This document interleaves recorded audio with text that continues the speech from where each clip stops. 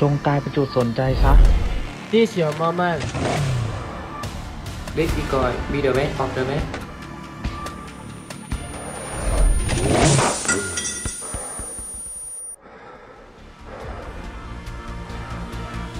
Dorong dirimu di setiap langkah. Tunjukkan keberanian seorang pemimpin.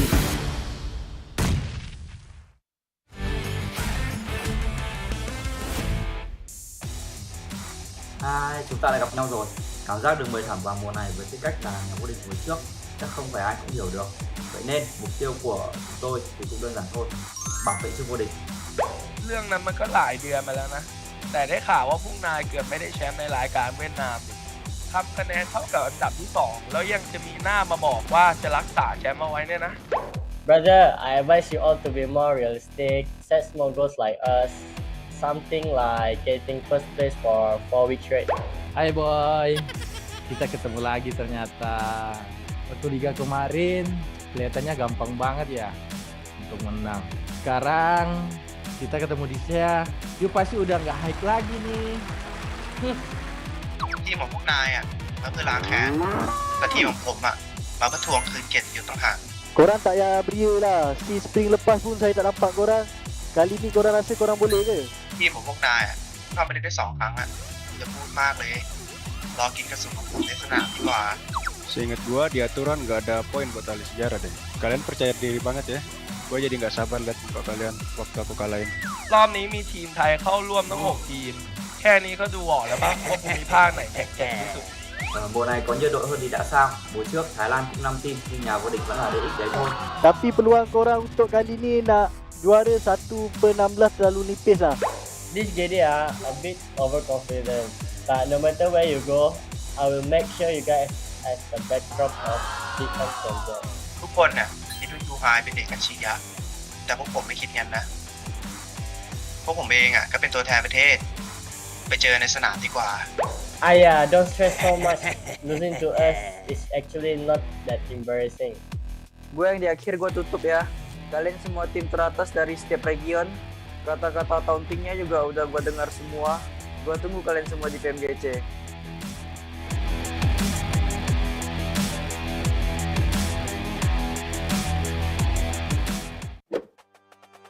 Dear PUBG mobile players, welcome to the new version. In this video, let's take a look at the game's new and improved social system. In the new version, we've fully upgraded the gifting system. An even greater array of awesome gifts are now available. First, we've added popularity rankings and clout value. This measures an individual's generosity by how many gifts they send to other players. As a player's clout ranking increases, they'll unlock prestigious rank perks. Go see which of your friends is the most generous. In this update, we've added Guardian Gifts. Guardian Gifts last for a period of time. Once sent, the players form a Guardian relationship to reflect the significant connection between the players. There will be a dedicated ranking for Guardian duration. The gift wall is another new feature. After players receive gifts, the gift wall will display the progress of gifts received. When a player gets all the gifts of a particular theme, this will unlock a themed medal. Furthermore, in the new version, the player who sends the most gifts becomes a gift sponsor. A ton of new gifts have been added to the shop, including those with special effects. Go and buy a gift for your best friend.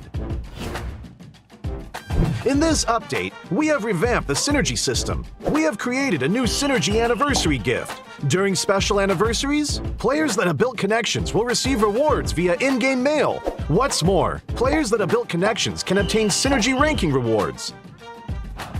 We have added a Synergy recruitment system to help players post recruitment information and add friends. Go and recruit some friends. In this update, the number of friends a player can add has increased from 200 to 300. Friends can now be pinned to the list. In order to make it easier for players to use team reservations, we have lowered the threshold for making a friend reservation. The Synergy requirement has dropped from 50 to 5 points. In the new version, reservation info will still be displayed in the chat window. Players can send more kinds of invite messages and view the real-time status of reservations. At the same time, the in-game display for reservation requests is now clearer. Don't miss a reservation invitation from a friend. For Team Up Reservation Chat, we have added a quick chat feature to send Team Up up reservations. This will allow players teaming up in the lobby to quickly send common messages. Try it for yourself. These are all the major improvements to the social systems in this update. There is more content for players to explore in the game. If you want to learn more, follow our official PUBG mobile community. Winner, winner, chicken dinner. See you next time.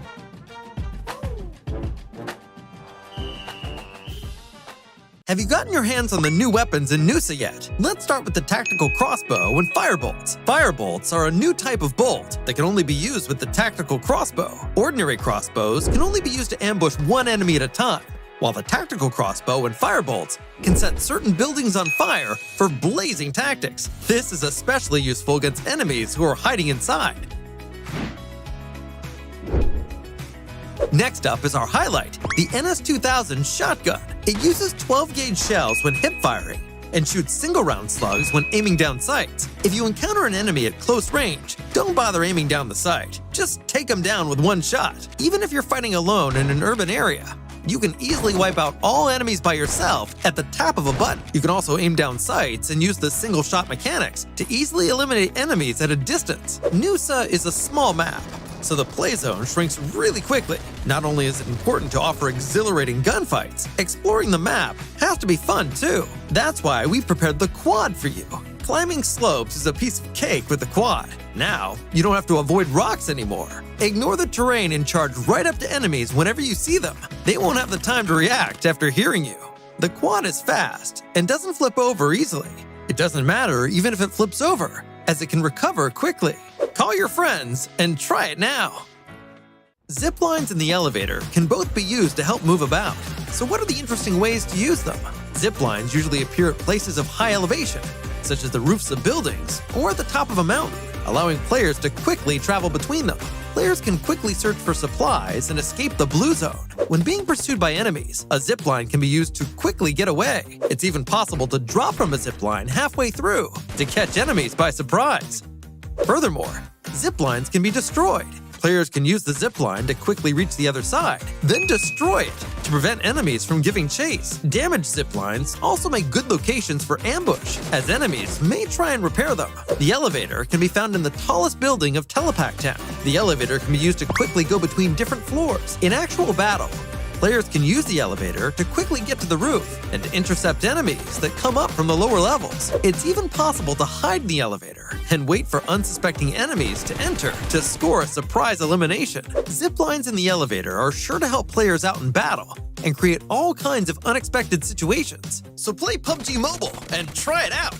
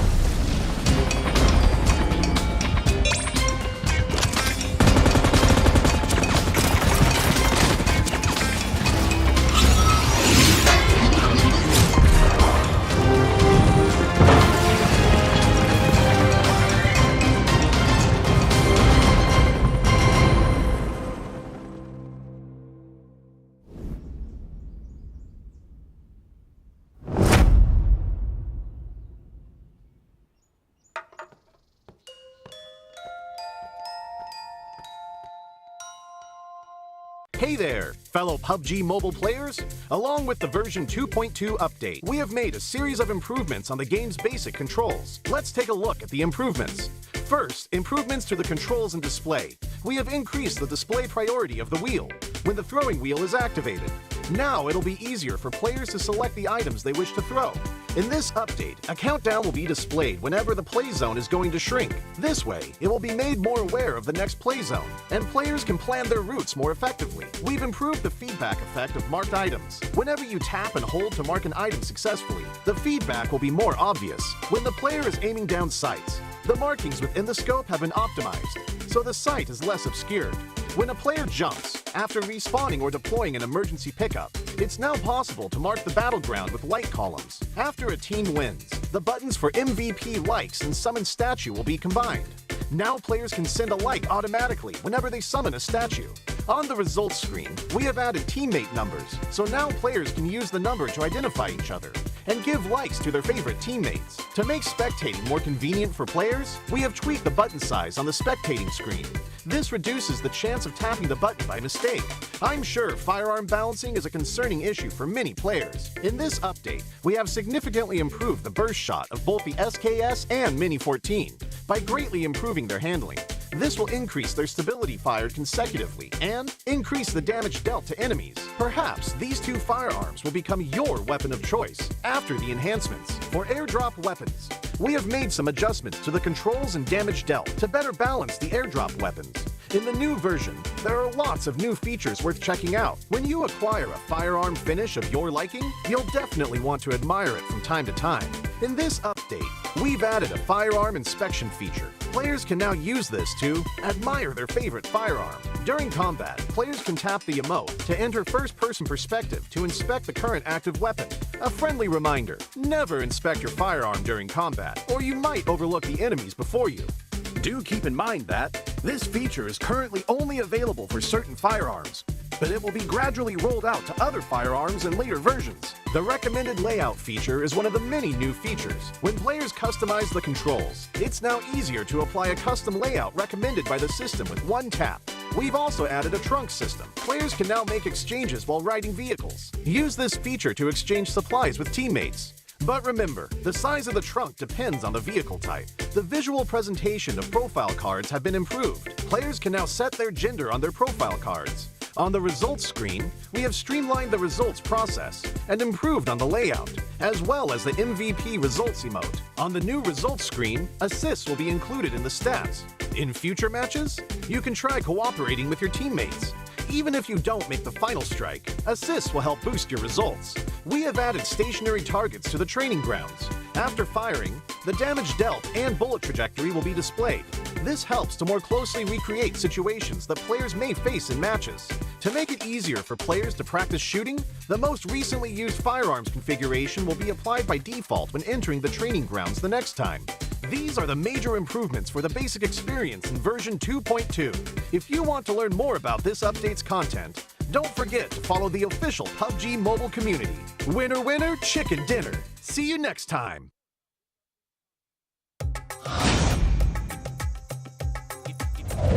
Hi everyone! In PUBG Mobile version 2.2, we'll officially release a new Battle Royale map, Nusa. Nusa is a 1 kilometer by 1 kilometer tropical island. The island is bright and sunny and has beautiful beaches, rolling hills, and dense vegetation. In addition to the natural scenery, it also has many areas that have a unique style and combat characteristics. Without further ado, let's take a closer look now.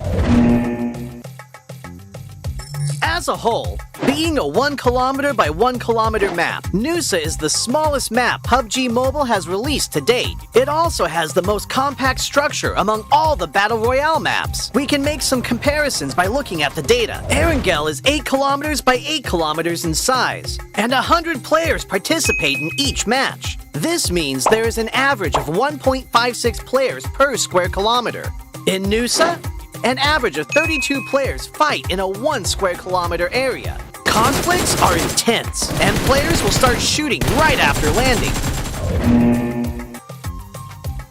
In the southern part of the map is a heart-shaped island. 2 paths connect this island with the gorgeous Pink Beach. The Ferris wheel and hot air balloon are both located on Pink Beach, which highlight the romantic atmosphere of the beach. But keep in mind that the terrain of Pink Beach is rather open and has little cover within a certain area. If players want to move around Pink Beach, they can do so with the help of smoke grenades to obscure enemies' vision, or push the beach balls on the beach and use them as moving cover. But if you do so, remember to keep an eye on their durability. In short, Pink Beach is beautiful and romantic, but you must take care if you plan to spend some time there. Bouline Bay is located in the northwest part of the island, and the coast is quite low there. The cliffs on both sides have a large height difference, and players can move between them with a zip line, utilizing the advantages of high ground. Players at the top can observe where enemies are moving in the bay. Meanwhile, players in the bay need to move around covertly. There is also a cavern connected to the sea in the northern part of Bouline Bay. Players can jump there directly. The cavern extends in all directions, and players can explore this area. In addition to the natural scenery, Nusa also has many urban areas, of which the largest is Telepak Town, which is located in the southeastern part of the map.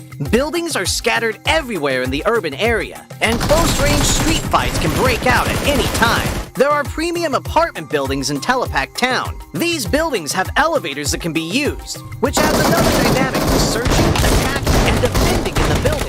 For example, players can set up an ambush in the elevator. By getting in and not selecting a floor, they can then give enemies a surprise when they enter to use the elevator. The rooftops of buildings in Telepak Town are also connected by zip lines, which gives players more flexibility in urban battles. If the zip line is destroyed, it can be repaired with a tactical crossbow. I believe Telepak Town will give players a unique 3D alley combat experience.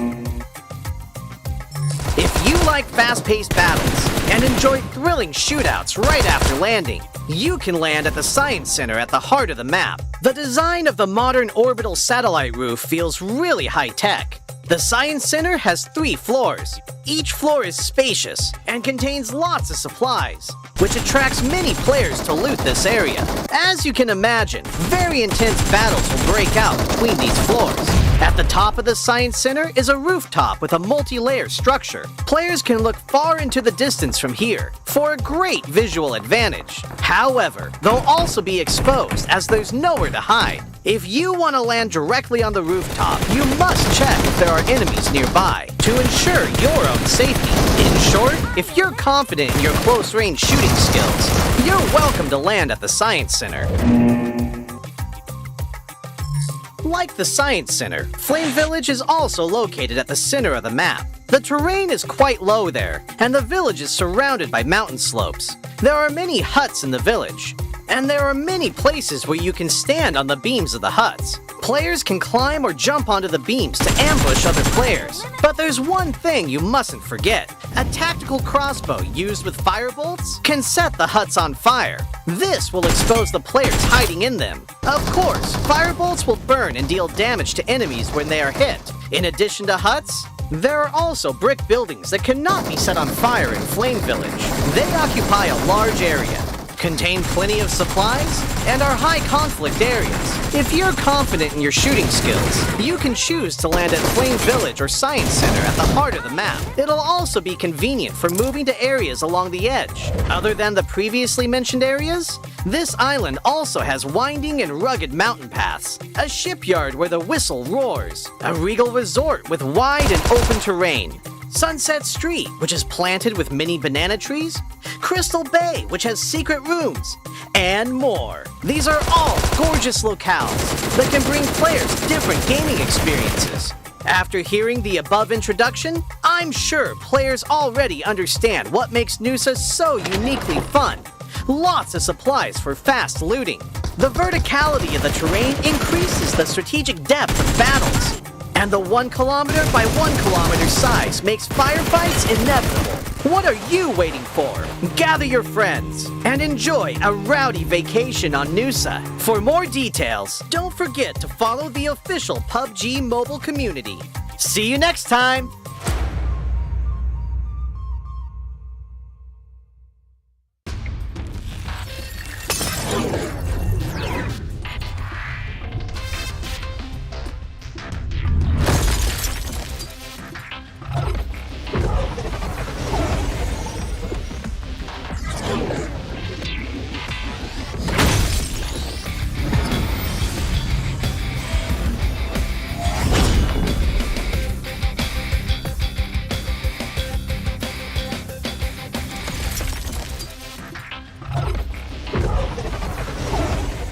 Hi everyone! In the PUBG Mobile version 2.2 update, Erangel is getting an overhaul with changes to the map, vehicles, and modes. Without further ado, let's find out what these changes are. In this update, we made several changes to the map. First, the hospital. It's one of the bigger buildings in Erangel. In this update, the following changes were made to the hospital. How to get in and out of the hospital, its structure, nearby objects, and the vegetation surrounding the hospital. Veteran players should know that some of the fences of the hospital can be scaled to enter the hospital. The ones near the ridges are how most players enter the hospital. Now, 2 spots along these fences will be blown up, and players can enter the hospital area through the gap directly. The building itself also got a new entrance. Players that are on the ground can enter the first floor of the hospital directly through the newly added damaged wall. Those who parachute to the hospital can land on the roof and descend to the 3rd floor immediately. These changes will make it easier for players to spot the entrances and streamline their movements in this area. Those attacking and defending will know where they should focus on as well. On the inside, we simplified the structure of the hospital. Originally, the 3 floors had different layouts, and there were many rooms on each floor. So, searching the rooms was very tedious, because players had to go into each room. After the update, the 3 floors are now more or less the same. Some rooms are now also connected, making it easier for players to remember and to search the rooms for supplies. As for the surroundings, we also made some improvements.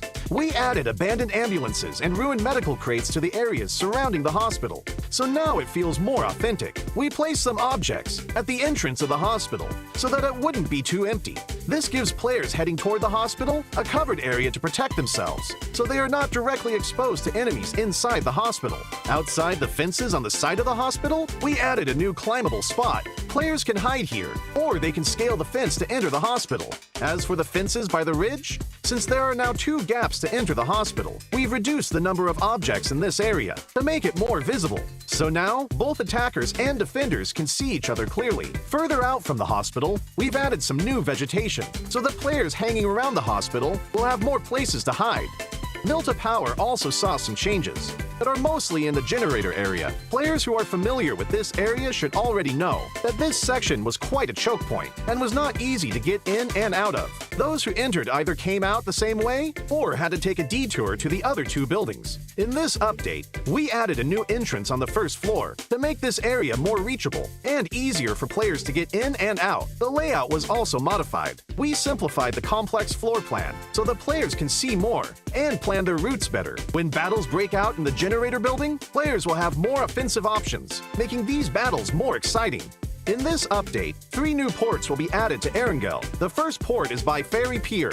We added a port here, as well as increased the amount of resources in the area. The Ferry Pier will soon be more abundant in supplies. The 2 desolate beaches to the southwest of Farm and to the south of Sosnovka Military Base will also get new ports. They will both contain a good amount of resources. Players will also find boats at these ports, so they can quickly travel to another location. So, keep these places in mind, because they'll make for a great landing spot. During the previous themed modes, players really enjoyed the special crates. In the new version, we'll add special supply kits to classic mode. Players will be able to find special supply kits in buildings. There are 3 types: medical, tokens, and military supplies. The resources in these supply kits are very good, so keep an eye out for them when searching. In the new version, bikes will become a staple vehicle on Erangel. In some of the more remote areas, players will find bicycle sheds. Each shed will have 4 bikes initially, and they're first come, first served. These bikes can be collapsed and put into the backpack, so they're really convenient for traveling to other locations. In addition to the sheds, players will be able to find bikes in other areas. With a bike, players no longer have to worry about being too far from the play zone. In the new Erangel, there will be flash shops. They will spawn randomly in outdoor areas. Those who find one are in for a treat, because there are tons of random discounted items. So, keep an eye out for flash shops during matches. Running out of fuel is one of the worst things that can happen while driving a vehicle. Erangel's gas stations will become functional for refueling vehicles. For the cost of just a few tokens, you'll get a full tank of gas. Find a gas station and try it out. These are the main changes in the version 2.2 update. For more details, don't forget to follow the official PUBG mobile community. Winner, winner, chicken dinner. See you next time.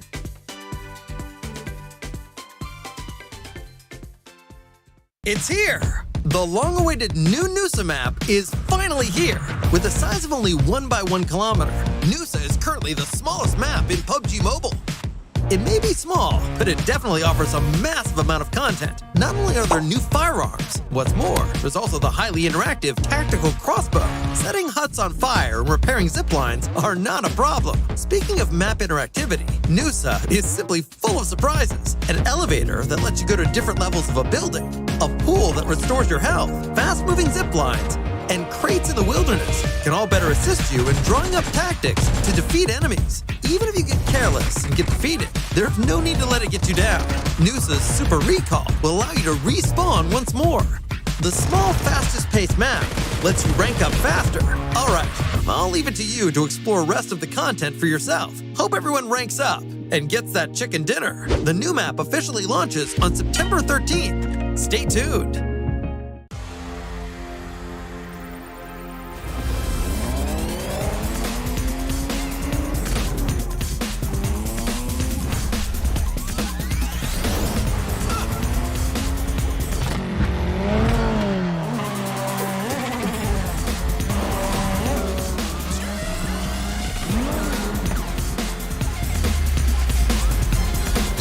GT Neo 3, Neo Speed Awakens.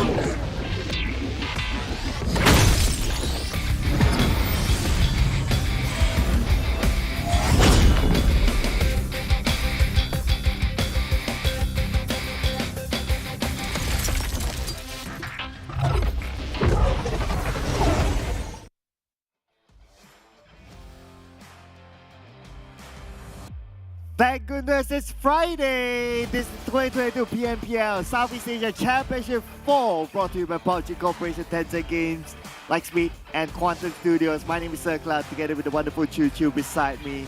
Such a pleasure to have you here again today. Hey, looking great today, Cloud, as always. You're looking awesome as well, but what else is awesome is our official smartphone partner. That is a real me, and what you see here is the GT Neo 3 that comes together with a MediaTek Dimensity 8100 5G chipset and a dedicated display chipset together with it.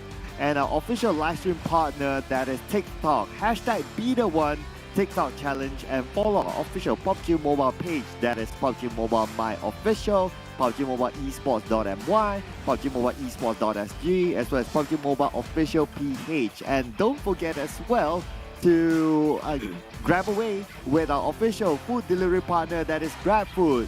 Get yourself 50% off GrabFood order with the promo code PUBG app only for new users. Terms and conditions apply. And speaking of applying, will the teams apply whatever they learned in the past few days? On day number 3, it will be a new sort of a round robin happening in day Friday. What do you mean, round robin? It has been tied games entire day yesterday, except for the last minute. Yeah, Yoodo Alliance actually secured finally the first Malaysian to get themselves a chicken. Yes.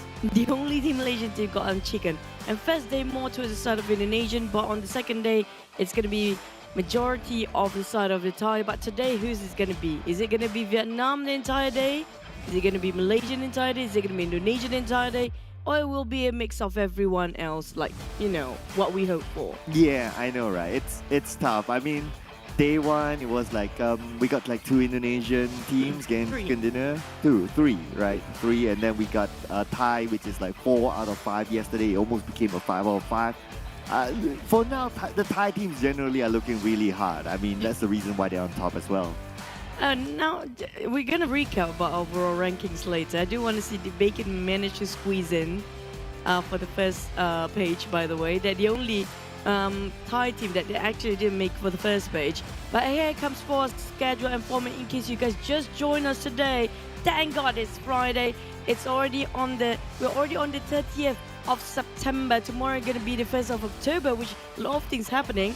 But right now we're down to on Friday, which you're going to be playing 5 matches per day, and then only the top 16 will advance towards the grand finals, which is going to be on the 25th to the 23rd of October, and it's going to be reserving 5 slots towards the 2022 PUBG Mobile PMGC basically later on. Point system still remains the same, so winner chicken dinner will receive 15 points, second place 12 points, third place 10 points, fourth place 8 points, fifth place 6 points, sixth place 4 points, seventh place 2 points, 8 to 12 1 point, 13 to 16 will not take home any placement points. As usual, 1 elimination equals to 1 point, but what's going to be important is of course the total prize with the moolah. 200,000 US dollars on the line. There's going to be $500,000 for Malaysian, definitely. But also, regarding the points, it's not just that. Based off their weekly performance, they will have their weekly bonus point awarded based on their weekly rankings. And then from there on, it will be also the league bonus point awarded for the overall league stage ranking, where the total bonus point of weekly plus the league bonus point accumulated to be the initial points in the Southeast Asia Championship Finals. And the point system and the placement will be placed based on their placement of first with the 20 points because we have 20 teams. So each of the team that plays themselves a little further away will deduct 1 point, including the 20th place with only 1 point away. Now, the thing is, we saw so far in the first week, the one that actually staying at the 20th is going to be BN United. Yeah, but things have changed, but we'll review that later on. But anyway, here are our participating teams. Just to remind everyone again, in Group A, we have the Xavier, 4 rivals, Buriram United, TEM Entertainment. In Group B, we have the Infinity, BN United, Outer Ego, Yoodo Alliance. Group C, we have Ego Esports, FaZe Clan, NFT Esports, SEM9. Indeed, we have GIDS in Indonesia, DVD from Malaysia, Box Gaming Vietnam, and the Thai Vampire Esports.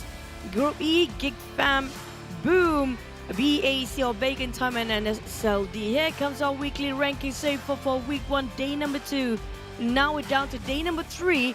FaZe taking the first spot with 100 for the only team with a triple digit down there. NFT is chasing very closely behind. Yeah, on the other end, we have last year's champion currently at number 20 with 2 points difference with the BN United for them to climb themselves up on that really bottom spot. But then again, of course, it is still the middle of the week. There's still a lot of opportunity for them to come back, and that's what Bomburu said in day 1 during the interview. He expects the Xavier to pull off a prank and make that superb comeback. Now, it's still in the first week. We're already in the middle of the first week. We have 2 more days left, including tomorrow and Sunday. But today will be including today. We're going to have 3 days in total. Now, if they want to do something for first week, in the middle is the best time to do everything, to put everything on the table here now, to make the push. And today is the day for week number 1, because it will affect them as the entire league here if they don't try to gain as much point as possible, which will affect for their entire league bonus later on. Now, I'm looking over for the first page here. There's already 40 points sort of gap in the 10th and 11th place, where Bacon Time, the only tie team on second page, actually hit a tie with 10th place. Now, if they garnered more points there, I have a feeling that Thai might be dominating the entire page of first one. Yeah, it could be. Still looking forward to that. Only Bacon Time and TEM Entertainment. Buriram United representing Thailand is the only team to receive 2 chicken dinners for now, and it's the first team to receive that. So again, that shows that the kind of record that Thailand is having. Even if we look at the overall, 5 Thai teams out of 6 are on page number 1, so they have a lot to offer. But speaking about the Thai teams, let's do a little bit of a review of whatever happened yesterday, and both happened to be FaZe Clan and Buriram United. Yeah, Buriram got themselves double chicken yesterday only, and FaZe got themselves the first chicken yesterday, but their performance has been really sublime. I'm talking about how they have the consistency, especially coming up from Buriram. Within a day, they just shoot up straight towards the first page here, as quite a huge leap of faith. And also when it comes to FaZe, they are more aggressive, like as always, but Tony K has been really incredible. Like the entire day yesterday, almost all the MVPs kind of, have his name on the top eliminators, top damage dished out. Tony K has just been amazing yesterday. Yeah, Tony K, multiple MVPs for him, despite his team only getting 1 chicken dinner, but he had a couple of rounds that he got MVP for himself, and he's also currently in the running to be the FMVP for the tournament. He is at the number 1 spot for now. Of course, we have still many games to play, but looking at how he has performed yesterday, he is fearless. He can rush alone, being at the forefront, taking out teams. He is just an amazing player. You know what's funny about this highlight is that we're talking about the team I'm to focus on is going to be FaZe and Buriram. It's always Buriram fighting FaZe or FaZe fighting Buriram all the way. The only one that actually can actually take them out yesterday is each other.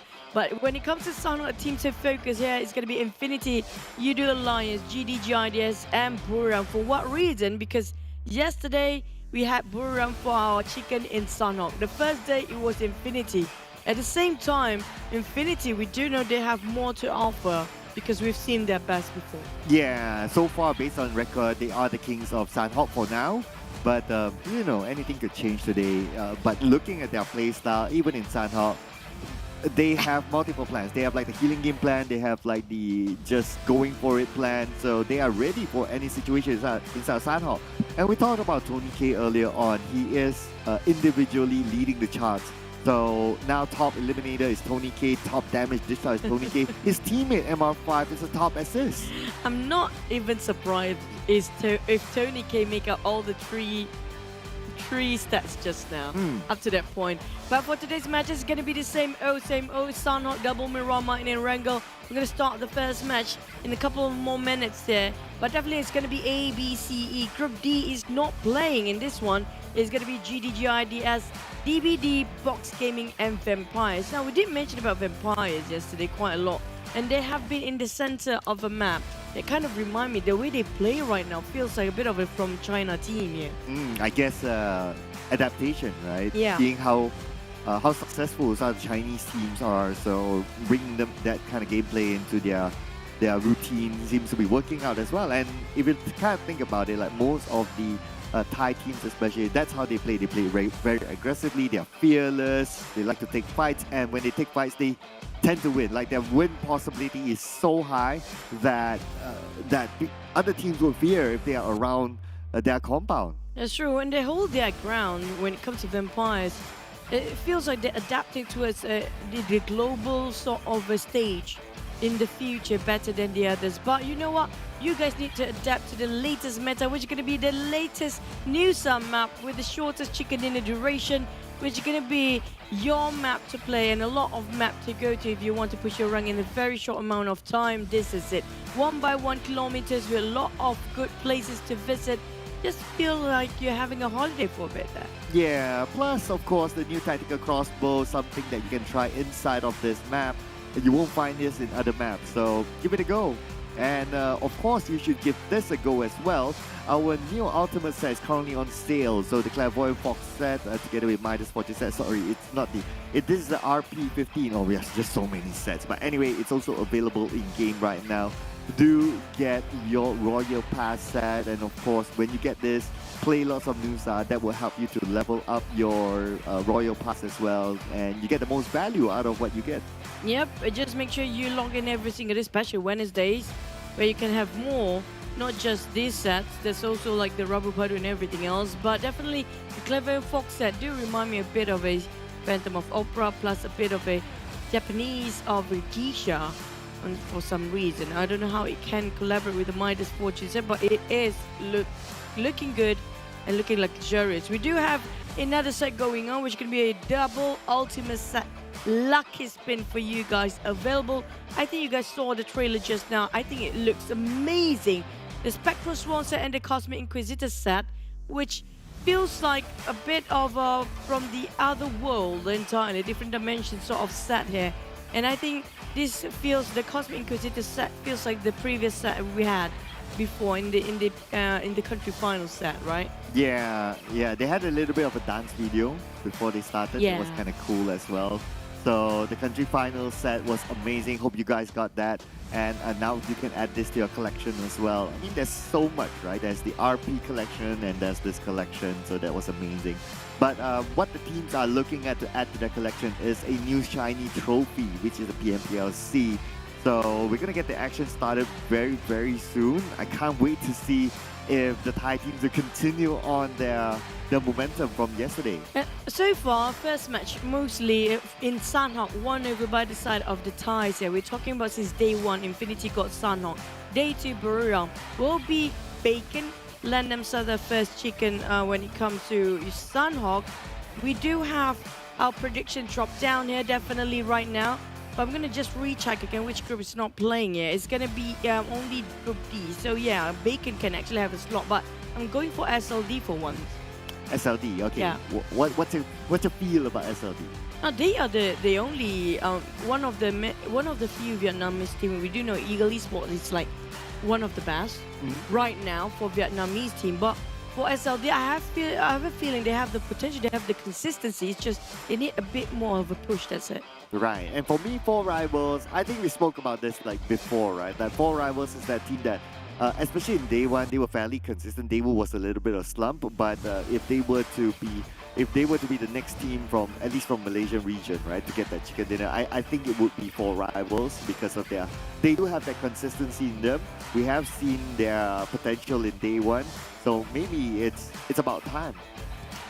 Well, hopefully, because right now the only team from Malaysia coming up is going to be Yoodo Alliance for chicken. But when it comes to point, 4 Rivals having it go way better than the others.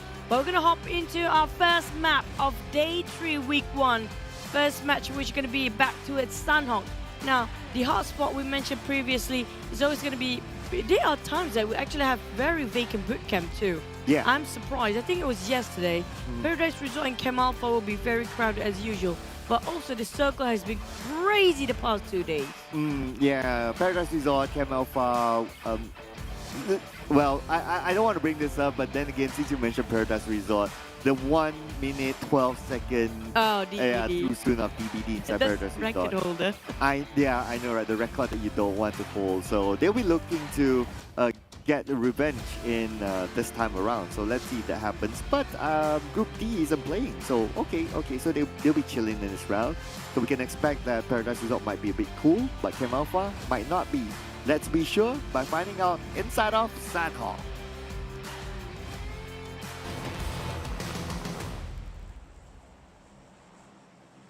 Swiftly, we're starting straight into Sanhok, our Rainforest Rim map of the day 3 PMPL Southeast Asia 2022 Fall.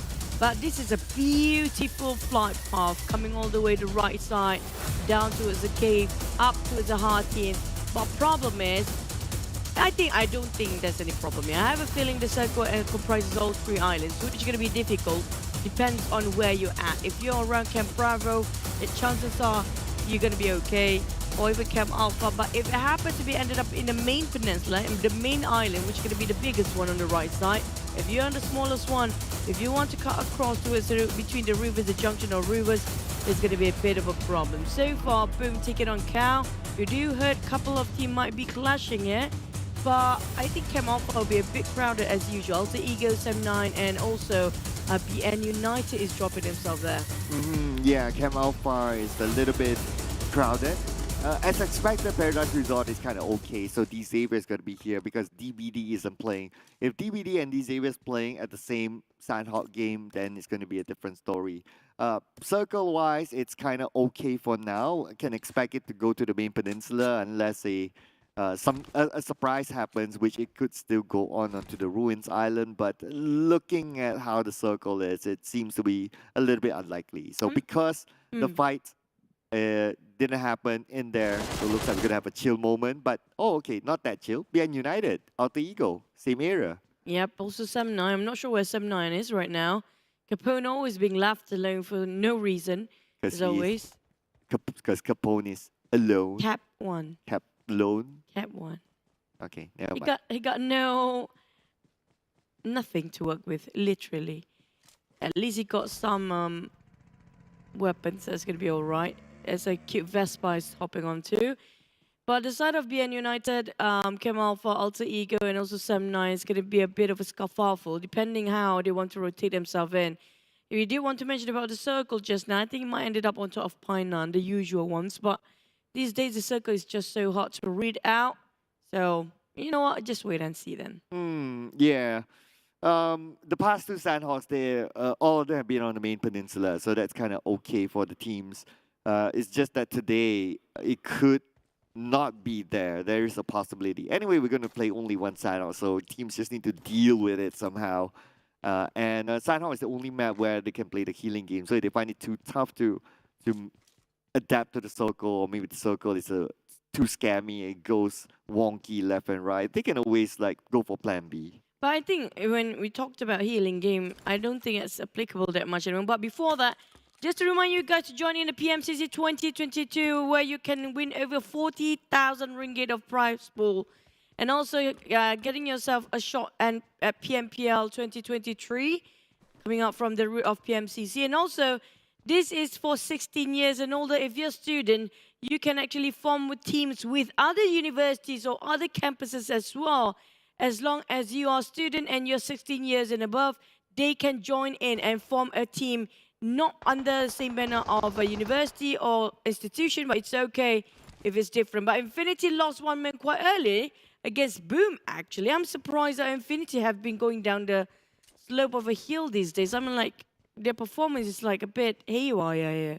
Well, if you remember day one, the Infinity, they lost one player early. Usually it's Logan. Yeah, probably. I don't remember exactly who.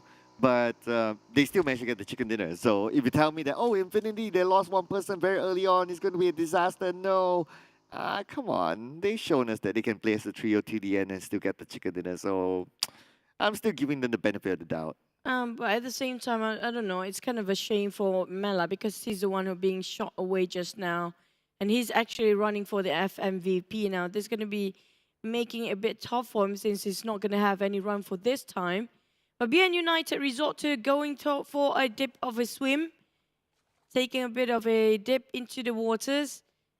I'm not sure where Sem9 is, but we do see Alter Ego has been tailing BN United quite closely behind. They find themselves a couple of boats to work with, but the moment they hop into this boat, they want to just cruise over the other side. There's already Geek Fam waiting on the other end.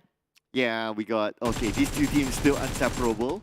Wow, that's a nice control there with the AK. I mean, it's one of the highest recoil weapons, but yet he managed to get the knockdown onto Silence only with an iron sight and from that distance. That is amazing stuff. Now, Alter Ego, they don't really need to go in for it. Silence will bleed off by itself. Fnatic can use him as a bait in case anyone else from BN United choose to come, but BN United, I think they know what they're in for. So if they go towards Silence, they'll be taken out. Yeah. Well, it's a bit too late now. Should Nas try to do some sort of damage control, but they need to build this one. It's not worth saving anymore. It's just too much at jeopardy. Capone trying to spot on the side of Alter Ego, which quite separated between each other. Fnatic's the front line, Pombit there furthest away. But we have Potato in between there as well. Finish off Silence straight away. Renora in between. being shot down by the spray of Capone from the high grounds with M416 there. Spot out Fnatic in the smoke. Definitely will shoot down a big couple of them. Seems to be connected. Geek Fam taking on Potato at the same time. Now Alter Ego, yeah, chasing the tails of BN United. Gonna be hitting them back in the back as two-way war. Geek Fam, UI on the bridge. And the rest of Geek Fam and also BN United taking a bit of a damage dishing towards them. But this is not the first time that we see Geek Fam doing this. Like, if they know that they have the circle advantage, they will bridge camp. And when they bridge camp, it's the opportunity to get a couple of elimination points in the back. So, not too much of a surprise that Geek Fam is just repeating what the move that gave them success before. Just look at their positioning. Like, Mika is on the left, Yuhai is on that high piece or high part of the bridge, and they pretty much locked down the bridge. Unless they got knocked down, then it's going to be a different issue. But so far, it's been working out for them. Working out for Boom as well. He's taking on Xaviers, who got them one elimination just now. And now Boom trying to counter fire. Razy not being finished off straight away because of the distance. Lamborghini definitely want to get closer here. But V-Choice on the ground already.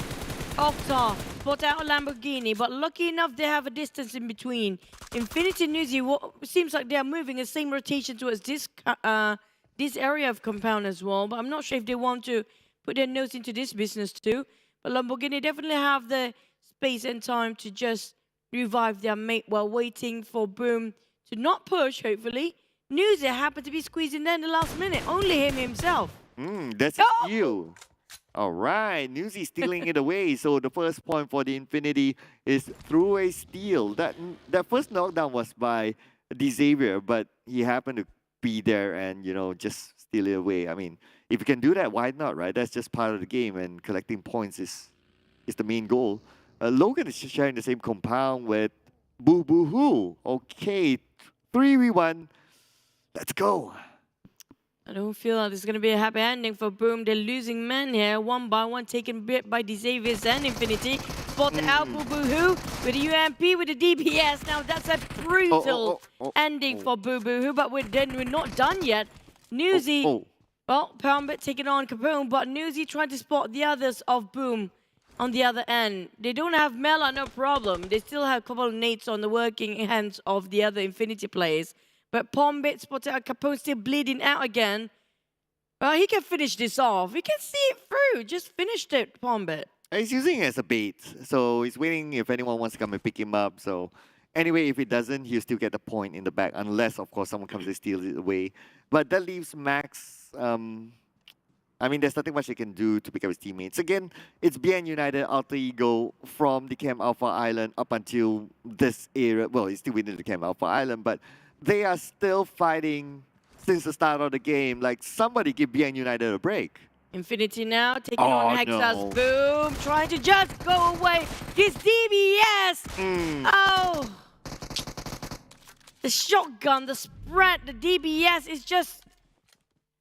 it's just a thing now. But now left Boom with only Octar, who's running. Tries to save his own life, playing for survival game here. And also don't have much of a first aid to play the healing game as well.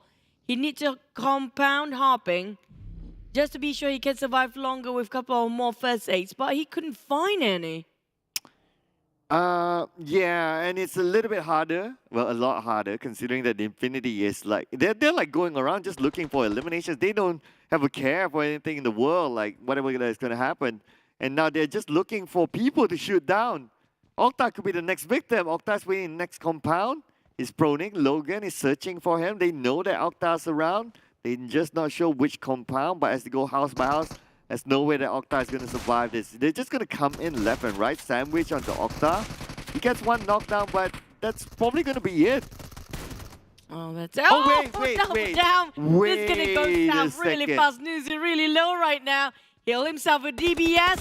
One tap, that's it. Wait, no! wait, what? Octar, what the heck? What? Infinity! Wait, what just happened? 3v1 Octar? How did that happen? What? I was like chilling, you know. It's like, yeah, anyway, 3v1, he's done. He's at the corner, but come on. Come on, we saw production. They're like holding their hands on their heads. It's like, wow, what just happened? God. What? He uses DBS for Newsy. He was supposed to be the master of DBS. And there was 1v3 willingly giving away to Boom. So 3 of them being finished off by Infinity, but the entire team finished off by 1 Boom player. Last time it was Yummy. This time it's Okta. What the heck is happening? I cannot, this one. I cannot. This one must be our head producer not wearing the Infinity jersey, you know. This gotta be one of the highlights, even the memes. Yeah, come on, guys. That's content things. It is. Back towards the other teams there. I cannot. Surprising ending for Infinity. The first one to be out versus 1 Okta of Boom. I know, right? I mean, come on, guys. Like, seriously? I have no words to say whatever happened earlier on. But anyway, gotta give it to Okta. I mean, he's the man of the hour right now. Gotta give it to him. 1v3. Flashy start of the day. I know, right? Incredible start. Gosh. Back to the start of Geek Fam and Sam9 on top of Ruins here. We do have, I think it was Sam9's played it quite low before. Alter Ego, that's going to be Okta, and sorry, Boom Okta. Alter Ego, I think it's probably Pombit or Potato left. If I'm not mistaken, no, it's actually Renare for Alter Ego. He's fighting BN United, got crammed in between with other team Geek Fam just now. Bacon time coming up from Sami really late. Well, we have predicted Pioneer before. I'm not sure if it's going to hard shift or not, but it will be on the southern part of Bootcamp, based on the center where FaZe already have themselves the compound to work with. Ooh, okay, too much for him to handle. That's it. So it's going to be Repo Boy getting the elimination point out of F1. Now, the rest of the Eagles, they are kind of far away. They're not going to pursue. They are like on the other side, so they're just going to chill that. Now, they can kind of play a little bit of a gatekeeping, considering they know where Yoodo Alliance is at. You just need to keep an eye on the other side. So now Yoodo Alliance may want to try and go through different routes. For Ego Esports, we did mention about how much we love their performance recently. Hopefully we didn't compliment them way too early. On the side of FaZe and the Xaviers. Now, the Xavier, they're playing a bit more careful than the usual. Now, this is not the usual Xaviers that we hope we could actually witness. We do know they have way more aggressiveness on their side. And TEM Entertainment are one of the most teams that are being respected by a lot of the teams out there because of how good they are when it comes to their team fights and their CQCs.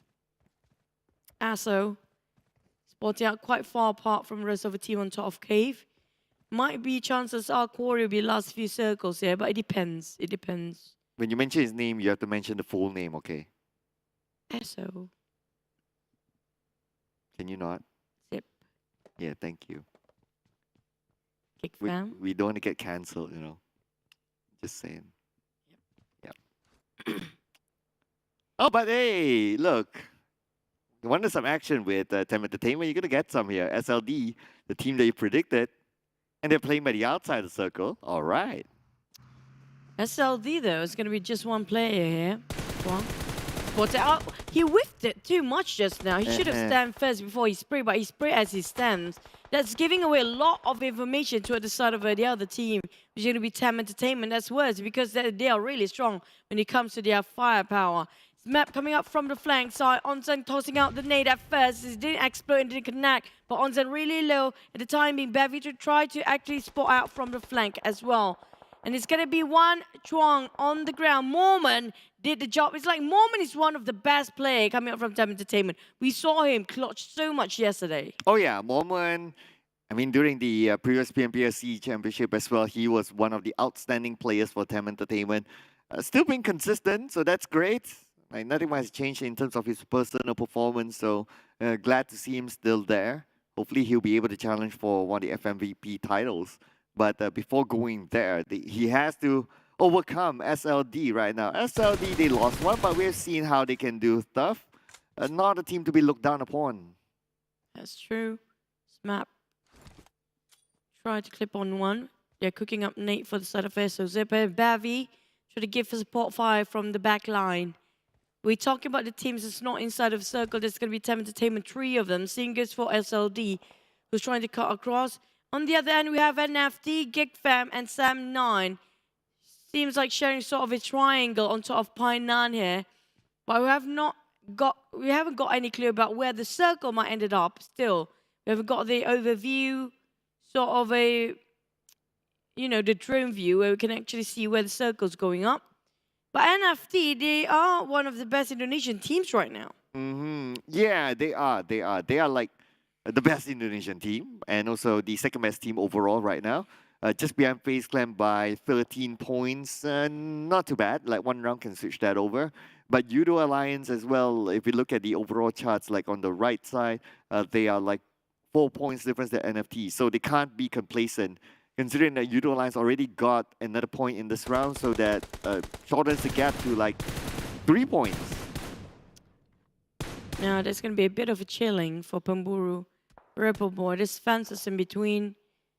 This is going to be a tough one on top of Quarry. 4 rivals will actually be surprised by Boom behind that. They have to be extra careful now. Pemburu still inside. 4 rivals, all 4 men inside. 3 actually. Voki already lost too early on. Geek Fam seems like having a bit of a hike here to spot out on Sem9 Dep, who's having the vintage point. And NFT on the other side of a hill. And Yuhai is always going to be the one that actually scouting things out for the side of Geek Fam. Now, Geek Fam have a lot of problem coming into South Asia. I mean, like, their performance in the country finals has been really incredible. Their journey has been brilliant.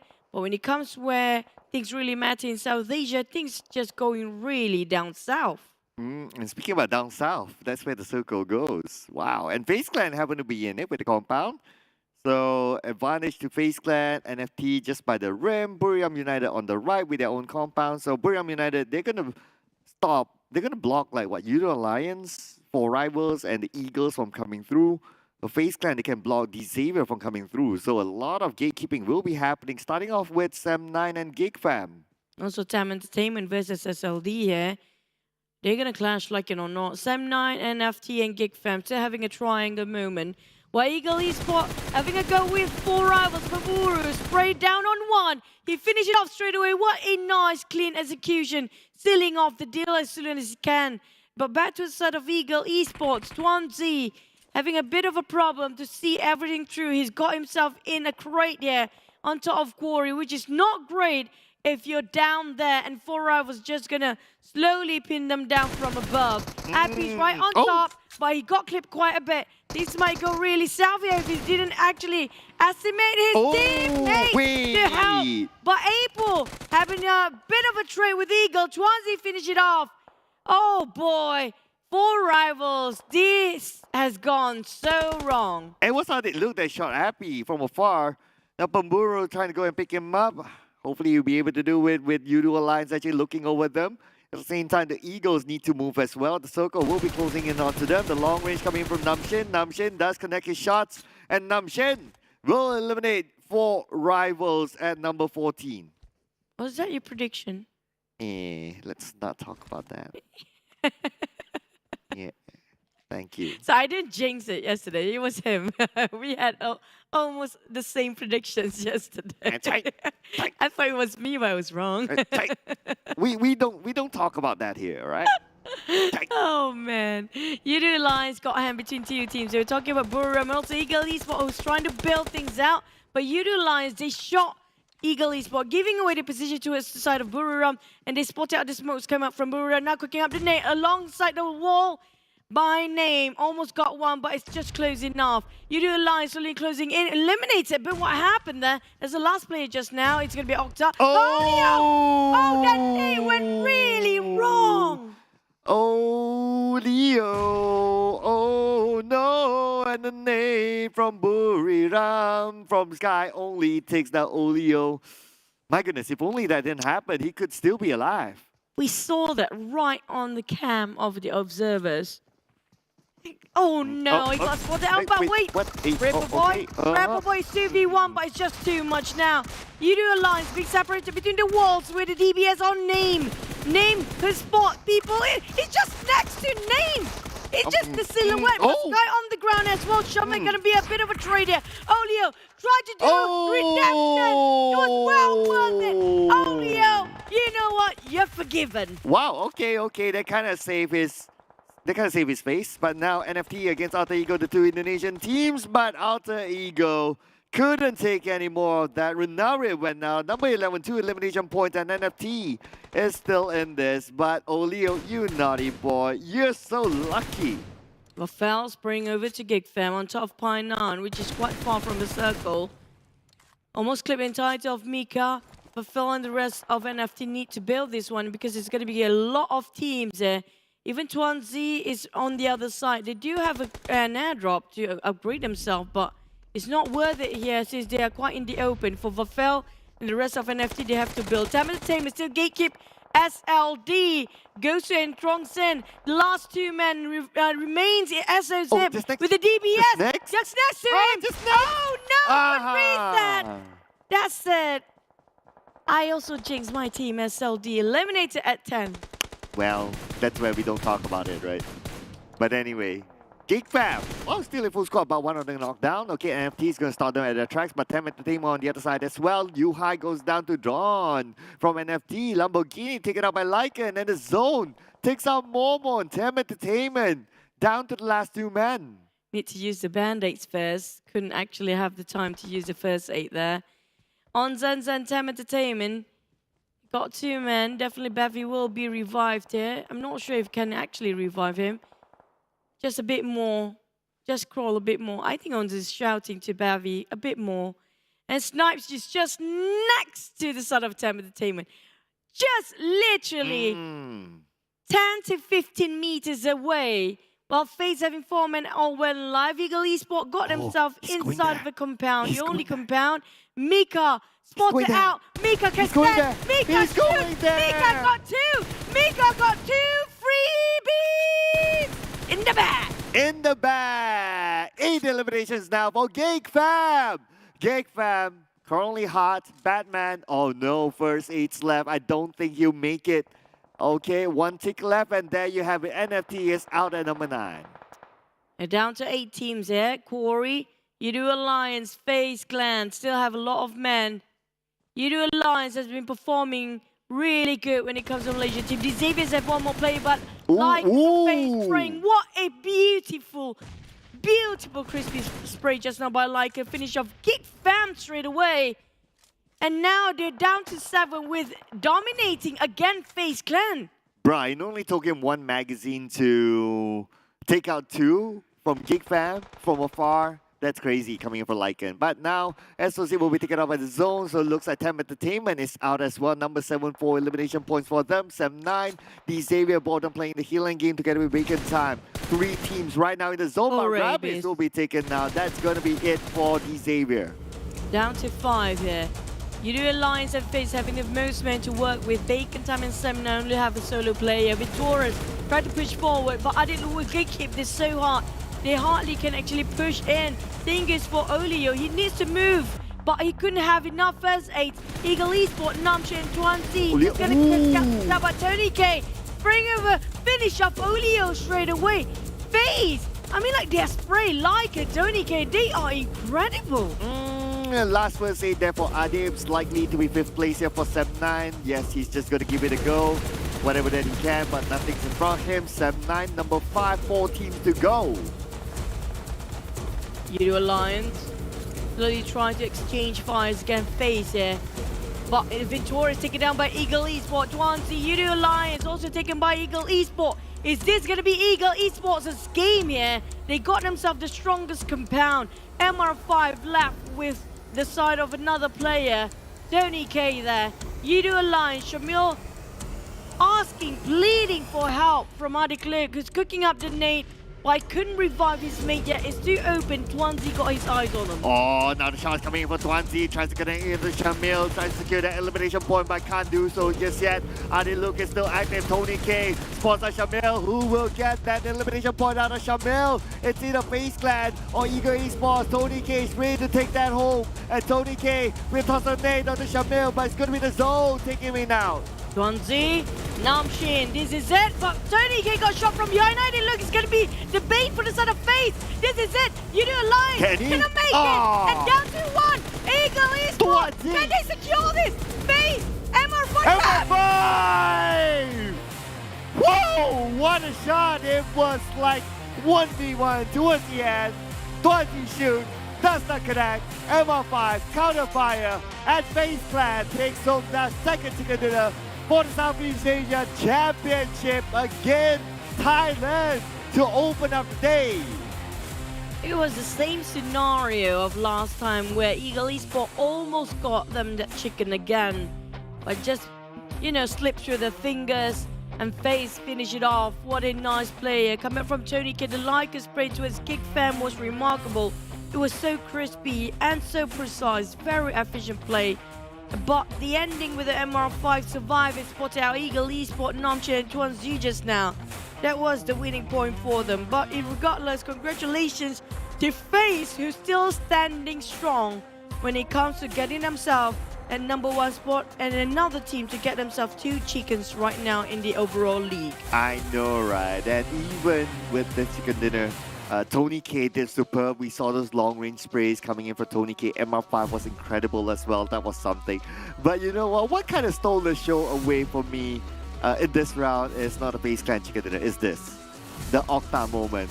1v3 against the Infinity. God City still has like what, 80% health. Octa shoots, gets it, and then you would expect Nuzi with the DBS to finish up the job. Octa's only what, 10% health, but Octa wins against Nuzi. I mean, like, that's the biggest, I can't even word it anymore, skefaffle that happened. It's going to be treated, that's Infinity, by the way. It's not just random teams or a team that we don't know and never heard about. That's Infinity, who won themselves the MRC recently. And that happened. I mean, like, man, something must have gone so wrong just now. But instead of TEM Entertainment, Big Gate keeps so hard. But this like spray is just so incredible. He clutched it, the entire team of Geek Fam. And also, Yoodo Alliance, they were a bit too late to get into the circle. But FaZe, it was anybody's game just now. If it's not because of the zone, maybe it's a shot for everybody else, especially Yoodo Alliance, who's furthest away. But it was so close of getting it again for Ego Esports. They haven't landed themselves any chicken yet. Looking at the highlights, I really like what Tony K, how Tony K's decision making is. It's like he could pick his teammate up or he could shoot. He chose to shoot first because he knows that he has time to pick his teammate up. So he was really efficient in his decision making. And when he shoots, he secures that elimination point. I mean, he got everything. Another point, another team eliminated, picking out his teammates. Perfect. So Tony K, I can see that his game sense is just on a different level. Well, they're having a very good start here. Most of the teams that are going to have this sort of momentum, especially FaZe, since yesterday especially, has been in top form. But here comes our total ranking points there for our match 1 of day number 3. Nobody secured themselves double elimination, except for FaZe 9. That's the closest we can get. Also, Geek Fam with 8 elimination, even though they got only a rank point of 1. But we definitely have a lot of 6 for Ego Esports and Yoodo Alliance, and a lot of 4s, 3s, and 2s, and 1. The only team that didn't get an elimination in this round is just going to be SEM9. And the record for the most eliminations in the single round is still 14. After 11 games, still not broken. Can you believe that? Like, 14 is not like an incredible number. It's okay, but still, it is what it is. Looking at the elimination charts as well, SEM9 is the only team that didn't get a chicken dinner. But Mika, that crawl and kind of like a backstab, that was a highlight moment for this kid. Well, he secured a lot of damage output from that particular, I can say, an angle. And I was expecting somebody else. Actually, I was hoping it's going to be Lycan, because how he sprayed Geek Fam players just now, 2 of them in knockdown straight away. And also even, I think we can also well deserving towards Octa and Boom. Oh yeah. Like, he's supposed to be our MVP, but he couldn't last long enough. But this is not taking the credit away from Mika, but definitely he's one of the formidable players out there. But we have triple team with a triple digit here. FaZe, Yoodo Alliance, Ego Esports. For the first time, I'm looking at the top 4 with all different flags here. I know, right? Wow, yeah, you make a good point. It's all different flags. What was interesting as well, because the Infinity went out by Octa with that super clutch, it pushes them down to be the lowest performing Thailand team for now. I mean, even Big Time overtook them. But with that kind of game as well, DBD they didn't play naturally. They would slip down a little bit. Xavier they played, so they went up. BN United still somewhere down there despite them playing, so there's still a lot of work for them to do. But on top, FaZe Clan currently at the throne, and they are pulling away 25 points difference now. And also the tie at second, third place just shows that how tight the race is right now, with NFT closely behind. Talking about Buriram got themselves chicken double, two of them, but they're not consistent enough if you compare with the other teams, especially in this case it's going to be FaZe. They are placing themselves at 7, so it just shows that FaZe have the most consistent when it comes to their performance, even though they got one of the latest team that for ties, they're getting themselves that chicken. But we're going to recap again what really happened just now. We do know for a fact that the circle was quite generous in the sense of not really covering a lot of Chem Alpha, but a lot of fights happening in Chem Alpha because there's 3 teams sharing at first. But FaZe taking Bootcamp, definitely one of the most convenient, and also a lot of loot coming up from that way. Not much team competing them on Bootcamp this time. Bacon Time, they had the healing game meta in the pocket. Just look at their movement. They're not interested to get into the circle. They're like, first Sami, it's always the healing game plays. And then just look at their movement again. They're just going from small compound to small compound, and then maybe going in for the bigger ones just to see what's left. And they're just collecting first aids, so that's why they kind of lasted from the outside zone till in. This is one of the clutch coming up from Ego Esports, honestly. They should have lost that one, but 4 rivals lost against them, even though they got the high ground. And they still managed to survive till the end. That's a huge feat coming from Ego Esports, honestly. But TEM Entertainment and SLD, TEM basically just gatekeep SLD. And Sem9, you know what, I finish off by FaZe. Xavier is also the one of the team that trying to play in their blue zone, which they don't have enough utilities. And this is one of the things that we should also mention about. Yoodo Alliance actually the furthest away from the circle, but they managed to almost secure a chicken. But I still have to say a lot of the team that's, especially aside from FaZe, Yoodo Alliance and Ego Esports, they should have gone down earlier based on their before or the previous or earlier attempts of fights before. I mean, they should not have won based on that sort of circumstances, but they made it anyway. It just shows how good they are when it comes to outmaneuvering their opponents in a very close quarter combat. Especially the Yoodo Alliance one, the one that Olio had a little bit of a iffy moment. Yeah. But yeah, I guess he owes it to his the teammates. off-angle grenade time. Yeah, that nade thingy. But he owes it to his teammates to actually, you know, cover him back up, and they won the fight against Buriram. And of course, Buriram, like what you said, right? It's not one of those regular teams. They're a team that the first team to get the double chicken dinner, so they definitely showed their statement inside of a PMPL SEA Championship. But anyway, there was a great fight, a lot of amazing moments inside our first game of sign-off, and Thai teams still hot. That's kind of true. But nevertheless, I'm loving how the top 4 right now is all different regions all the way. We might gonna have a different head-to-head this time, which is gonna be between Boom, Octa. We saw how well this guy just got the entirety of Infinity just now with M416 only. And Geek Fam Mika managed to go for the head-to-head with very similar pattern when it comes to their performance. You know what? Octa actually has, like, based on that data, he has like a better stat. So I guess it's just really down to like who survived the longest. But anyway, if they were on par, Octa would definitely be the MVP for that round. But here are our team to focus for Murama. So out of this, again, 2 of them from Thailand, 2 of them from Vietnam. We got SLD, the Eagles, and from Thailand, Vampire, as well as FaZe Clan. This will be a very interesting one because I think Murama is one of those rounds that Thailand does well. True. And it's going to be Group A, B, C, and D. We don't have Group E this time. Geek Fam, Boom, Bacon Time, and SLD will be resting it out for a bit now. Eyes onto the side of Eagle Esports and also SLD here, and also FaZe as well as Bacon Time, I think. Just now, no, Bacon Time is not playing. And so back to the side of FaZe, right? I mean, like, if they can secure one more chicken here, that would be incredible. They definitely will solidify their upper standings when it comes to overall. But we do have Vampires this time. In the previous match, Vampires didn't play, right? Yeah, the Vampires, they took a break the previous round. So they're looking to start this hot and fast.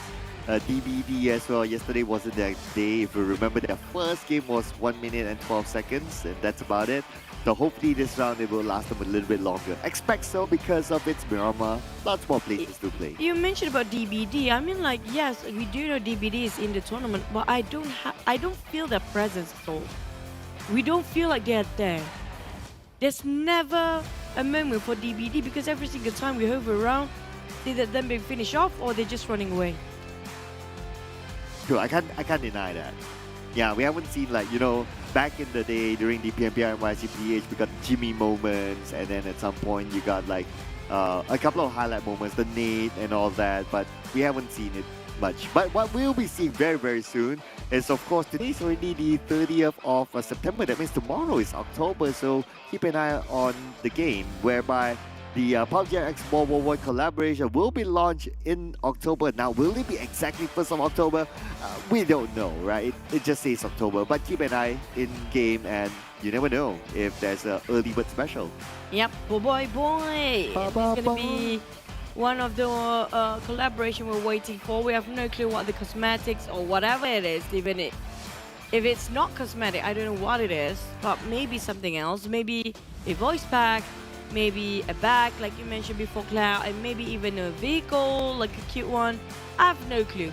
We all have to wait for tomorrow. But also, today is not Wednesday, but it's gonna be next Wednesday for you guys to log into your PUBG Mobile, where the new leaderboard for the phase 2 of Rabu Padu already launched, and this is gonna last until 31st of October 2022. So be sure #with Rabu Padu Menang Selalu, so you guys can have a shot at winning more prizes there, and also get yourself the classic coupon crates, because you know what, this is the only month that you can actually have where Wednesdays will be a blessing for most of us. Yeah, 31st October is the last day for the Rabu Padu, so you don't want to miss out on this. Only like what, 4 more Wednesdays? I need to look at my calendar again. Maybe 4, maybe 5. 4 more Wednesdays in average for you guys to earn that double point inside of the Rabu Padu ladder. How should I call it? Ladder rankings. Yeah, for you guys to earn freebies inside the game. And of course, don't forget, if you happen to do content for Rabu Padu, you can Rabu Padu Menang Selalu, but you can also be the one, and who knows, you could be featured on one of our social medias. True. Everybody want to be famous. But back towards Miramar after this, definitely we have a lot to think about when it comes to. Now, I sense sort of a pattern here when it comes to Sunhawk. So far, it's all been Thai teams getting the first Sunhawk of the day, okay? We're just going to have to face the fact for now. Infinity, day 1, day 2 is Buriram, day 3 is FaZe. But when it comes to Miramar, it's more towards the Vietnam and also the Thais. But when it comes to Erangel, it's more towards the Indonesian teams that's actually quite strong. Yeah. They're more like they generally perform well in Erangel, right, for the Indonesian teams. But let's see if anything changes today. It's because like the first 2 Erangels it was Indonesia, and then yesterday it was one Thailand, Buriram, one Thailand, and one Malaysia, Yoodo Alliance. So they kind of like have that split there. So on an average, Indonesia has been doing very, very well in terms of Erangel. But for Miramar, it is still the Thais. That's kind of true. And we did have Boom and the first day getting that chicken dinner in Miramar and SLD. But yesterday, pretty much a whole day for the entirety of the Thais there.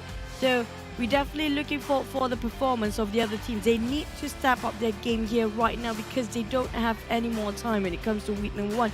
Yes, we have 3 weeks, but the problem is it's only 3 weeks where you can gather your bonus points to drag into as the grand finals initial points. So they cannot miss that for the teams, especially those in the second page. We're talking about these Xaviers as the last in the overall ranking, which is quite a rare sight. We shouldn't have been there in the first place. Like BN United, they are doing way better than these Xaviers, despite let's face the fact. Not many people put a lot of trust or expectations for BN United, but they show us way more than what the Xaviers can. Sing is for DBD. Yeah, they are. I mean, BN United, despite them maybe a little bit unlucky, right? Let's call it this way. But they did show like they want one nice compound fight in one of the Irango games, I believe was like yesterday or so. And that just shows that the effort in doing it. Rather than like Xavier, they seem to be doing a couple of clear mistakes. Cannons are sandwiched in a situation where it's not favorable to them and all that. So they definitely need to buck up. But yeah, right now DBD as well, like what you said, we hardly see them. They need to come up with something as well. Like where were the moments of like the Jimmy nade or those Jimmy clutches or like Yen putting out a good performance in the PMPL NYGPH? We don't see that anymore.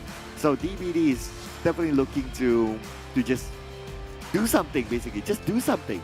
You know, there's two teams who feels very invisible right now from my side. It's going to be one of it DBD, definitely. And one more is going to be GIDS. You know, it's so hard to see these guys on the map here. We're talking about, I don't know, it feels they just lost in translation or something. They're never there. And even Box Gaming, I mean, like, we did actually have a glimpse of Box Gaming sometimes, but not so much. They're still visible for us. But instead of DBD, if you compare DBD and GIDS, DBD is way more invisible because I just couldn't see them anywhere in any map. And then like, are they even here? You know, are they not waking up and they're still in their slumber because I'm waiting for their performance where, yes, some teams are adapting quite late, but we do know when it comes to just the last week to push everything off, it's not going to be enough because the maximum you can gain for 1 week is just 20 points. That's it. Oh, let's see our prediction for the next round. So it's going to be Alter Ego and TEM Entertainment. Now, we did talk about how good the Thai teams are in Buriram, so I kind of like your prediction, frankly speaking. And also TEM Entertainment, like TEM and also Bacon Time, the only two ties that haven't secured themselves a chicken yet. The only two ties that haven't secured any chicken yet. Yeah, it's only 2 left and you predicted TEM, so yeah. I mean, if they get it, then it's going to be only Bacon Time left. So I like your prediction. Alter Ego, on the other hand, well, if they do get a chicken dinner, it's through a little bit of a passive gameplay. They like to take those long rotations, try to evade fights very, very early on. So it kind of depends on the circle if they have enough space to play with. But yeah, I kind of like that entertainment. Can I change now? Oh, it's too late. Yeah, there you go. Okay, but Alter Ego is not so shabby. I mean, like, we saw just now, they are quite okay. I mean, like, Boom always surprises us. But for Alter Ego, they have sort of more team play they compare with Boom Esports. But Boom is always one player. You remember Yummy last time in PMRC, right? Oh, and also yeah. there's just now it was Okta. But for the side of Alter Ego, I mean, as a team, they're working really wonderful. But we haven't got a lot of them since day number 1. That's it. They finish off day number 1 with their chicken. And then for the Indonesians, second day they have been very quiet. But closing now, especially coming up from NFT. Yeah, NFT. Definitely the top performing Indonesian team right now. They do have a star players, Swavel, the SEA Games gold medalist. He played a mixed team together with some of the BTR players and so on and so forth, and he managed to adapt. So just shows that this guy itself is an individual. He can play with anyone. He can play with different kind of tactics, different kind of play style, gameplay and all that, and still win something. So we can see that he's one of the pinnacle, probably unsung heroes as well as NFT. Or maybe they operate as a team, so you don't really have that one guy that really stands out. But it's a team effort at the end of the day. Now, Miramar, let's remember, it's a ties map. Will they be doing it again? Let's go, Miramar.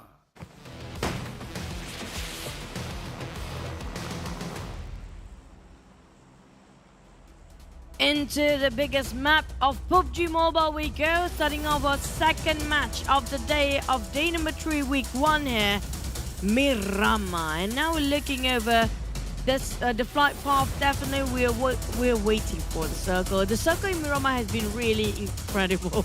I mean, like, crazy incredible for us viewers, not for the players. Puerto Price up to Ladrilela. Now we've seen this kind of flight path quite a lot these days. Like, it's either all the way down south or all the way up north sort of flight path. So maybe the circle sometimes will be on top of a lot of Chumansera area these days. Maybe also even around Cristoveltia, Bonka, around there somewhere. I'm like on the up north all the way. Yeah, yesterday it was like all the way up, just right next to Oasis on top of La Cabrera. So that was really interesting.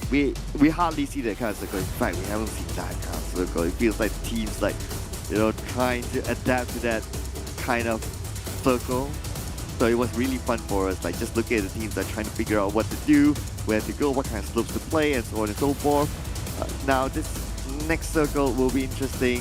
I really want to see something exciting. Don't give me a middle circle, please, because the drop seems to be kind of okay for now. But yeah, power grid.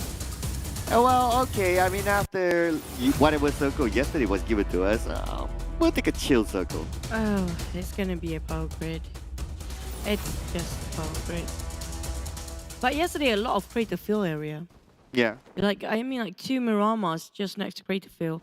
So looking over the side of Miramar here, we definitely have a lot of team contesting around Montenuevo and Power Grid, maybe Picado even. But on total Los Leones, we do have Bacon Time. And not really, Bacon Time is not playing here, right? So it's going to be 4 rivals taking this one with DBD.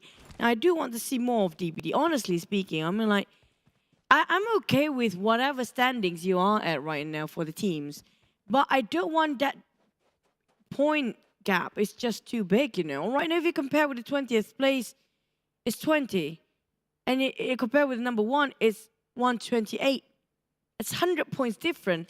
I mean, like, it should be a close gap, not this far. If you're number 20, I mean, how close would you expect? I mean, like, at least in the 40s or the 30s, it would be great. I mean, at least the 40s. Right. Okay. But okay. Our production just had to allow us to relieve the moment of Octa. We just take a moment to see that again. This is just... Yeah, just enjoy the game. There you go. Right. He didn't even heal himself. He didn't even reset. It was an M416. It wasn't even a DBS. Nusa got the DBS. Yeah, he had nothing. He didn't even have a bandage on him to heal up. So he depended on whatever life that he has left. I mean, it was crazy. I mean, like, we can just like replay that again and again, and it's just beautiful for Octa. It's beautiful for Octa, but it's really not looking pretty for the side of Infinity. There was something that shouldn't been done by a team of that tier, or that sort of statue to be played right around there. It shouldn't be done like that. It's so hard for us to see Infinity make mistakes, but for the past 2 days, it has been too obvious now. Yeah, I know, right? It's like day 1, they were like super hard. Of course, PMRC, they were super duper hard. Day 1, they were like, game 1 was super hard. And then after that, it was like, okay. Day 2 was a little bit mild. And first game today was kind of cold. I mean, they got 3 points in the back. That's fine. But, I mean, it's not the Infinity that everyone expects, right?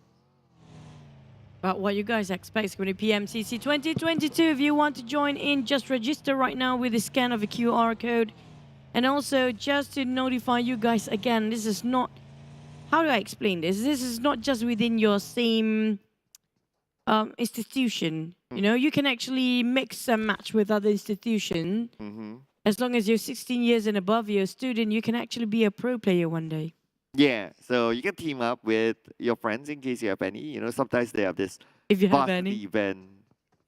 Well, of course, yeah, if you have any. Like, frankly speaking, when I was studying in college or uni, I didn't know anyone else from other unis. Oh. Yeah. I mean, at least... We're the reverse then. Sorry? We're the reverse. I kind of know a lot of people from other unis in other countries. Okay. I'm so antisocial. Now I know. For me, I know a lot of other players, like other friends from games actually. Oh. Yeah, we actually joined in tournaments like in Europe that time. But back towards the game, FaZe spotted out Infinity. Oh, bye. Newsy. Infinity, it's like, I don't know, things just really not working out quite right for them today. Everything just goes so wrong. Yeah, it feels like they're losing steam. Like, they used to be up there after game 1, and then it just goes all the way down. I don't know. Is it like motivation, or is it like something's just wrong with Infinity? I need more games. I need to see more games for them just to come up with a hypothesis of what might be happening. Feels like they need more challenge here. They need to face their downside and face the bottom of everything, so they can push themselves even further. Maybe something like that. Sort of motivation. Sam Nice spotted out on FaZe, spraying over towards the side of Venturas. That taking down Vintorius on his knees. Adip and the rest of 7-9 slowly start to push in here. Hans spraying over MR5 is trying to save his mate, but the problem is Vintorius in the center. It's quite far off. MR5, Putra, what a nice tap just now with the Scar L from quite a distance and managed to take 2 down on their knees for FaZe here. FaZe down to 2 men. MR5 finish off straight away. Tony and Lycan have to do the job by themselves. Wow, I am surprised. I mean, okay, that long range knockdown onto MR5, that was the key towards Sam9 actually winning this. Now with FaZe Clan having only Lycan and Tony K, they're not going to risk this anymore. They're just going to bail this and hang on for positioning points. But they could still like steal elimination points away. It's just that it's not going to be as easy as having a full squad for sure. At least Tony K and Lycan, they both have their own vehicles. So that'll be okay for now to make that rotation. But we move over to Yoodo Alliance. It looks like it's going to be on to TEM Entertainment as SO Zip might be shot down. But nope, I did look. Failed to do so. Can't get through the bus. Again, just to remind you guys to scan now. While Yoodo Alliance try to boost himself up. TEM Entertainment taking their grounds to spread even further or even try to get another compound to work with. Now FaZe losing 2 men quite early on while DBD taking the blue zone. Do have Infinity lost Newsy quite from the start. While the others still rotating, no more clashing happening right now. In the next couple of minutes, definitely we'll have a second or third clash after the second phase is commencing. But on the side of Buriram, a lot of them try to get as much loot as possible and try to get themselves the prime spot, the high grounds. We're talking about Miramar here. It's definitely a compulsory thing to do to get yourself vehicles and get into the high ground. It's always about the terrain, Miramar. Yeah, I mean, in Miramar, definitely. It's like 200% must have vehicles. If you don't, like, there's something wrong, really. Like, nobody plays competitive Miramar just like running through the entire map. It's like the total opposite of Sanout. So vehicles definitely will be a priority. And what kind of vehicles as well plays a big role. So normally it's either the buggy because it has a lot of speed. If not, it's the minibus that they can use as a what do you call that? As a barrier. Yeah. Yeah, towards the later stage of the game. So those are some of the options. Buggy, of course, is the best for scouters because they want to move as fast as possible. They want to evade fights and stuff like that. So that's why we'll always see a buggy for sure. But for the rest of the vehicles, I guess it can be kind of optional. And here comes an option in the center of water. No! Oh man, there's so many accidents happening in this Miramar. There's going to be a free execution and free eliminations for Potato. That was right in the line of sight. Oh, Ego Esports. They lost too early of a man there. On top of Ladrilera. Well, we do have St. Martin for the next round of Circle. On top of Montenegro, whoever got the airdrop just now was having a great day to start with. 4 rivals might bomb into Buriram and DBD coming in from the right side. But the one almost exploded their vehicle is going to be Infinity Logan on the run here against a lot of teams, including FaZe, Xaviers and Sam9. But they're just going to get into the center as much as they can, but it's just too much at risk for sort of Infinity. Oh, I'm worried there for Logan. He smoked out vehicle. Oh, okay. There you go. I mean, Gatuni and Mela wanting to go for him. No, it's not a good choice. Sam9 can gun them down. So both of them may want to get out of this sticky situation. The good news is that they're currently in the circle, but it's going to be a bit tough as they move from area to area. We have Sam9 on one side, we have Ravis on the other side from the Xavier. Gatuni had to bail this. And Logan confirmed elimination for Sam9. That's going to be their, I believe it's going to be the second elimination so far. No, they got a third one. Yeah, that's going to be number 3. For Sam9, definitely having a good run here with the Xaviers next for their target. Spotted on Lamborghini and Rabies on the other end. FaZe coming up from the left side of that pair. Oh! And Infinity taken out by Lamborghini. Infinity did pick down like flies one by one. Who'd have thought Infinity caught himself in a corner like this within just the first week? Yeah, it feels like they are like running around like headless chickens at this moment. It's like they don't know where to go. They're trying to find areas where they can park themselves. But everywhere they go, there's teams I mean, like places like Power Grid, if there's a common drop spot, a common hangout area or checkpoint for SEM9, if you kind of did your homework and by this timing, definitely very, very likely SEM9 will be in this compound with this kind of circle. So it's hard to just go crashing into Power Grid. And another hard area is this high ground just left of Hacienda. It's still kind of okay. But speaking about high grounds, this kind of circle, I think that one of the prime positions is the high grounds just right side of Power Grid. I expect to have a couple of teams there as well. But wait, fire shot towards the side of GIDS. Nisil from afar. Olio pushing in as the front liner for the rest of the team, and also being IGL himself. Tried to call the shots there. Olio with a UMP in his hand. Spotted out Nisil from afar, but Daybot waiting on the flank side with M416 there. They have to be extra careful because any time now somebody can pop up on their right side for Yoodo Alliance.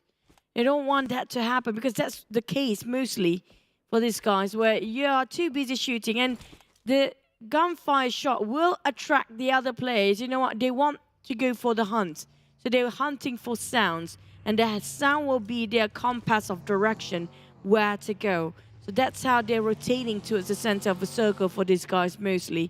Power Grid will be still in the circle. The circle just popped just now.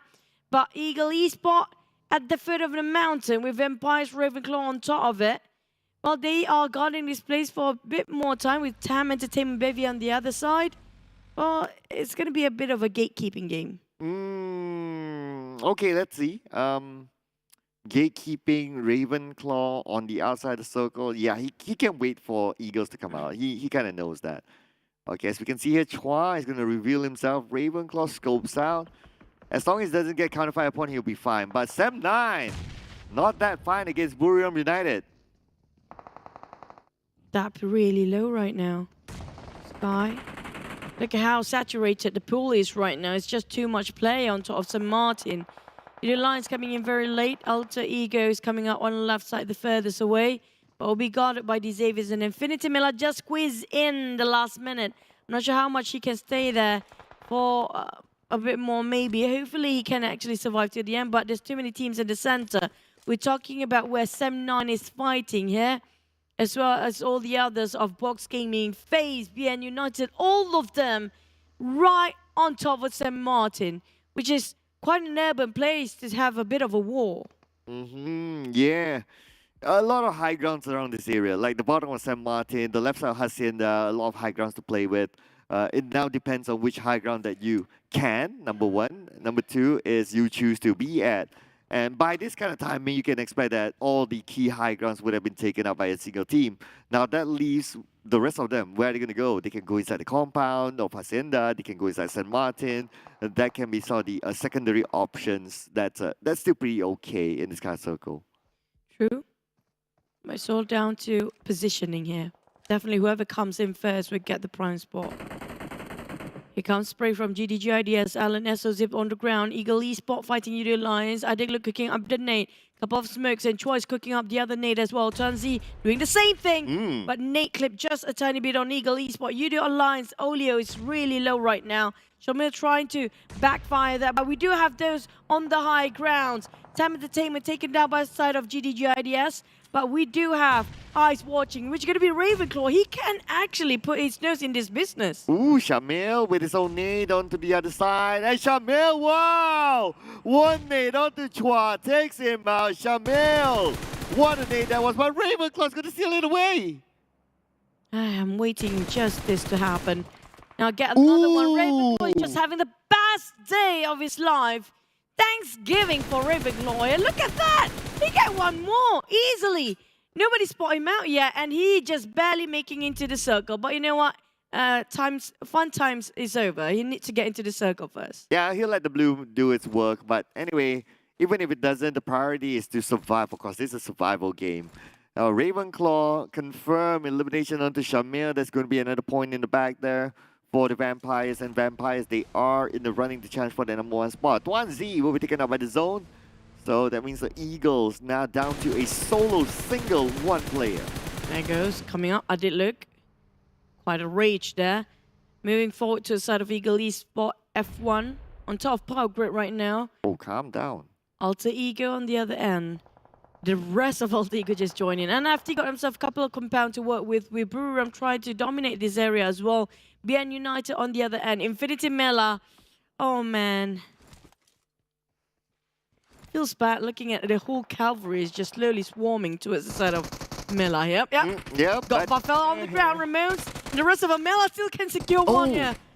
They can do a 1v4 if he wants to. We've seen that a lot recently.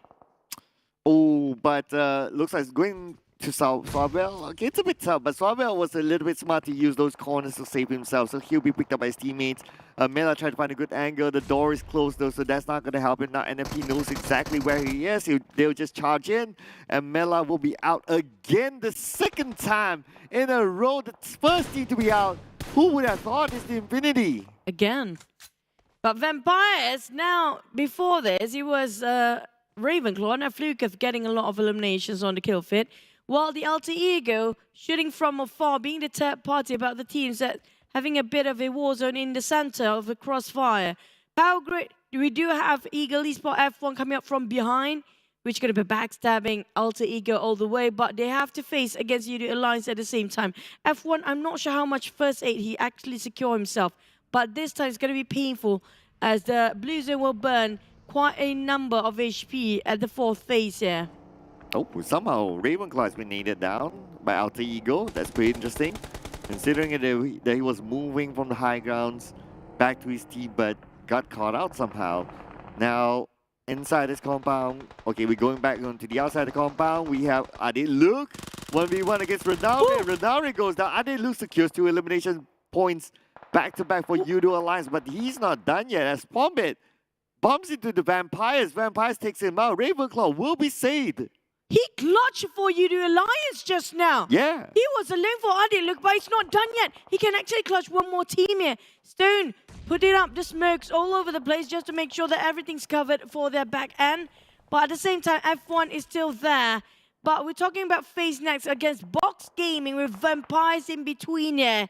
It's going to be a really tough call for Ade Luke to cut across as so many teams just to have to challenge first. GIDS taking on Mormon from TEM Entertainment. Ade Luke slowly coming into TEM Entertainment, taking on Sniz of GIDS. Ade Luke still not being spotted out, but Stone hop onto his vehicle. Lycan onto a side of Ade Luke. He spotted out Ade Luke just now. FaZe Clan in the center of St. Martin. But we do have a lot of team covering themselves around the corner. And Ade Luke did not spot out. He took one. Vampires next. My God, this one Ade Luke is just really going all out here. Yeah, he moved faster than the Vampires. That's why he had that little bit of an advantage being in front. So he took that closely and he managed to secure another elimination point out of the Vampires. Now Vampires, they're probably going to seek revenge. They're moving towards Ade Luke. They want to finish him off. They know that he's the only single person left based on the information, based on what they have been fighting against. And now Ade Luke will be taken out. So it's going to be another point for the Vampires. Number 14 for Yoodo Alliance. Now back to a GIDS. Nissan lost earlier before. Now down to Daybot. But they managed to get all 4 men well alive back. TEM Entertainment slowly losing here. Bavi on his knees. Down to Mormon, the last player. TEM Entertainment, that's it. There's nowhere for them to get themselves chicken this time. And I'm done with TEM Entertainment for now. Oh, my predictions again. GIDS. They can actually have themselves a bit of an upgrade of Luke before going into the next phase of circle or the next war. While BN United now circling around 4 rivals with also DBD the other end. Vampires start to move into the compound, but looks like one of the Vampire players, Ravenclaw, will be taken out by Tiger. Tiger taking out Ravenclaw. My name P. Spots out Fluke on the other side. Fluke doesn't represent how his vehicle blown up to pieces, but Fluke managed to get away. Vampires, they just got a minor victory before, and they're down to 1 person because the timing getting in the center is just not quite the wisest choice that time. Buriram name cooking up the nade. Trying to spot on Fluke. I think he saw at the back end of Fluke. He saw his legs just now. While DBD, Jimmy and Echo tried to find a different angle to approach this fight. We're talking about Buriram Sem 9. D Xaviers and FaZe and Box Gaming having a go. Buriram taking on Lot Harm. And now Adit's fling around the corner, try to revive his mate with a mini 40 scouting things out. But GIDS might actually walk into at the same time here as well. while we're looking over the teams that don't have covers or don't have buildings for themselves, might actually not having a lot of problem here, because you know what, they can actually have a wider view than those actually inside of the buildings. It's likely we're going to have a urban warfare finale. Looking at this current phase of the circle, we can expect teams to like, okay, kind of chill. Everyone's like trying to find their own area, and when the circle closes in, it will be just all-out warfare non-stop. Now we're going to start off with Putron to the high ground where GIDS is at. GIDS, they'll be having a problem of coming down. Like, where are you going to go from here? Hopefully they have a vehicle at least. Yep. But not even helmet to work with. Daybot will not be safe yet for now. But GIDS, well, the hills will be a very steep cliff for them, but they still can actually slowly climb down. But BN United spotted out Boom and Daybot. Now, never mind. I have a feeling. Now, too many eyes on the side of GIDS. Feels like they're going to be stuck up there quite a bit. Well, NFT spotted out on DBD. BN United at the other end. They are not engaging yet, but very soon enough, definitely. NFT Batman just going to give it a go against the side of DBD. Well, Buriram, Kangzo, just next to Box Gaming. It's so saturated right now in the center because so many buildings there. Yeah, and this is the reality of urban warfare. If we see it happening in like the 6, 7, 8 phase of the circle, this is how it'll be. Everyone's going to have their own building for now, and as the circle closes in, if you're unlucky to not get the circle, you need to move out of your building, and that's where you'll be exposed. For those already in their own buildings, they just need to focus on defending it. Four rivals back towards the side of FaZe. GIDS managed to get back on their feet here, but definitely a lot of eyes attracted towards their side because they are the ones actually on the high ground. But Alan spotted out on Tony K with Empires taking on the side of DBD. Well, there's going to be a bit of a counter-fire. Buriram, it's going to be a three-way war, but Empires being eliminated next, while Buriram's shooting downwards. We have four rivals taking the high ground fight with GIDS from afar. Same now with GIDS. There's too many eyes towards GIDS. But the ones actually moving is going to be NFT straight into the lair of Buriram with the Xaviers eyeing them out. Oh, Batman went straight in. He knows how to use the compound to his advantage. Ramos will be the next one to go out. Been taken out. And now Tony K naded down by SOAS. Tony K. Oh no, the Starman for FaZe Clan. Now FaZe Clan is down to the last man. Buffel. Revivers out of Batman. Oh, Batman! No, barbecue! Oh, no. Wait, what? Oh, Batman, okay. he still can heal himself. He can work things right.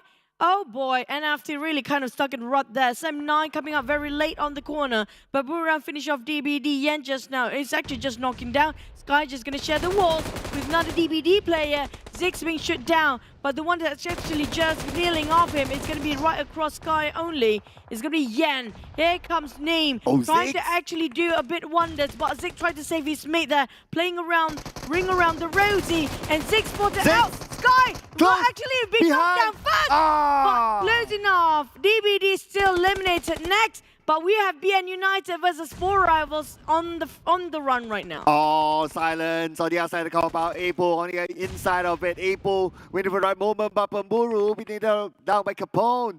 At the same time, Kenzo gets one for himself as well. Voki together with April. The duo is going to do it to the end. Voki on the left, April on the right. Zuno starting to go up. He doesn't know. April just in front of him. April knocks down Zunos. BN United. They're being counter-fire upon. Voki's waiting for the right timing. April's baiting them. Voki goes down. Capone spotted out Voki at the back line. Now Matt's going to finish it off, and now down to April. Can April clutch this?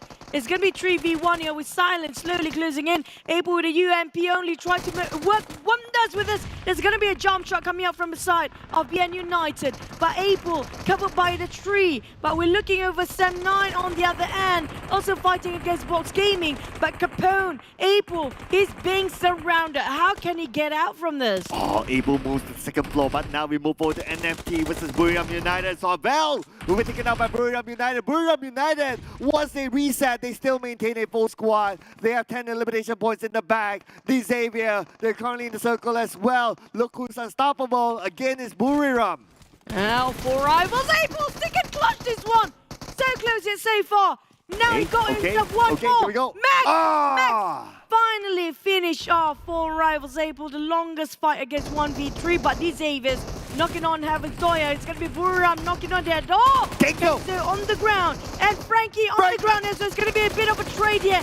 It's going to be the rush coming out from Buriram, trying to block the entire team out of Xavier. Beachoi out, down to last player, Xavier. And there's going to be a nade almost blocked the entire team. Lamborghini coming up from the flank side. Last player left from the side of Xavier. Oh, Lamborghini now, the last man standing, 1v4. Lamborghini goes down, but just too much for him to handle. And Buriram United wins the fight. 13 elimination points right now for them. And they still are the only team in the full squad.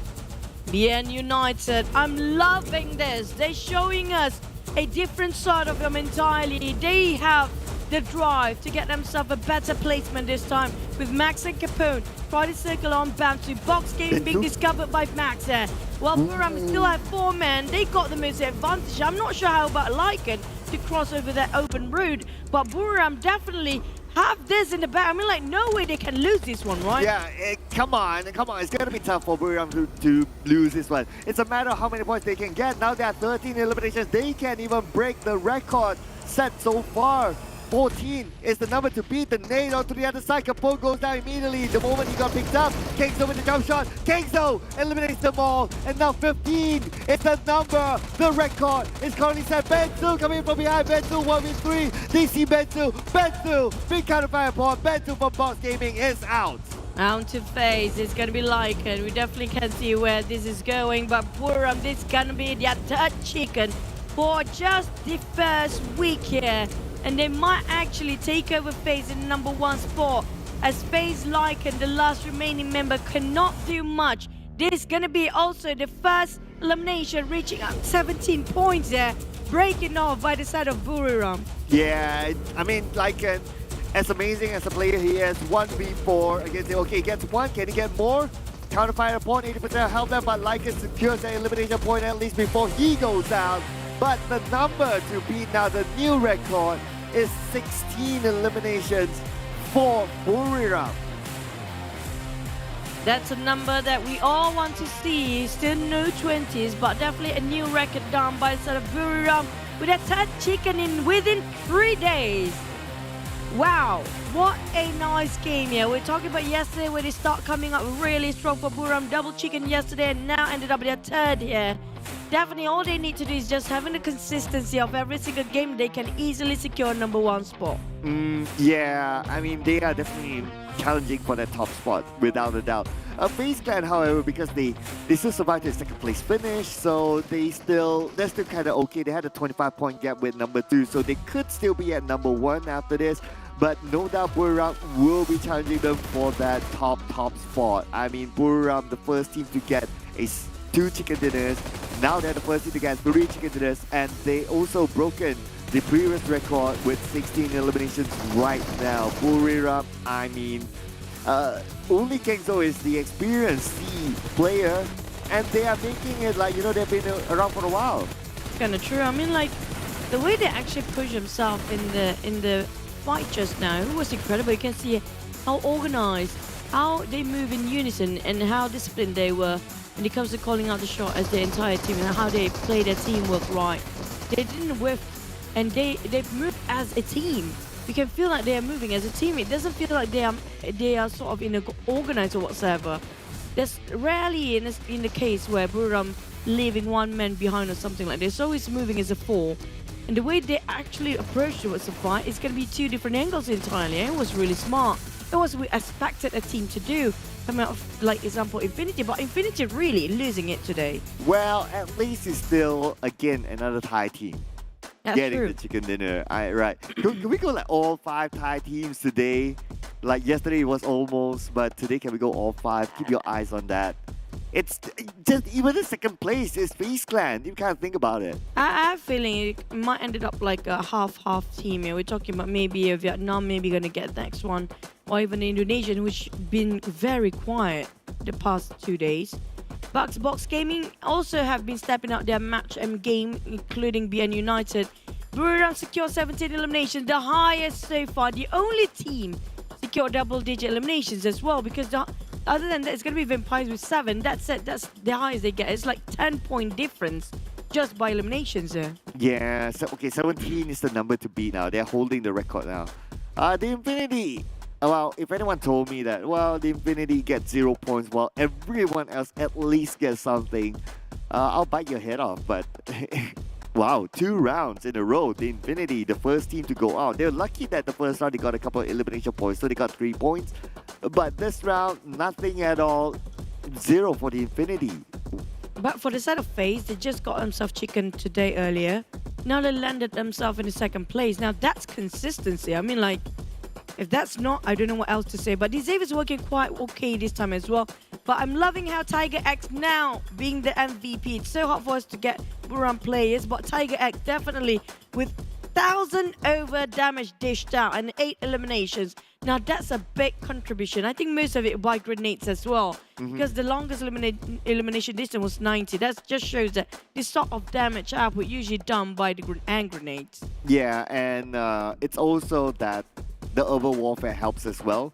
So everyone was like really close in the same building and all that. Definitely contributed to those numbers. The amount of damage dished out. I think this is kind of like the record right now, if I'm not mistaken. But he's kind of close to the top, right? Yeah, one of the highest elimination and damage output.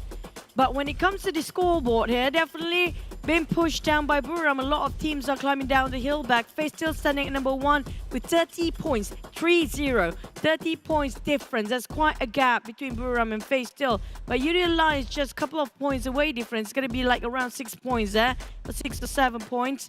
I mean, make it 8. But back towards Ego Esports.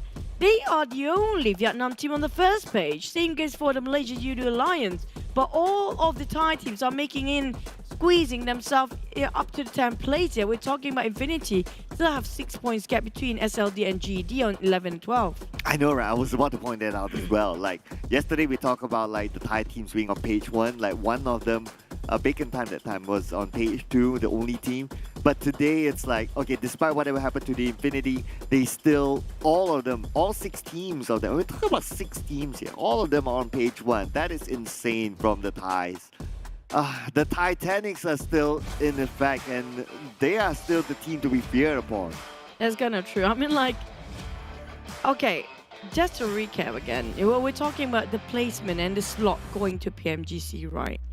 So Infinity and Bacon definitely already got it. But if we ended up with the top 5 with all the 6 of Thai teams, that makes it maybe we're gonna have like what? 6 teams all going to its PMGC of Thais if this keeps on going. Yeah. I mean, that's insane. That's insane. I mean, like, Buriram haven't got the slot yet. Yeah. They might actually have a shot at this. I know, right? It could be. I mean, looking at how they're performing, they're looking good right now to make their PMGC debut.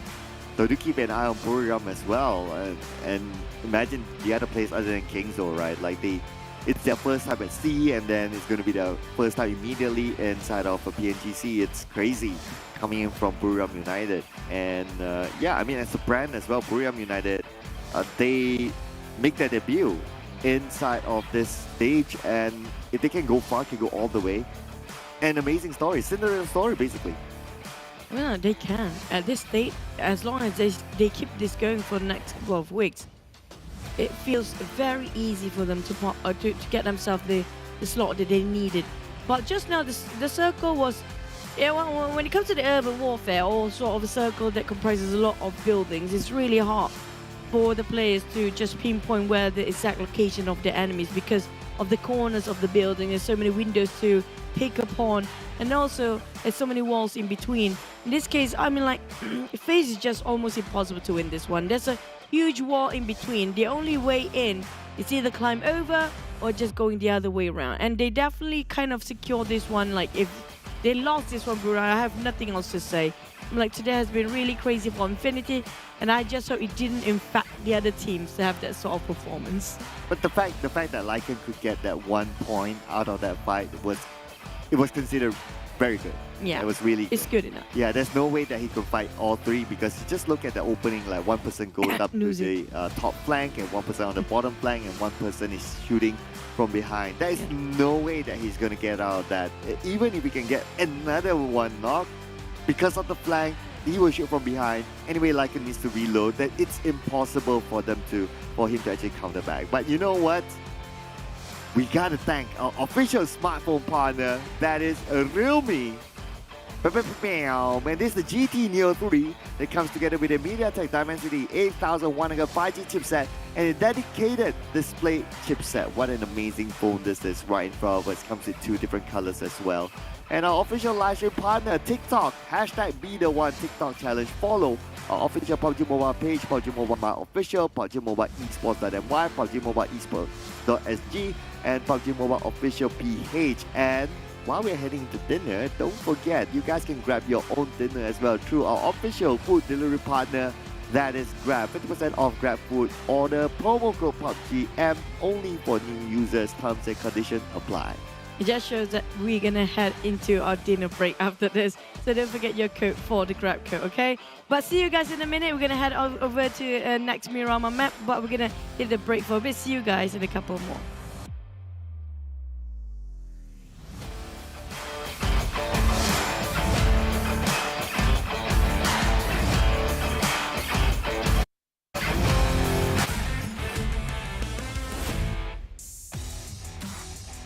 Chúng ta lại gặp nhau rồi. Cảm giác được mời thẳng vào mùa này với tư cách là nhà vô địch mùa trước chắc không phải ai cũng hiểu được. Vậy nên mục tiêu của chúng tôi thì cũng đơn giản thôi, bảo vệ chức vô địch.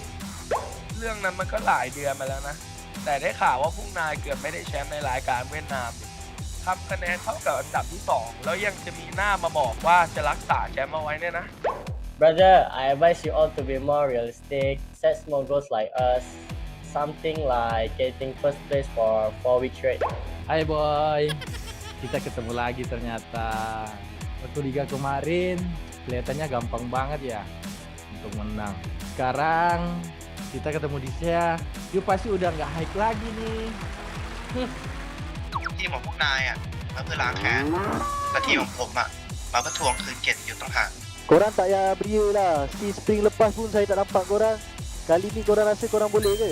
ทีมของพวกนายอ่ะเข้าไปได้2 ครั้งอ่ะอย่าพูดมากเลยรอกินกระสุนของผมในสนามดีกว่า Seingat gua di aturan nggak ada poin buat tali sejarah deh. Kalian percaya diri banget ya. Gua jadi nggak sabar lihat muka kalian waktu aku kalahin.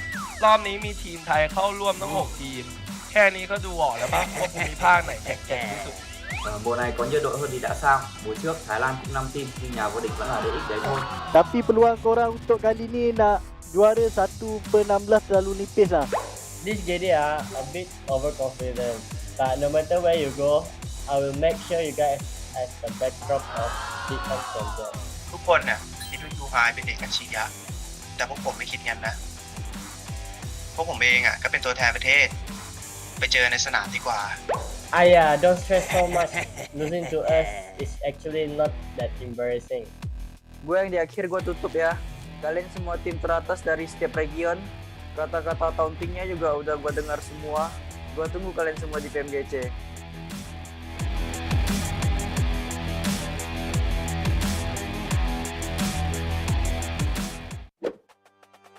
Dear PUBG mobile players, welcome to the new version. In this video, let's take a look at the game's new and improved social system. In the new version, we've fully upgraded the gifting system. An even greater array of awesome gifts are now available. First, we've added popularity rankings and clout value. This measures an individual's generosity by how many gifts they send to other players. As a player's clout ranking increases, they'll unlock prestigious rank perks. Go see which of your friends is the most generous. In this update, we've added Guardian Gifts. Guardian Gifts last for a period of time. Once sent, the players form a Guardian relationship to reflect the significant connection between the players. There will be a dedicated ranking for Guardian duration. The gift wall is another new feature. After players receive gifts, the gift wall will display the progress of gifts received. When a player gets all the gifts of a particular theme, this will unlock a themed medal. Furthermore, in the new version, the player who sends the most gifts becomes a gift sponsor.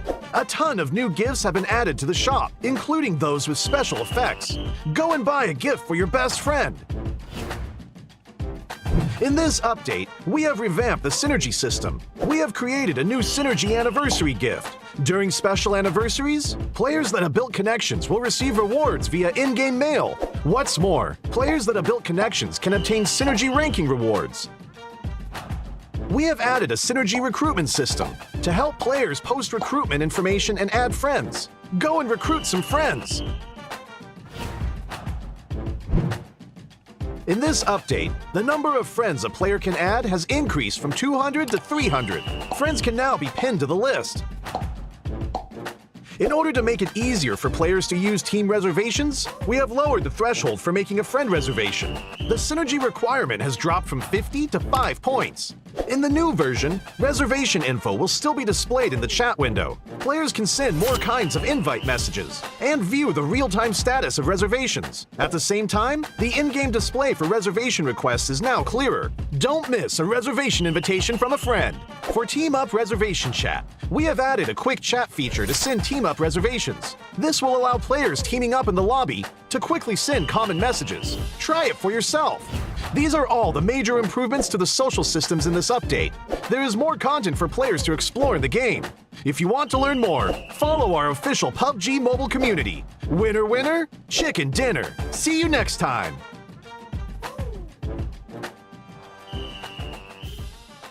Have you gotten your hands on the new weapons in Nusa yet? Let's start with the tactical crossbow and firebolts. Firebolts are a new type of bolt that can only be used with the tactical crossbow. Ordinary crossbows can only be used to ambush one enemy at a time, while the tactical crossbow and firebolts can set certain buildings on fire for blazing tactics. This is especially useful against enemies who are hiding inside. Next up is our highlight, the NS2000 shotgun. It uses 12-gauge shells when hip firing and shoots single-round slugs when aiming down sights. If you encounter an enemy at close range, don't bother aiming down the sight. Just take them down with one shot. Even if you're fighting alone in an urban area, you can easily wipe out all enemies by yourself at the tap of a button. You can also aim down sights and use the single-shot mechanics to easily eliminate enemies at a distance. Nusa is a small map, so the play zone shrinks really quickly. Not only is it important to offer exhilarating gunfights, exploring the map has to be fun too. That's why we've prepared the quad for you. Climbing slopes is a piece of cake with the quad. Now, you don't have to avoid rocks anymore. Ignore the terrain and charge right up to enemies whenever you see them. They won't have the time to react after hearing you. The quad is fast and doesn't flip over easily. It doesn't matter even if it flips over, as it can recover quickly. Call your friends and try it now. Zip lines in the elevator can both be used to help move about. So what are the interesting ways to use them? Zip lines usually appear at places of high elevation, such as the roofs of buildings or at the top of a mountain, allowing players to quickly travel between them. Players can quickly search for supplies and escape the blue zone. When being pursued by enemies, a zipline can be used to quickly get away. It's even possible to drop from a zipline halfway through to catch enemies by surprise. Furthermore, ziplines can be destroyed. Players can use the zipline to quickly reach the other side, then destroy it to prevent enemies from giving chase. Damaged ziplines also make good locations for ambush, as enemies may try and repair them. The elevator can be found in the tallest building of Telepack Town. The elevator can be used to quickly go between different floors. In actual battle, players can use the elevator to quickly get to the roof and to intercept enemies that come up from the lower levels. It's even possible to hide in the elevator and wait for unsuspecting enemies to enter to score a surprise elimination. Ziplines in the elevator are sure to help players out in battle and create all kinds of unexpected situations. So play PUBG Mobile and try it out.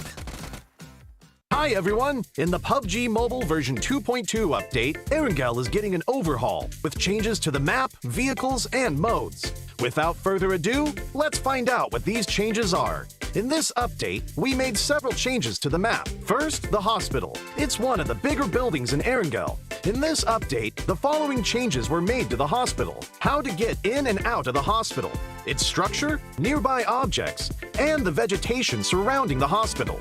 Veteran players should know that some of the fences of the hospital can be scaled to enter the hospital. The ones near the ridges are how most players enter the hospital. Now, 2 spots along these fences will be blown up, and players can enter the hospital area through the gap directly. The building itself also got a new entrance. Players that are on the ground can enter the first floor of the hospital directly through the newly added damaged wall. Those who parachute to the hospital can land on the roof and descend to the 3rd floor immediately. These changes will make it easier for players to spot the entrances and streamline their movements in this area. Those attacking and defending will know where they should focus on as well. On the inside, we simplified the structure of the hospital. Originally, the 3 floors had different layouts, and there were many rooms on each floor. So, searching the rooms was very tedious, because players had to go into each room After the update, the 3 floors are now more or less the same. Some rooms are now also connected, making it easier for players to remember and to search the rooms for supplies. As for the surroundings, we also made some improvements. We added abandoned ambulances and ruined medical crates to the areas surrounding the hospital, so now it feels more authentic. We placed some objects at the entrance of the hospital so that it wouldn't be too empty. This gives players heading toward the hospital a covered area to protect themselves, so they are not directly exposed to enemies inside the hospital. Outside the fences on the side of the hospital, we added a new climbable spot. Players can hide here, or they can scale the fence to enter the hospital. As for the fences by the ridge, since there are now 2 gaps to enter the hospital, we've reduced the number of objects in this area to make it more visible. So now, both attackers and defenders can see each other clearly. Further out from the hospital, we've added some new vegetation, so that players hanging around the hospital will have more places to hide. Milta Power also saw some changes that are mostly in the generator area. Players who are familiar with this area should already know that this section was quite a choke point and was not easy to get in and out of. Those who entered either came out the same way or had to take a detour to the other 2 buildings. In this update, we added a new entrance on the first floor to make this area more reachable and easier for players to get in and out. The layout was also modified. We simplified the complex floor plan so that players can see more and plan their routes better. When battles break out in the generator building, players will have more offensive options, making these battles more exciting. In this update, 3 new ports will be added to Erangel. The first port is by Ferry Pier. We added a port here, as well as increased the amount of resources in the area. The Ferry Pier will soon be more abundant in supplies. The 2 desolate beaches to the southwest of Farm and to the south of Sosnovka military base will also get new ports. They will both contain a good amount of resources. Players will also find boats at these ports, so they can quickly travel to another location. So, keep these places in mind, because they'll make for a great landing spot. During the previous themed modes, players really enjoyed the special crates. In the new version, we'll add special supply kits to classic mode. Players will be able to find special supply kits in buildings. There are 3 types: medical, tokens, and military supplies. The resources in these supply kits are very good, so keep an eye out for them when searching. In the new version, bikes will become a staple vehicle on Erangel. In some of the more remote areas, players will find bicycle sheds. Each shed will have 4 bikes initially, and they're first come, first served. These bikes can be collapsed and put into the backpack, so they're really convenient for traveling to other locations. In addition to the sheds, players will be able to find bikes in other areas. With a bike, players no longer have to worry about being too far from the play zone. In the new Erangel, there will be flash shops. They will spawn randomly in outdoor areas. Those who find one are in for a treat because there are tons of random discounted items. So keep an eye out for flash shops during matches. Running out of fuel is one of the worst things that can happen while driving a vehicle. Erangel's gas stations will become functional for refueling vehicles. For the cost of just a few tokens, you'll get a full tank of gas. Find a gas station and try it out. These are the main changes in the version 2.2 update. For more details, don't forget to follow the official PUBG mobile community. Winner, winner, chicken dinner. See you next time.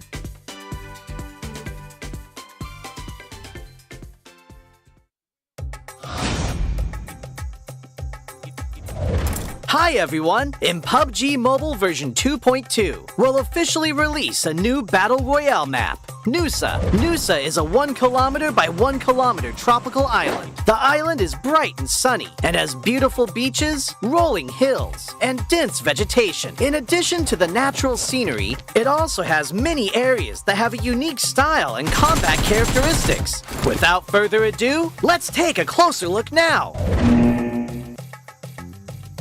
As a whole, being a 1 kilometer by 1 kilometer map, Nusa is the smallest map PUBG Mobile has released to date. It also has the most compact structure among all the Battle Royale maps. We can make some comparisons by looking at the data. Erangel is 8 kilometers by 8 kilometers in size, and 100 players participate in each match. This means there is an average of 1.56 players per square kilometer. In Nusa, an average of 32 players fight in a 1 square kilometer area. Conflicts are intense, and players will start shooting right after landing. In the southern part of the map is a heart-shaped island. Two paths connect this island with the gorgeous Pink Beach. The Ferris wheel and hot air balloon are both located on Pink Beach, which highlight the romantic atmosphere of the beach. But keep in mind that the terrain of Pink Beach is rather open and has little cover within a certain area. If players want to move around Pink Beach, they can do so with the help of smoke grenades to obscure enemies' vision, or push the beach balls on the beach and use them as moving cover. But if you do so, remember to keep an eye on their durability. In short, Pink Beach is beautiful and romantic, but you must take care if you plan to spend some time there. Bouline Bay is located in the northwest part of the island, and the coast is quite low there. The cliffs on both sides have a large height difference, and players can move between them with a zip line, utilizing the advantages of high ground. Players at the top can observe where enemies are moving in the bay. Meanwhile, players in the bay need to move around covertly. There is also a cavern connected to the sea in the northern part of Bouline Bay. Players can jump there directly. The cavern extends in all directions, and players can explore this area. In addition to the natural scenery, Nusa also has many urban areas, of which the largest is Telepak Town, which is located in the southeastern part of the map. Buildings are scattered everywhere in the urban area, and close-range street fights can break out at any time. There are premium apartment buildings in Telepak Town. These buildings have elevators that can be used, which adds another dynamic to searching, attacking, and defending in the building. For example, players can set up an ambush in the elevator. By getting in and not selecting a floor, they can then give enemies a surprise when they enter to use the elevator. The rooftops of buildings in Telepak Town are also connected by zip lines, which gives players more flexibility in urban battles. If the zip line is destroyed, it can be repaired with a tactical crossbow. I believe Telepak Town will give players a unique 3D alley combat experience. If you like fast-paced battles and enjoy thrilling shootouts right after landing, you can land at the Science Center at the heart of the map. The design of the modern orbital satellite roof feels really high-tech. The Science Center has 3 floors. Each floor is spacious and contains lots of supplies, which attracts many players to loot this area. As you can imagine, very intense battles will break out between these floors. At the top of the Science Center is a rooftop with a multi-layer structure. Players can look far into the distance from here for a great visual advantage. However, they'll also be exposed as there's nowhere to hide. If you want to land directly on the rooftop, you must check if there are enemies nearby to ensure your own safety. In short, if you're confident in your close-range shooting skills, you're welcome to land at the Science Center. Like the Science Center, Flame Village is also located at the center of the map. The terrain is quite low there, and the village is surrounded by mountain slopes. There are many huts in the village, and there are many places where you can stand on the beams of the huts. Players can climb or jump onto the beams to ambush other players. But there's one thing you mustn't forget. A tactical crossbow used with firebolts can set the huts on fire. This will expose the players hiding in them. Of course, firebolts will burn and deal damage to enemies when they are hit. In addition to huts, there are also brick buildings that cannot be set on fire in Flame Village. They occupy a large area, contain plenty of supplies, and are high conflict areas. If you're confident in your shooting skills, you can choose to land at Flame Village or Science Center at the heart of the map. It'll also be convenient for moving to areas along the edge. Other than the previously mentioned areas, this island also has winding and rugged mountain paths, a shipyard where the whistle roars, a regal resort with wide and open terrain, Sunset Street, which is planted with many banana trees, Crystal Bay, which has secret rooms, and more. These are all gorgeous locales that can bring players different gaming experiences. After hearing the above introduction, I'm sure players already understand what makes Nusa so uniquely fun. Lots of supplies for fast looting. The verticality of the terrain increases the strategic depth of battles. And the 1 kilometer by 1 kilometer size makes firefights inevitable. What are you waiting for? Gather your friends and enjoy a rowdy vacation on Nusa. For more details, don't forget to follow the official PUBG mobile community. See you next time!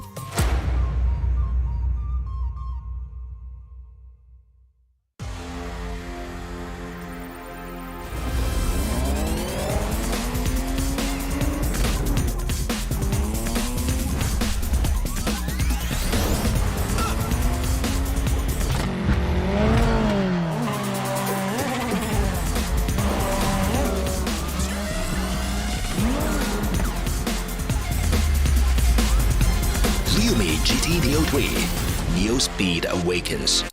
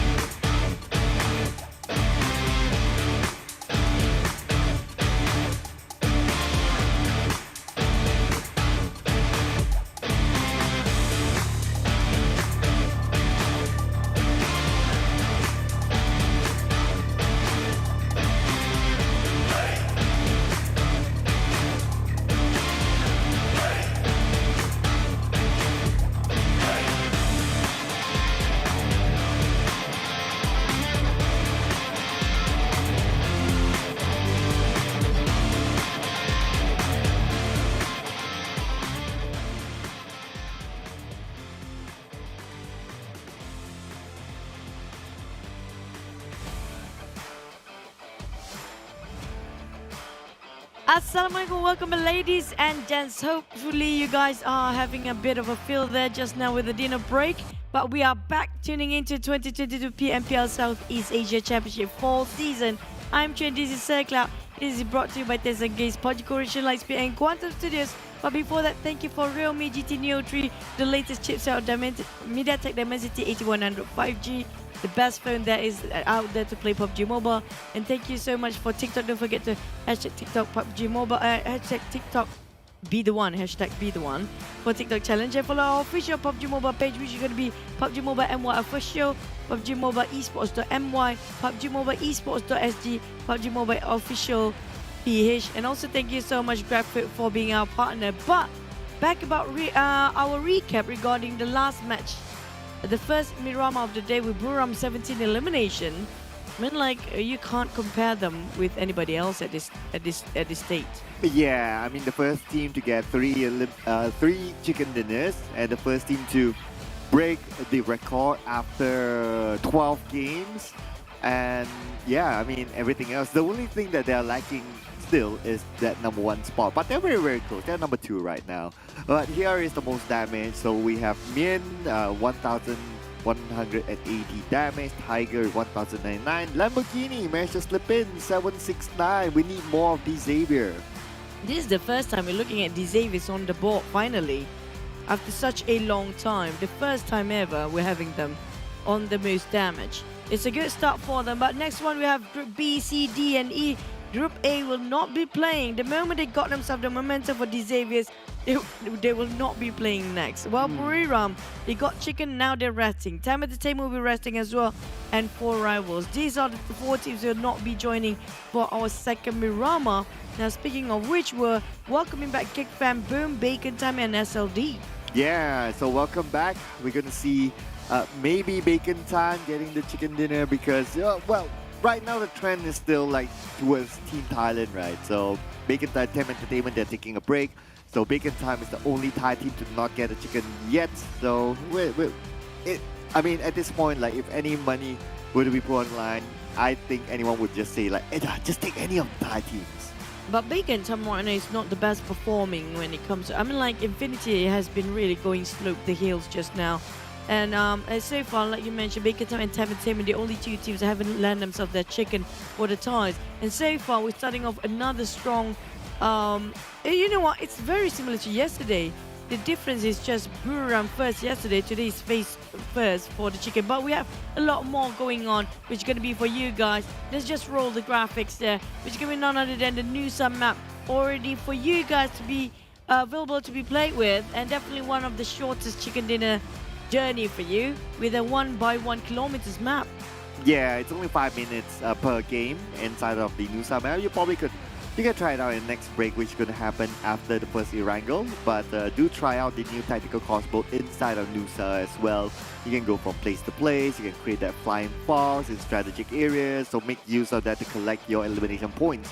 But speaking about collecting, you don't want to miss out on this. Collect your next Royal Pass that's currently available in-game. The Clairvoyant Fox set as well as the Midas Fortune set is available right now. So, I mean, as usual, 2 sets out there.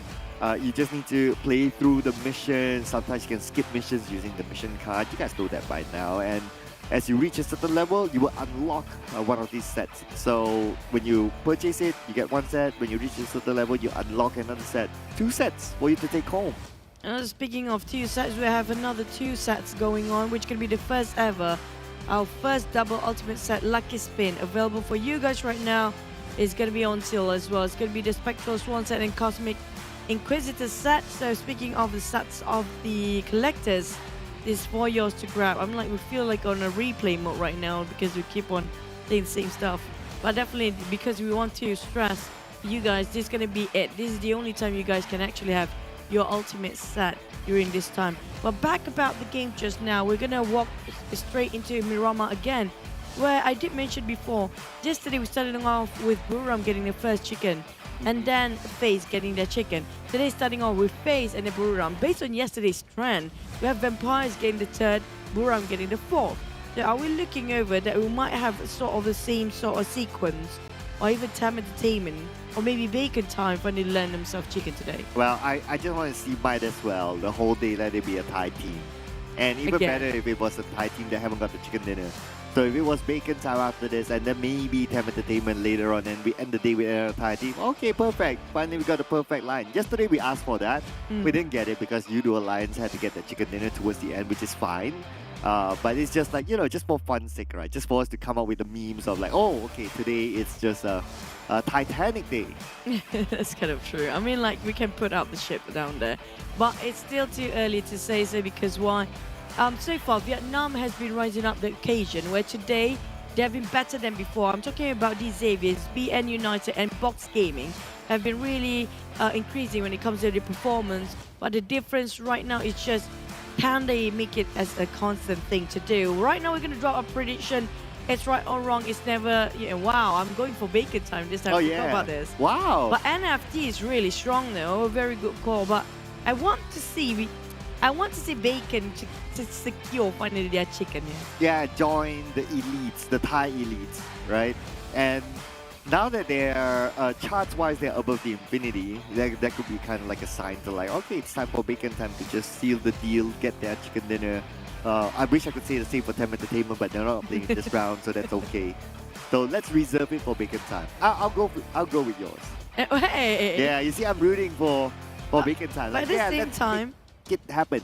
At the same time, I'm looking like the Indonesian team. We mentioned of NFT, right? Boom has been performing quite significantly when it comes to 1v all the rest of the world. We talked about this a lot when it comes to Boom. Alter Ego is the one that having a better performance as a team, but when it comes to getting consistency, NFT is the one to talk about. But we're gonna hop onto our match, which is gonna be in Buriram soon.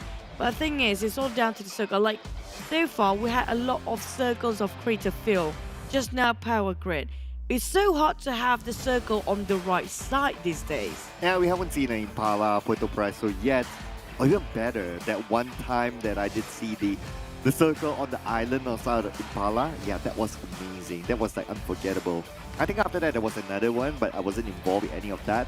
But that one time that happened, it was like who got onto that island first, he wins. So if we can get that kind of circle inside a professional league, let's go. I mean, I'll be so stoked for it. Well, everybody switched there for the players because it's going to be hard for them. Definitely, we're going to start off with the flight path first. Previously, it was more towards the down south. Maybe this time we're going to get a bit more balance. Sort of flight path, we have no clue because right now we're going to jump straight into our second Buriram of the day.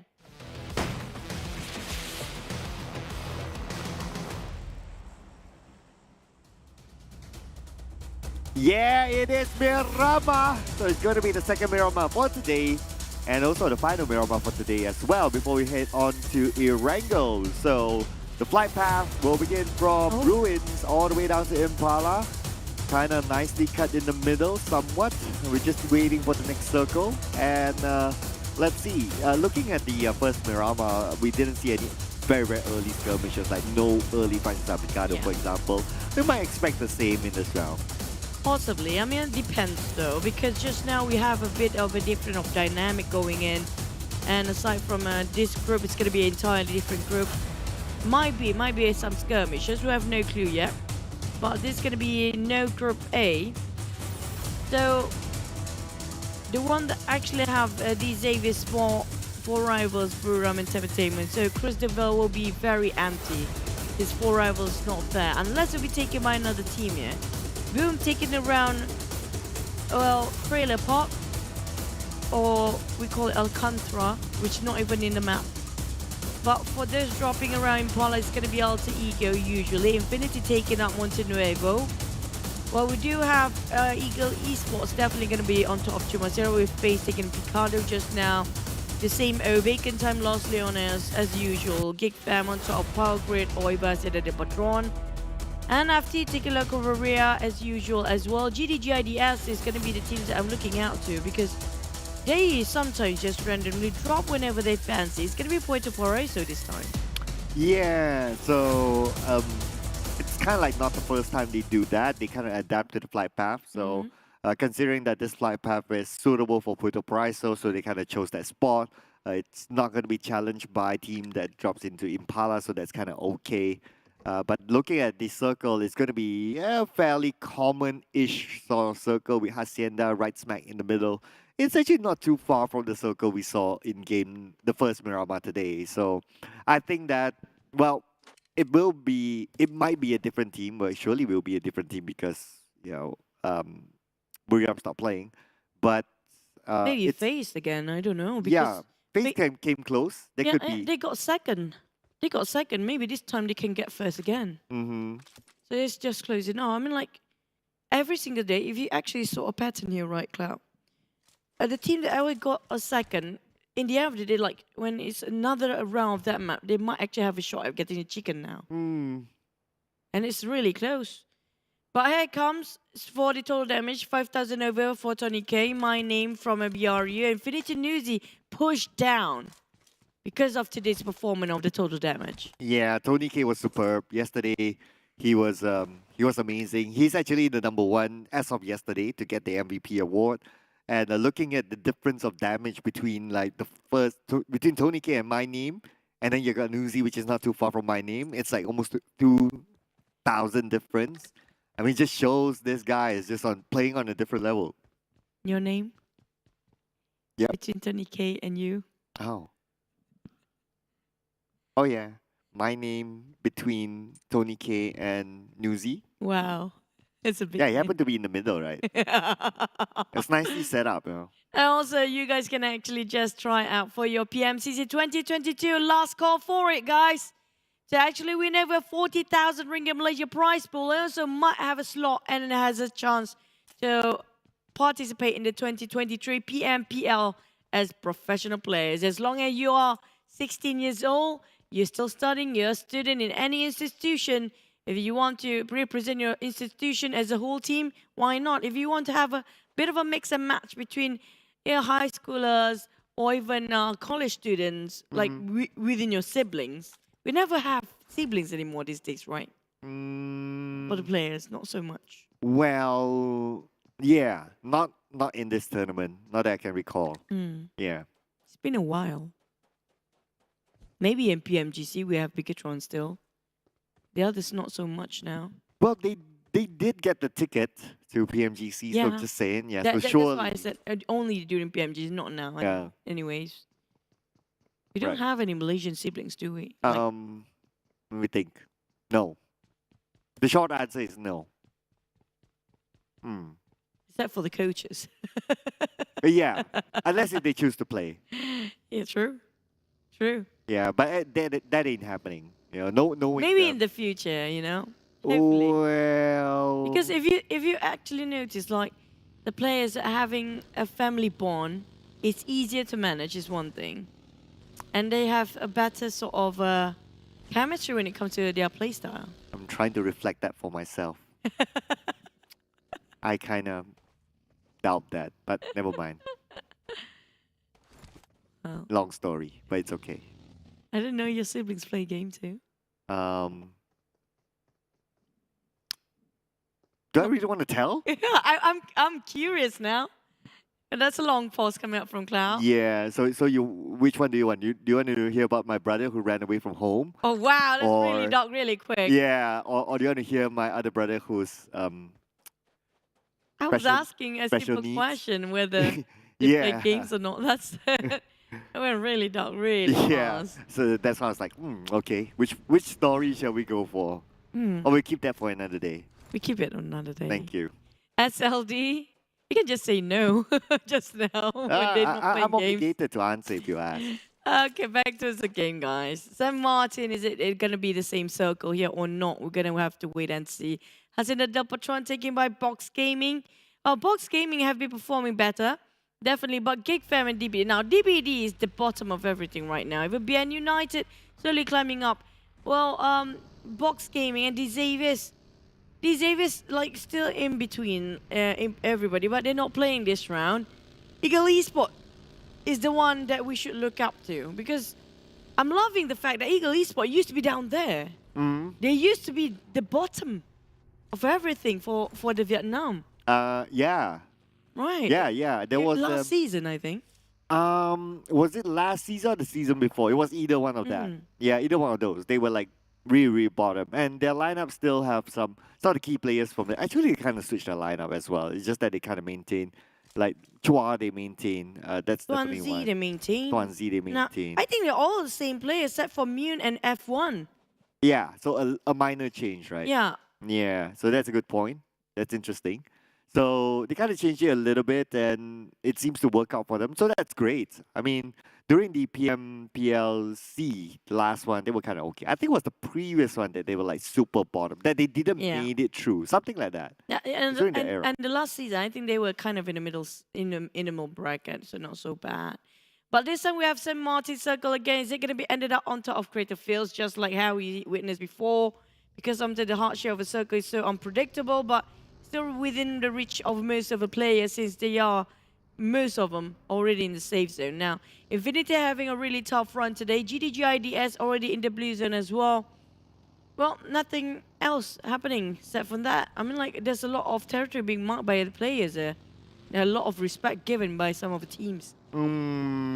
Yeah, I guess the scouting work is decent this time. I guess because, like, we have seen so many rounds, we've seen so many Miramas, so teams are starting to really get to know and study each other. Like, oh, these are their checkpoints, this kind of timing, they'll be around there, and so on and so forth. So that's why we don't see any very early eliminations. Even like this, just look at this. So Vampire scout onto Ventores. They probably saw his vehicle. Yes, they saw his vehicle. That's why they're like, okay, someone's in this compound.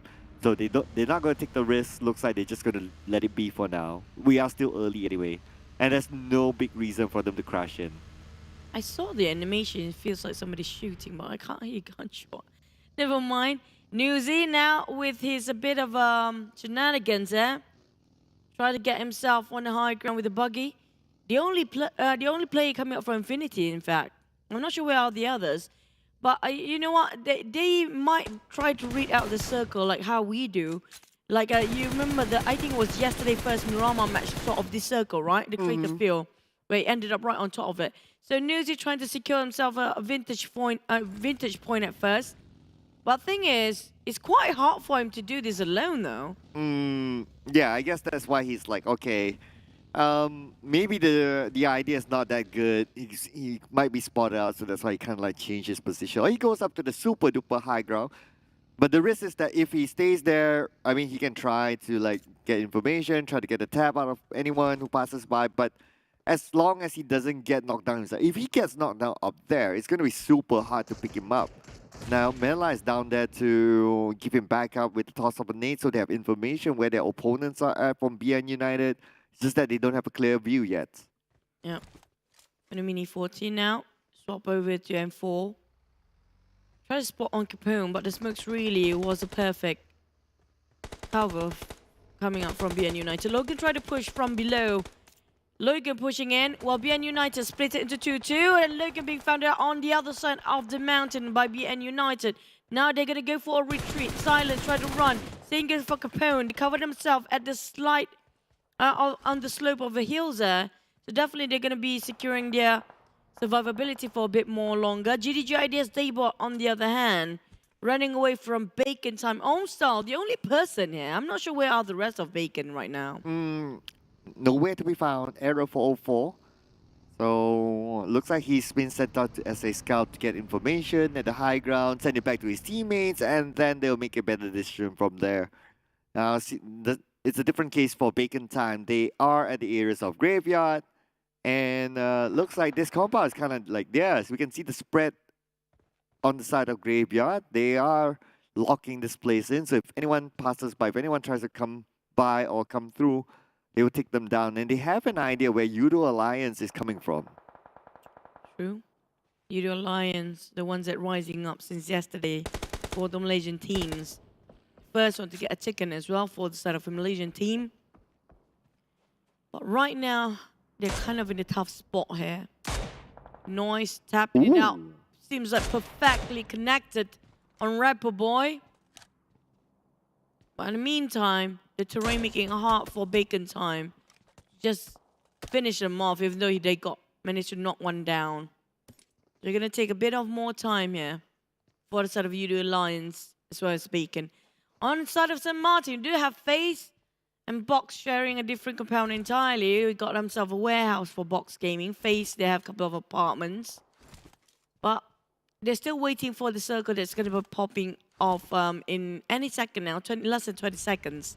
Then only we're going to see a lot of great migration happens. Yeah, and plus it is a fairly okay circle. Like, it's like somewhere in the middle of the map, and that means that there's a lot of room to play. So if it's to the second phase of the circle, it could probably last till the even possibly to the fourth or fifth phase of the circle before we see like big fights happening. So now we are going towards the third phase with the circle closing in. Yes, some teams getting closer to each other, but there's still room to even evade if some of the teams choose to not fight. Accidents happens for Boom, lucky enough not being spotted out by the side of the enemy teams there. But at the same time, they're taking a bit of a longer rotations, and Geek Fam is quite far off. Vampire still holding on to as the warehouse. Here comes Sam9, knocking on DBDs. Jimmy OP, it's going to be a 2-2 formation. Jimmy got one down on Putra. And that's going to clean execution, seal the deal off. Lot harm on the ground as well. Jimmy cooking up the nades, seems like a perfect throw. The perfect angle, but evaded by the side of Adibs. Sam9 with his seconds left with only one man here. Yeah, Adibs, 50% of health left.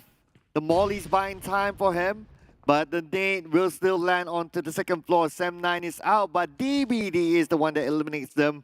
So it's a good start there for DBD at least. But now we move back onto the Infinity. They need to find a mojo in this round. Now take another fight, another go for DBD Infinity. Newsy, Logan, and Tony now cooking up the nade. Newsy just going to boost himself up. Well, Alter Ego coming out the other end. DBD kind of cramming between two teams. Geek Fam might butting into the business with Boom, and also the side of Alter Ego the other end as well. Ego Esports coming in very late for mortar treatment, but the one heated up and attracted way too much attention is going to be right on top of a Cinder de Patron, where Infinity are still trying to take down DBD, but I have a feeling the third party is going to be strong with this one. Ooh, and FaZe Clan, yes, they are overlooking. They have the option to crash in, but they're just waiting for the elimination feed to go wild and kind of stop, and that's where they might come in. If they want to point it the back, they still want that to widen up the gap because teams are starting to catch up. FaZe Clan just watching from afar. Nobody's making those big moves. Interestingly, it's kind of like a stalemate between the Infinity and DBD. I guess it's because FaZe Clan is watching and they know that if they overexpose themselves on the outside, they could be taken down. Because they do know that it's going to be more than two teams here. Definitely 4 to 5. At the same time, SLD, Geek Fam, Alter Ego, FaZe, all watching onto us, waiting DBD to actually be taken down. Same is for the side of the other team. But boom, boo, boo, hoo. Finish up by Chua just now. Ego Esports on the hunt. Razy gonna tap it out, giving a bit of a warning shot towards the side of Ego Esports, bailing it out. Infinity still having a stalemate towards the side of DBD.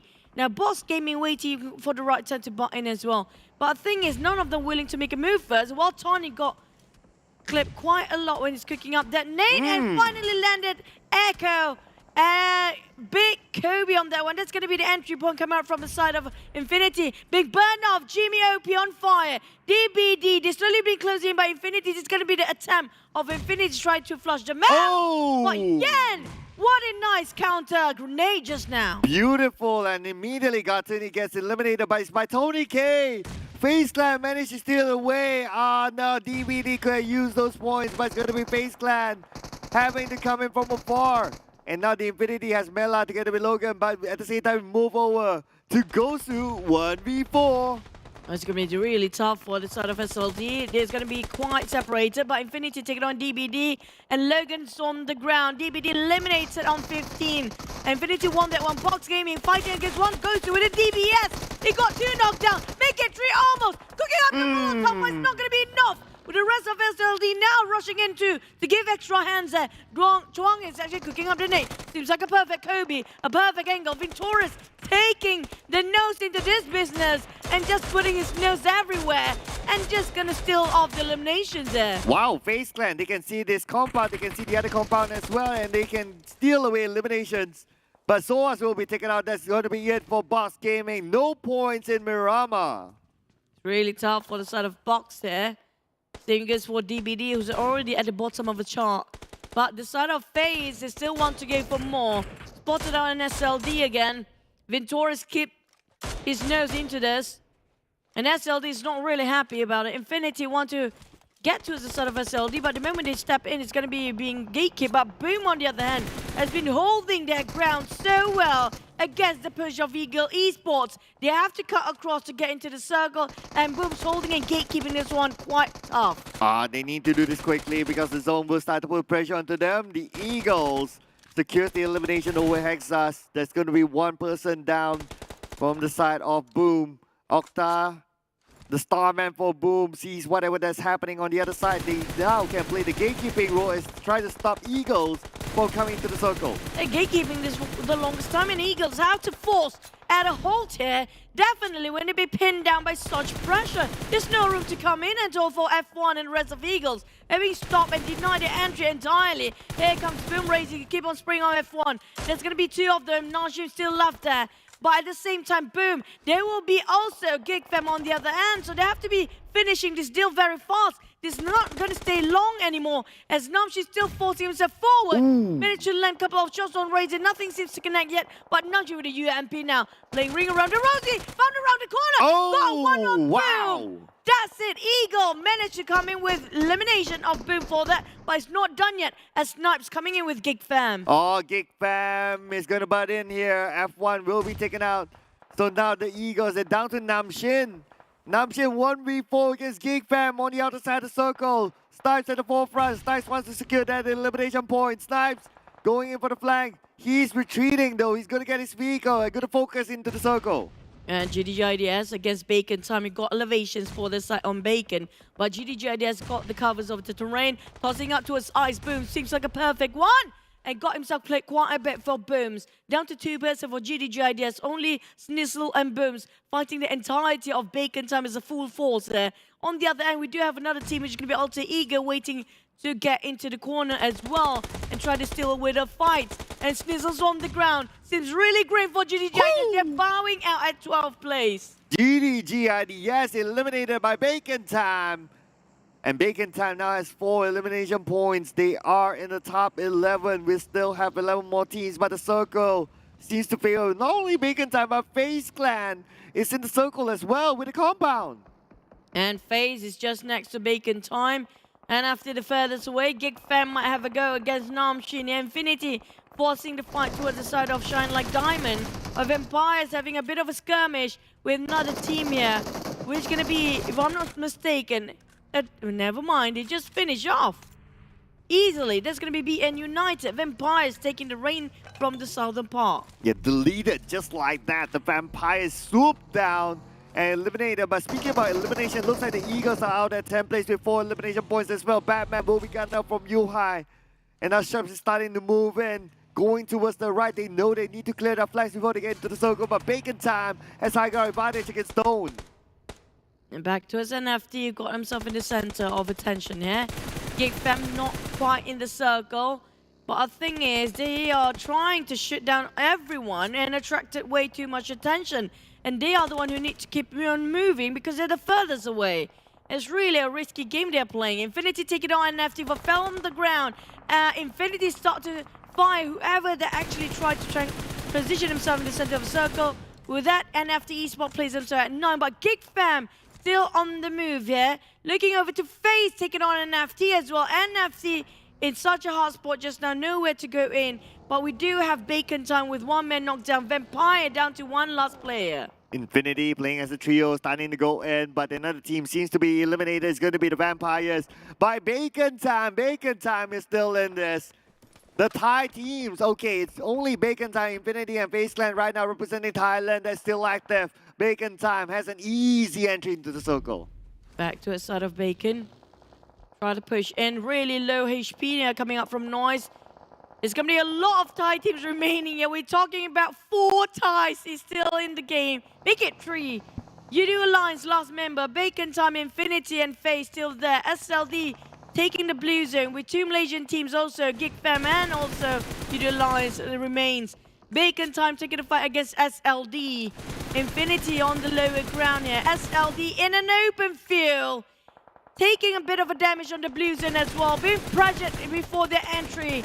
Feels like really tough for SLD to survive this. Oh, look at this, the high ground advantage that Bacon Time has. SLD can't move. 9 Noise gets one. 9 Noise could get a second one. Blows up the vehicle. Takes out Kwanji. 9 Noise, 2 elimination points back to back. Now FaZe still have 4 men, Bacon as well. Alter Ego still there with a lot of power. Tony K with a mini 14 pixel shot away. Geek Fam snipes from afar. Infinity might steal this away along the process, tossing out a couple of smoke just to jump down if in case FaZe wants to transition inside. Damn it, spot out Infinity Nuzi on the ground. You can saw the silhouette of Mela. Keep on spraying over. Shredded his vest, shredded his helmet, no problem. Still taking a fight there. Damn rude. And also Mika making sure the Alter Ego cannot even move. But the problem is they have to move forward as well. And not much room to play with for the start of Geek Fam. Bacon Time, a full squad with the circle. Together with the high ground, such a package that they have right now. Even FaZe Clan to come out from their compound. Geek Fam is trying to find their way further forward, but then again, a little bit of an open area there. Mika will be gunned down by Potato from Alter Ego. Damroot is still alive, 80% health left, but will be pressured by the blue. No. Damroot has only one first aid. Damroot spots his opponent on the other side. Damroot tries to shoot, but Damroot at the same time will be pressured by the blue, and Damroot is down. Gonna finish off by the players, and Geek Fam plays themselves at 6. But down to 5 teams, and never mind, it's going to be 4 SLD didn't manage to survive. It's going to be 3v4, v4, v4. 3 teams with 4 players full, except for Infinity, it lost 1 man earlier. But Tony K now sprang to the side of Infinity. Well, surprise, surprise, out of all the 4 teams, still going to be the ties with the 3 tie teams and 1 Alter Ego of Indonesia. Bacon Time taking on Fnatic. Alter Ego got Ham in between the ties there. And now it's making sure being shot down for Alter Ego. It's going to be a tie team by Shetty and Bacon Time. This is it. They might actually have a shot at the chicken. Again, it's going to be the 10th game of a tie. And it's going to be an all-time finale as we go towards wrapping up this round. Bacon Time still in full squad. FaZe Clan full squad as well. The Infinity playing as a trio. Bacon Time, they have the high ground advantage against all of them. If only they get the luck of the circle next, they could be taking home this chicken dinner finally for Bacon Time. Welcome to the country finals of the tie PMPL, everyone. Armstar gonna spray over to the side of Infinity. FaZe barely getting themselves on the high ground yet, but they definitely will not be spotted out by Bacon Time. And Infinity is gonna be the main focus of Bacon Time, as FaZe have to be focusing on Mela. Mela's gonna be the thorn behind the back of the FaZe Clan. But Nuzi got chipped off quite a bit. Here comes the spray from Ventura. Spotted on Bacon Time side and the rest of them. But FaZe, how can they go through this one? Infinity still got himself in the circle. But the one furthest away is going to be Bacon Time here. Oh yeah, Bacon Time does have the circle. The circle moves down to the lower ground. It's going to be the Infinity and FaZe Clan. They are playing by the middle of the circle. Right now, Bacon Time, they're on the outside of it. 30 seconds more on the clock. They need to move, but looks like they're going to focus onto the Infinity. They need to clear the flanks first. The Infinity only playing as a trio. They need to be aware of 2 teams at the same time. Ventura spread out with Lycan and Tony K on the other flank side. Tony K is such a crucial player here for the sort of FaZe to make sure they got the opportunity, the window that they needed, the entry here, just to see through the backline of Bacon Time. While Infinity is doing the same thing. All 3 titans actually have the same strategy of gameplay here, while spreading out into 1-2-1 formation. Nuzi down! It's gonna be Ice starting towards the side of Infinity, and this is gonna be it. Bacon Time, do you want to close the deal here? It's gonna be FaZe versus Infinity, and Bacon might actually have a shot at winning as well. And Mela taking down on Lycan. Mela zigzagging away, Shotty taking it, stealing over to Logan. It's gonna be Mela trying to bring around the Infinity finally out first. Bacon, is this it? Yeah, first chicken finally. Oh, the Infinity, they focus on the FaZe Clan. That could be an opening there for Bacon Time, but Bacon Time needs to do it quick. Tony K is going to his teammates. MF5 goes down. Tony K, 40% health left. 1 against the world. Tony K knocked down on the 9 Noise, but Tony K still the entire Bacon Time to do it. 1v2, and it's Bacon Time, the next tie team to get a chicken dinner. Finally, now left with only TEM Entertainment. I got what I wished for. Bacon Time, as predicted, is going to secure by my prediction. Just saying. So you got one, I got one. Yeah, Yeah. there you go. Yeah, we win ourselves a trophy. But still, bacon time. It's going to be a triple tie teams again, starting off our day. Can they finish a day of ties again today? Now, yesterday, Buriram got first, FaZe later, Vampire. Today, FaZe first, Buriram, bacon time. Next one, who will it be? Is it still going to be another tie team? Who's playing and who's not? TEM Entertainment is the final tie team, and they'll be playing the next round. Just FaZe saying. not playing, so FaZe is not playing. So Ego Esports, FaZe NFT, their group C is really strong. They're not playing for the next one. That's a big opportunity for TEM Entertainment to secure one. Yeah, and make it like all ties done, and that's the first mission. The second mission is to get All Indonesia? all tie. No, all tie today. All tie today. All tie today. Yeah. Today's mission is all tie today. All tie. Tomorrow? There's two missions. One is all tie teams. Yeah. Getting their own chicken dinner, and then the entire day is all Thailand flags, like every round. Today has been all time flag. Yeah. They can put that as one mission, you know? Well, not really. If it's not TEM Entertainment, it's not counted as that one mission. Oh yeah, that's kind of true. Yeah, so TEM Entertainment has to get it, but they got two I more hope rounds. the other regions are kind of challenged by this right now, especially coming out Indonesia, Vietnam, and Malaysia. Like, you know, the Thai's taking it really strong this time. We want to see other regions waving their flag the entire day as well. But we're not looking that so far, except for day number one, which have a bit of a, you know, contest between the Indonesia. But in the end, you just left with, who was it, the last one? Was it, the 3 Thai teams and 1 Malaysian team, was it? The last one, if I'm not mistaken. I don't remember the fourth one by now because it didn't matter. I think it was Geek Fam, possibly. Yeah, probably. Well, frankly speaking, it didn't matter. So that's why it didn't like really cross my mind. Oh, it's Yoodo Alliance, sorry. Okay. I know, it's Geek Fam. It was Geek Fam. Make up your mind. It was Geek Fam. It was Geek Fam. Okay. Right. Made up. Now. But we're going to get a confirmation because we're going to see the top 4 anyway. It's alter ego. Oh my god.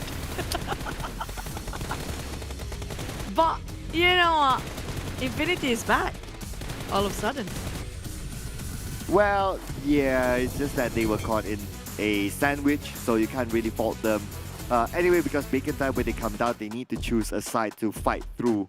And the best side is actually going towards wherever the Infinity is at. So giving focus on them, because of how they can play the slopes, it's easier to really fight through the Infinity. And yeah, the Infinity happen to be in that position that you can't really get out of that. So they have to pick a side as well.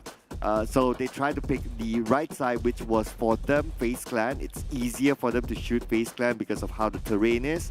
At least they got a couple of elimination points from there. But still, at the end of the day, Bacon Time made the perfect move despite not getting the chicken dinner.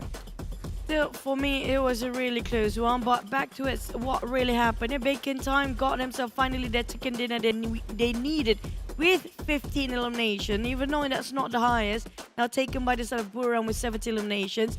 Bacon Time still secure one of the highest out there with 30 points in total. With FaZe Infinity got themselves a tie at 18 points here. The difference is going to be the rank and eliminations only. Alter Ego plays himself at 4th at 12. Now this is going to definitely will push a lot of the Thai teams back towards the top 5 spot. Even though they lost quite early for Vampires, but still securing 3 eliminations.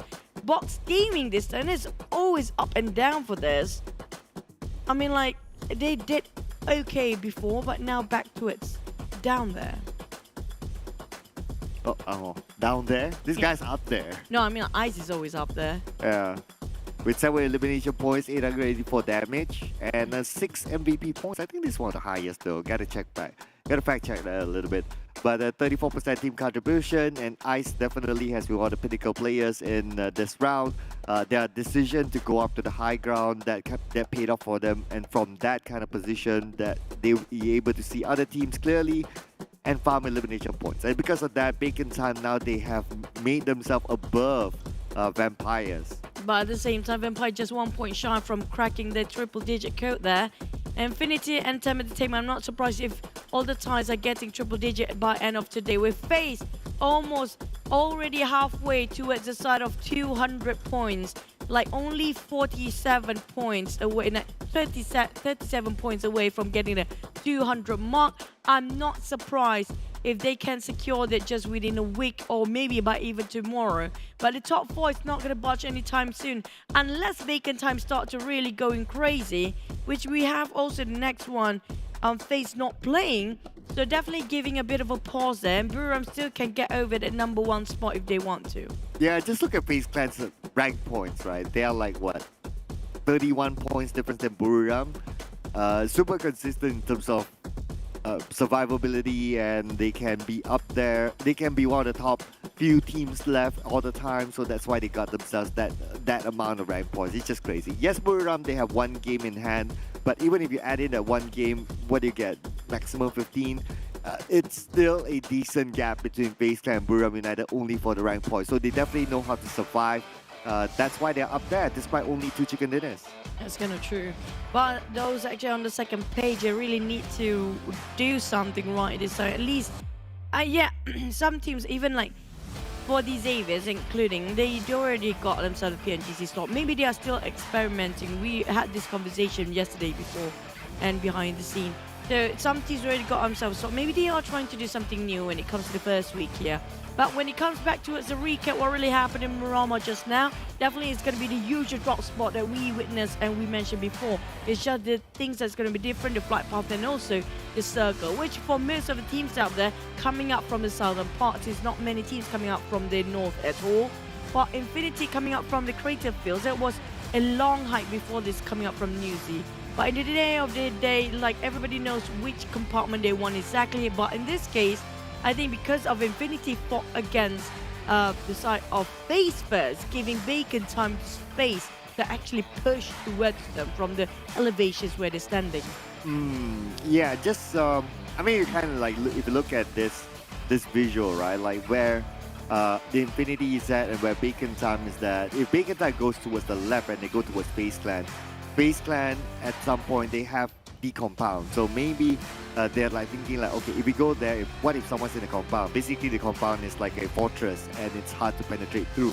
So they didn't really want to take that risk playing that area. So it made more sense for them to like, okay, let's go to the Infinity. At least we place ourselves like 50-50. Both of the teams have equal amount of cover, which is pretty much nothing, only playing with the slopes, and that's where they went through with the Infinity, which was a better decision as going to the FaZe Clan side. And it happened to be that the Infinity had Mela focusing on FaZe Clan. He get 2 knocks, and that's where Bacon Time just, oh, okay, thank you for the 2 knocks. I'll take that. I'll finish it off. If not, the Infinity could have been the one to take out Bacon Time. Yeah, because of Infinity being grenade first on the side of FaZe, who got out from a compound, the first thing they actually did is tossing over a grenade just to make sure that everything's clear what's in front of them. Caught New Zealand along the process on one of the, I think, Infinity players. So that's why they start to push forward, because they see it through as an opportunity that's the rushing time that they need. And Bacon Time, the moment they heard the gunfire shot, as an opportunity being the third party as always. But nevertheless, congratulations for Bacon Time. Finally got himself that chicken dinner after such a long hustling grind since day number 1. But next one, we're gonna have a wrangle final, which the Indonesian teams are way more stronger when it comes to this OG map. Although yesterday it was Thailand and also Malaysia getting chicken dinner, so I'm still up for like TEM Entertainment if they can complete the Thai chickens. But speaking about Thais, I mean, again, are we like watching the PMPL Thailand? Because it's like everywhere is like just them. Now it's gonna be Ice, that's the most eliminations with 7. Tony K is always up there, 5 eliminations, and Mela, you can't miss this guy.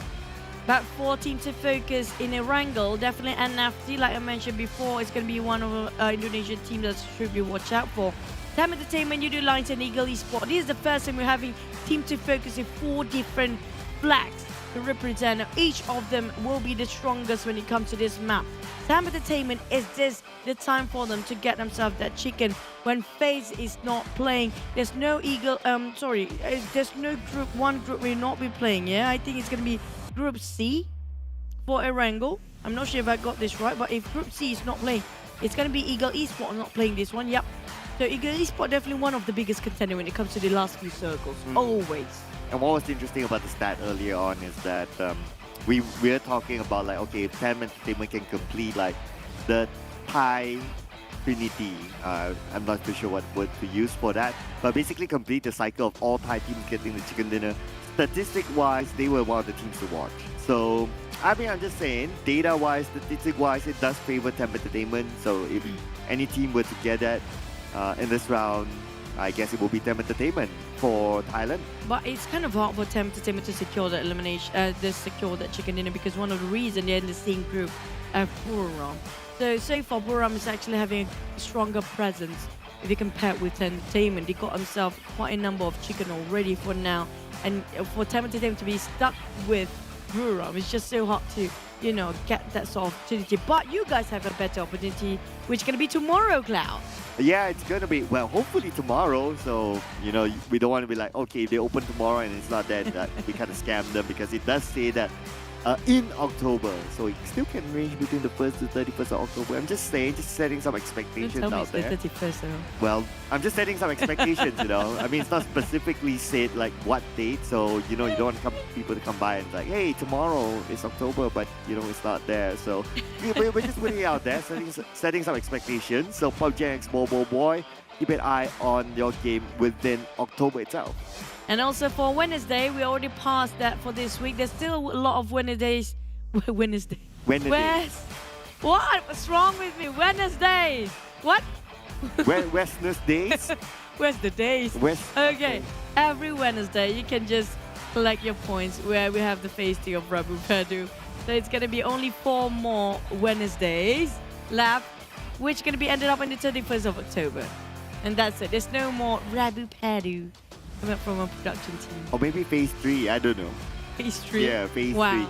Well, it's not announced, you never know. I mean, if you guys love the event, you know, just hashtag away Rabu Padu Menang Selalu.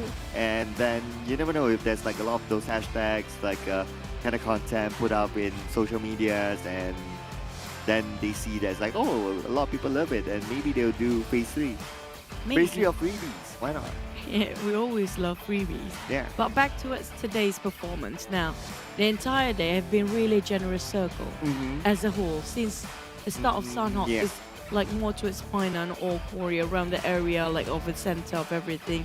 And when it comes to Marama, it's the same case here. Is it going to be the same when it comes to Rango? Because last night, or yesterday's last circle, we ended up right on top of Gatka. So that's one more circle that's the usual, the common, and quite generous. And starting yesterday last match until today has been very generous to its center. So I have a feeling we might be having a very center Rango again. Okay, all right. What if we don't? It will be really great. Okay, I'll take that answer. Yeah. I mean, like, we've never seen any Sonovska so far. Not yet. The longest time there is. Yes, it's been a while. It's been a while for sure. I mean, like, usually within like 3 days, we have at least one Sonovska circuit. Never once now. All right. You're really hoping for it right now, right? But I we'll never can get tell. it. I can tell your enthusiasm for it. But we'll never get it. I have a feeling we'll never. You know, sometimes it's like if you say that I don't like it, I don't want that sort of criteria, it tends to be given to you. Can you relate to that? Yeah, I don't want someone who likes bananas, and then all of a sudden you get someone who really likes bananas. Yeah. That's my marriage we're talking about right now. Oh wow. Okay. Tell me more now. Tell me more. Okay. I'm sure he's watching somewhere. Back towards Irangle. Okay, Wow. back towards Irangle. So we Tell me don't more. have Group C. But you know what? Ego Esports is one of the teams that's really strong. NFT is strong. And FaZe is strong when it comes to particularly Irangle. And all these teams are not playing. And I'm hoping for this opportunity given the teams that are not performing yet, including DBD especially. I mean, what happened to DBD? Where is DBD? What is DBD? Yeah, they almost had a moment. Yeah, they almost had a moment inside Mirama when they had that fight against the Infinity, but then again after that it kind of like fell through, so it didn't really work out for them. Just keep it rolling. yeah. Just keep it rolling. Yeah, Productive. I am. No. I'm waiting for the prediction. Oh, okay. Yeah. All right. Don't worry about it. You know, we will just talk through the prediction. Yeah. But anyway, another Thai team, just saying. Yeah, But I it's mean, not TEM Entertainment. I would, you know. I wish you if actually I put could. in TEM Entertainment there. Yeah, I Because wish we want them. But for me, it's going to be Boom because I want to see if the Indonesians are ready to come back up here when it comes to the wrangle. Because we do know NFT and Boom got themselves, especially NFT, they got themselves that chicken. But NFT is not playing this time. So it's down to Boom to actually prove it right for us. Because I don't see GIDS doing anything about it. I'm like, oh, the Indonesians so far, the one that's really strong is these two by now. Yeah, GIDS has been a bit. They have been missing a bit. Alter Ego is okay though. Alter Ego is fine. Yeah. Yeah, only Alter. Yeah. Alter Ego one more. Okay. All right. I was waiting for your main point. Because I was thinking, who else was it like the one that we don't have sort of impression yet, including for each certain region. Like in the case of Vietnam, it's going to be the Xaviers now, if you compare it with BNU. Now, for Malaysia, it's going to be DBD. For Indonesia, it's going to be GDGIDS. Right, even Alter Ego have a lot of presence. For the Thais, well, everybody got their presence. So nothing else to say about that. TEM Entertainment. And not chicken. The presence is there. Because their benchmark is a bit higher, right? It's like if you don't have a chicken dinner, you are considered to be like no presence.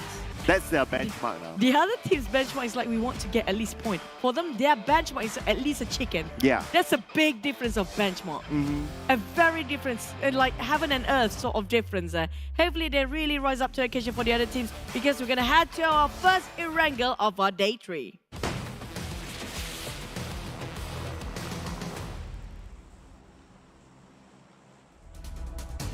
So, irregular. Here we go. You know, every time because like it's always starting of the new map. You gotta find new ways to intro the map. I'm trying to get creative here. Trying to. It kind of remind me. There's one time we did the pilot thing, right? Yeah. It's been a while we didn't do that. I know, right? You can't use it all the time. If you use it all the time, Hey, that was like years ago. That was. That was the MGC. Yes. You did the captain pilot speaking thing with I played the tune for the. Dun, dun, dun, dun. Yeah, that one. Yeah, that one. Yeah, right? that one. Using my kalimba. Oh yeah, wait, you brought it that I time. brought a kalimba. Yeah. Just for the sake of that. Yeah, because like you know what, we have like 5 games every day, so it's like 5 times 5 days. You got like 25 games. Was that 5? I think that was more than 5 at the time. There are more maps back then. I think so. But I'm just referring to like now as the example. Oh, now, yeah. Yeah, so it's like you gotta like have a different kind of intro, right? You can't do the same intro at the time. Yeah. Yeah. But it's always the same result for most teams, yeah, including DBD. Oh wow, that was a close one. Yeah, Geek Fam actually. Snipe shooting. And really close enough. I think it was 6 just now. Managed to slip by. Well, it's gonna be right side circle. At least that's a good sign. But it feels like Medusa intersection might be it, or even Milta Power Lipovka. We've seen that before. So this sort of circle have a lot of favorites when it comes to the pattern. So it's kind of hard to predict. But definitely like one of it is going to be the Medusa intersection, but a splat. Xavier, speaking time. Wow, that's like, 1 minute 57 seconds first split? Okay, that's not too bad. We're still faster. It's still the record holder 1 minute and 12 seconds for the entire team, not one person. Yeah, so this is okay. It's alright. But they're bringing the momentum from the last round at least. Like that confidence level is still within them. And all 4 of them got their own vehicles, so that's fine. Oh, Bacon time. Oh, wait. Okay. Having too much fun here after the last chicken just now. Is it going to turtle? Ah, man, I want to see the ending. That left me hanging, you know? Lipovka is quite crowded now. I think he's okay. It feels like he's going to land on the 4 tires just now instead of Bacon. Well, Lipovka is being shot by Boom. And this is something like Buriram and Boom. I always drop around anyways. Having a bit of exchange of fires, but nothing seems to connect. Boo-boo-hoo. being eliminated early in the last match here. But for Boom, I predicted for them, but I forgot Buriram playing against them. So it's going to be the one that wins. Well, basically it. I don't know if Buriram going to secure another chicken here today again. They did the same thing yesterday. Well, if they do, then they'll pull away from the chicken competition. Like they'll get number 4, and everyone else like maximum will be 2. So they have like a little bit of a gap. So then it's gonna be kind of hard to chase. But at the end of the day, what really matters is the total points, right? FaZe Clan still has an upper hand because they're like more consistent. So Buriram United, well, I mean, if you want to chase, of course, you got to get as many points as possible. And if you manage to get like 4, or maybe 5 chicken dinners, they'll be maybe on par, even on top of FaZe Clan by then. But is this the first time that we're looking over? Wait, that Molotov seems like connecting towards the side of Oktar, being extra careful. Sky exchanging with another Molotov towards the side of Boom. Trading utilities these two teams are doing right now. Is this the first time we're actually looking at a PMPL South Asia, which dominated by almost the first page by one country only, or one region? Is this the first time? I think so. Yeah. Yeah, and plus we have like 6 of them, so the odds are like even lower. And the fact that they can do that is amazing. And they're not stopping yet as Buriram tries to get one, and yes, he will. Tiger with the M16 knocked down onto Razy. Now it's going to be 4v3. Now, Boom going up to the second floor. Boom, they're kind of caught there though. So now everyone from Buriram, they are on the ground floor. And Boom, if they want to get away, they need to fight their way through. Just really hard when you're on the second floor and don't have enough utilities for Boom. They only have smokes, not much grenades. Oh man, that was taking too much time for Oktar to jump down. They don't have grenade, they don't have Molotov. Only a couple of smokes, but they should have popped the smoke early on. It might confuse us. Buriram, but it feels like this is going to be a big win for Buriram as they secured 2 eliminations already. And now for Oktar and also for the side of Boom, they need to build this one. They need to just navigate themselves out of this compound and make sure they survive longer. I really want to see if Okta can pull off a clutch again. Like 1v3, the Infinity, he did it. 2v4. Come on, Okta. You can repeat this again. They don't have enough though to do that. I'm like, the bullet's running low as well. VSS. Look at that. Oh, wow. Okay. It's a crossbow. I want to see that. I want to see even if he gets a knock, I will be like super impressed. And you know what, storytelling time. So back then in PMPL Season 1, I told iShots is that, you know, you got to pull one off for me, like a crossbow knock or an elimination. And it's like, yeah, I'll do that for you. But he never did it. So I'm still waiting for that moment. If Boo Boo gets it first, I'll be super happy. And I'll remind iShots that you owe me one, bruh. Just saying. That's it? Yeah, that's the story time. Yeah. But at the same time, that's just how desperate they are. They're the only weapon they don't want to use, no matter how much they promise you. I know, right? Scam. Boo Boo Hoo, last night, this is it. Last night, you better toss it right. If not, it's going to be the death of them, because the moment they toss it, it's not going to clip. Buriram got a huge space to go towards them. VSS in the hands of Tiger. And Boo Boo Hoo really clinging on to that last night, not going to waste it over. Buriram feels like they're trying to get into a different angle entirely, but spot out on Sky. Boo Boo Hoo slowly running out of ammunition now, while Kangzo repositions himself just behind Boo Boo Hoo now. Oh man. Spot out by Kangzo. Slowly, Boom losing their territory here. Got name on the ground first. Oktar managed to actually make a call again. He will actually clutch this once more. 14 in the magazine, running out slowly. Only band-aids and smokes here. Boo Boo Hoo holding on the second on the floor. Oktar, can he clutch this? He got 1 against 4 just now. Well, if anyone would have clutched this, I would expect Oktar to do it. He started off the 1 elimination over the side of Buriram. Let's see if we can pull it off again. But this time kind of surrounded though. So Okta is going to retreat back to his teammate. Tiger knows where Okta is at. But Okta doesn't know where Tiger is. So, but Tiger, he's with a VSS and he has a VSS in hand with this kind of range. Okay, very interesting choice from Tiger. Well, this is where everything, we just work with what you have for these guys. Kenzo, just trying to find a couple of resources, but nothing to be found. Boo Boo Hoo, I'm really worried about the ammunition there, because it feels like it's not, they don't have enough. Still clinging on to that one grenade for Boo Boo Hoo. He's trying to find more. Slowly try to part ways here, but boom, being watched like a hawk by the side of Buriram. Still on top of Lipovka. Waiting for 10 more seconds or 15 more for the circle to shrink even further. And Okta couldn't spot any vehicles, either of them. Really tough to get out from this sticky situation for Boom.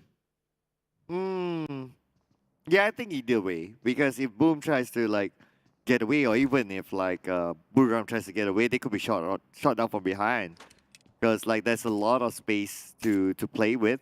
That's one. And I don't see a vehicle though. So they might need to like run a little bit further to get a vehicle. And while they're doing that, they could be shot from behind as well. So they still need to end the fight, whatever happens. But at least the good news is that they're still in the circle, the last we saw it. So they're kind of like, you know, taking the time just because of that. But if not, then it's going to be tough. This is interesting to watch. Look at how the colors just move in the same direction. 3 teams, entirely different ones. Infinity, TEM Entertainment, as one more.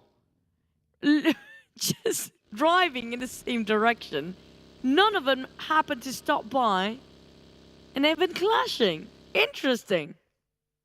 Oh, Okta down. This is it. Yeah, I was hoping for him to be the one to clutch, but yeah, it is what it is. And Tiger is going to be the one to finish him off.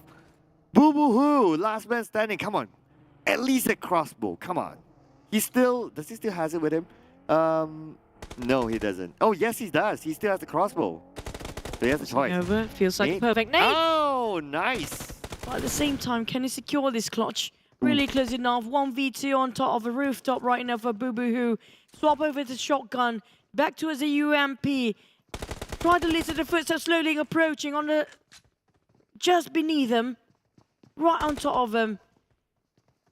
Close enough. They need to skirmish themselves up. Tiger tried to...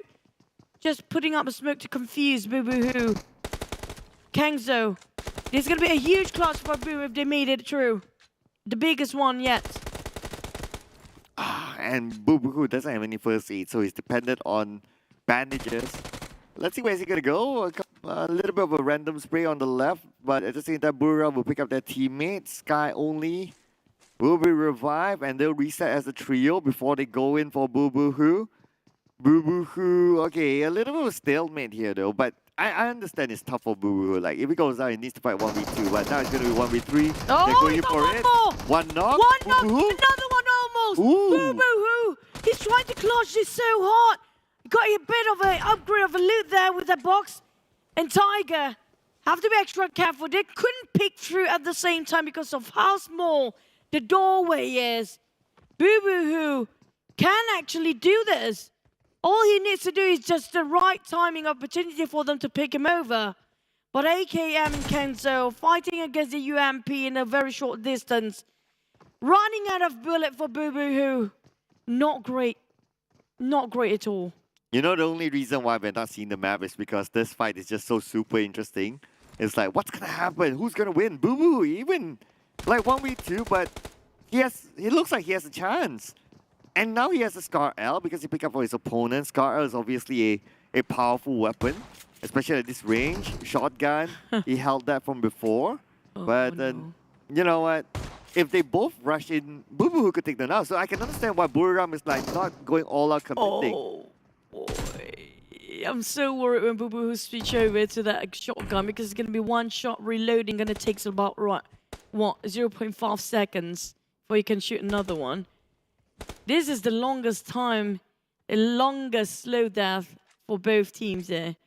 Hopefully nobody coming into the third party just to make things really interesting for us.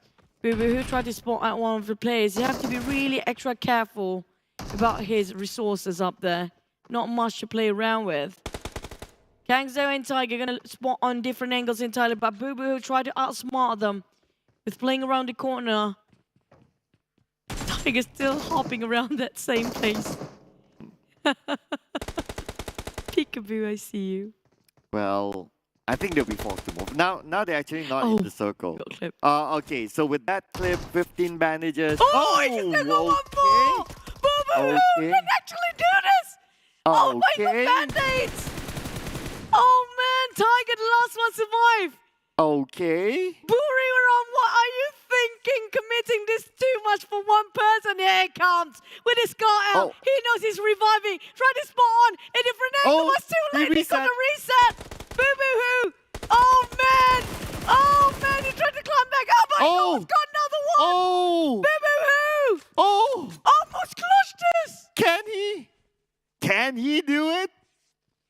Okay. All of them, no first aids, depending on bandages, but Boo Boo, the same situation. He's resetting himself, and now we're just going to restart everything. But the zone is closing. Everyone might lose. Oh man, they don't have anything on them anymore, both teams. Invested too much in this fight and skirmish. Boo Boo coming in. Oh, he whipped at the spray. This is it. Oh, for Boom. Buriram left and right. in two different angles. Finally. Boom losing it, but what a play from Boo Boo Hoo.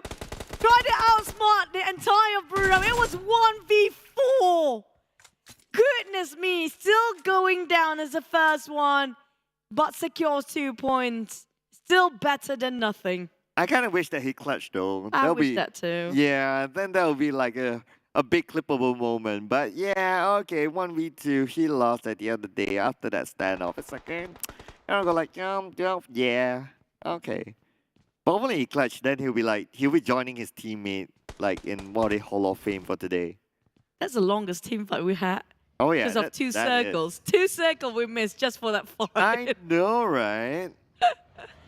Right on top of Milton. Gosh. For that circle. Well, look at how many teams are there? Some of them playing in the blue zone still. I don't see Alter Ego around any corner at all. How far they are at? Quite on the right side, was it? Looks like they're really far. Really far. Oh, they're at the bottom. Yeah, Renara is at the bottom. They're just coming up from the military base island. So now they're here. But looks like the circle is totally on the high ground. The Infinity right smack in the middle of it. Looking good for them in their current position. Same goes for Box Gaming.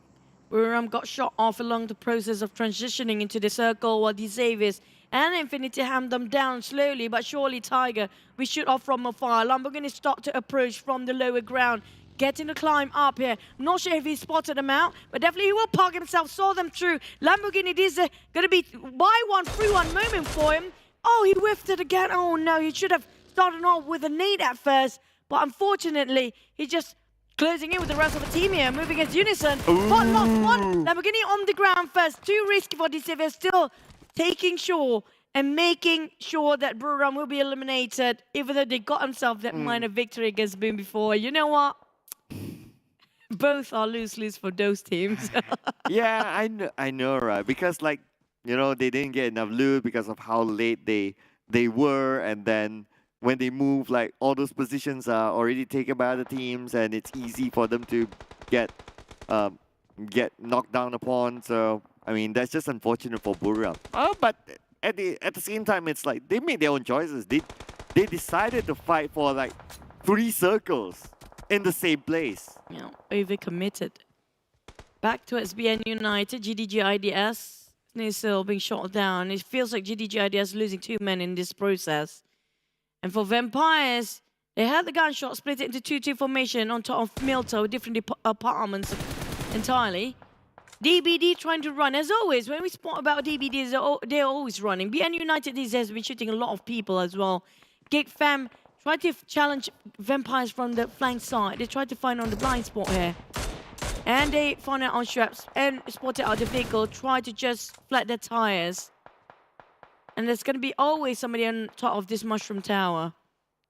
Well, I'm not sure how many teams are actually in the center here right now, but Shelter definitely quite crowded as well. Yeah, definitely it's super duper crowded at this moment. because of the elevation, we can see based on the minimap, it looks like they're close, but because of the elevation, teams hardly see each other. That's why you can see that teams look close, but yeah, they are, but it's hard for them to shoot each other because of how the geography is at this place. Through 40 teams still there. And Alter Ego, last player, still taking the blue zone a bit. And Yoodo Alliance finally finish off Alter Ego, last player in Norway just now with 0 eliminations. That's going to be painful when it comes to overall rankings later for Alter Ego. It's going to hurt them when it comes to the rankings on board. DBD, Jimmy OP, the rest of DBD still trying to find a way to shoot through a small windows there. The Xavier's taking the right side rim of a circle. SLD on top of shelter with Geek Fam. And also 2 more teams behind them, including Vampires and SLD and Geek Fam. Again, back towards the lower grounds. It's just 4 teams fighting for their survival here. Oh, Geek Fam now has to fight against like what? 1 team right in front of them, another team at the bottom. That's going to be the Vampires. At least Vampires at the bottom. But look at this Ravenclaw. From that distance, that angle takes down Damroot. Wow. It's like 200 meters away, that shot coming out from side of Vampires. 150 to 200 meters around there. But I have to be extra careful. We have 1 more team trooping in for the Vampires. It's going to be DBD and also BN United. Bacon Time taking again the terrain this time. Making sure they cover themselves with the slope of the hills. They always play around this area. TEM Entertainment Bevy taking on GIDS. The one that actually got blasted by the Circle Gods. It's going to be Box Gaming and TEM Entertainment. GIDS. Infinity News is stepping into 1 foot in. Bacon Time is also 1 person in, but the rest of them still outside. All the one outside, Yoodo Alliance, 4 Rivals, Geek Fam, all the Malaysian teams still outside of a circle. Same goes for the ones coming up from the Vampire side. BN United still trying to cut across. 3 teams having a go. And the one in the southern part, Geek Fam, Vampires, there's a random spray. Didn't connect yet for the sort of Snipes and Damroot. Oh, road rage there for Geek Fam. While they drive, while they shoot. And now Vampires and DBD. Now DBD, if they go out at this moment, still 13 teams, so you don't want that to happen to your own team. But looks like they have the advantage with Ravenclaw currently down. Jimmy at the bottom floor. Jimmy tries to connect his nade onto the other side. Shrubs is still active, but 20% of health left. The nade will be tossed over. But that nade is still inside the house. Oh! Wait a second. It went through. Wow. Jimmy OP, what a play just now. Feels like DBD having a bit of a problem to stand there, hold their ground, but Vampires doing okay. But at the same time, I'm kind of worried what the situation is right now. But for BN United, slowly trying to get into the compound here. With DBD still holding their fortress, but not being favored by the blue zone at all. They'll be finished off slowly, but surely burn off. They have to move forward, but be gatekept by Geek Fam. BN United also in between here with Vampires busy towards the side of TEM Entertainment. Remains with Fluker. I'm not sure what's happening. We're down to 12 teams only. And also Bacon Time having a freeway coming in. Dominating right now is DBD. Finally, suddenly something happening to them right now. Yes, and they will eliminate BN United, DBD. 8 eliminations in the bag, and they still maintain full squad. DBD. We're talking about DBD, the DBD that we know, and the PMPL SEA, they are back. With that, 8 eliminations in the back right now. Feels like pretty good for them. GIDS lost 1 man. Boom trying to revive Daybot. TEM Entertainment still keeping eye on Fluker really tightly enough. Bacon Time on the other hand. Now might challenge by Infinities coming up from the high ground with elevations.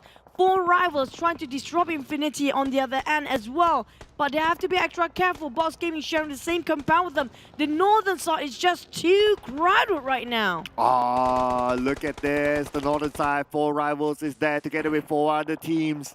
And now 4 Rivals furthest away from the circle. They need to find their way through. And 1 team is currently in the circle. It's going to be the Infinity. And at the same time, we can see that Bacon Time needs to find their way as well. 3 teams around them. Style spotted out GIDS just now, just on top of his crosshair. Oh no, he missed this. He just missed it, just a tiny bit. TEM Entertainment on Sands, taking on the side of Bacon Time. Infinity on the side of full rivals. Noise. Multiple nades onto it, on top of each other. Noise try to re-counter fire, but Daybot is right across Shirty. This is really risky for Daybot. But Appy and full rivals losing men, then they can actually count. Logan now shredded almost his helmet. Try to push forward with the rest of Infinity slowly. Finish off full rivals straight away just now. Down to 8 teams left. Oh, the Infinity, they're fighting their way through. They know which teams they need to win first. And now Onzen exposes his location. Bacon time just above him. At the same time, we can see that the Infinity, they're dominating with 5 elimination points. Bacon time, they're charging in onto TEM Entertainment. TEM Entertainment, the last man standing. Onzen will be eliminated by Bacon time. Again, TEM Entertainment failed to actually deliver our expectation of that chicken and bacon time.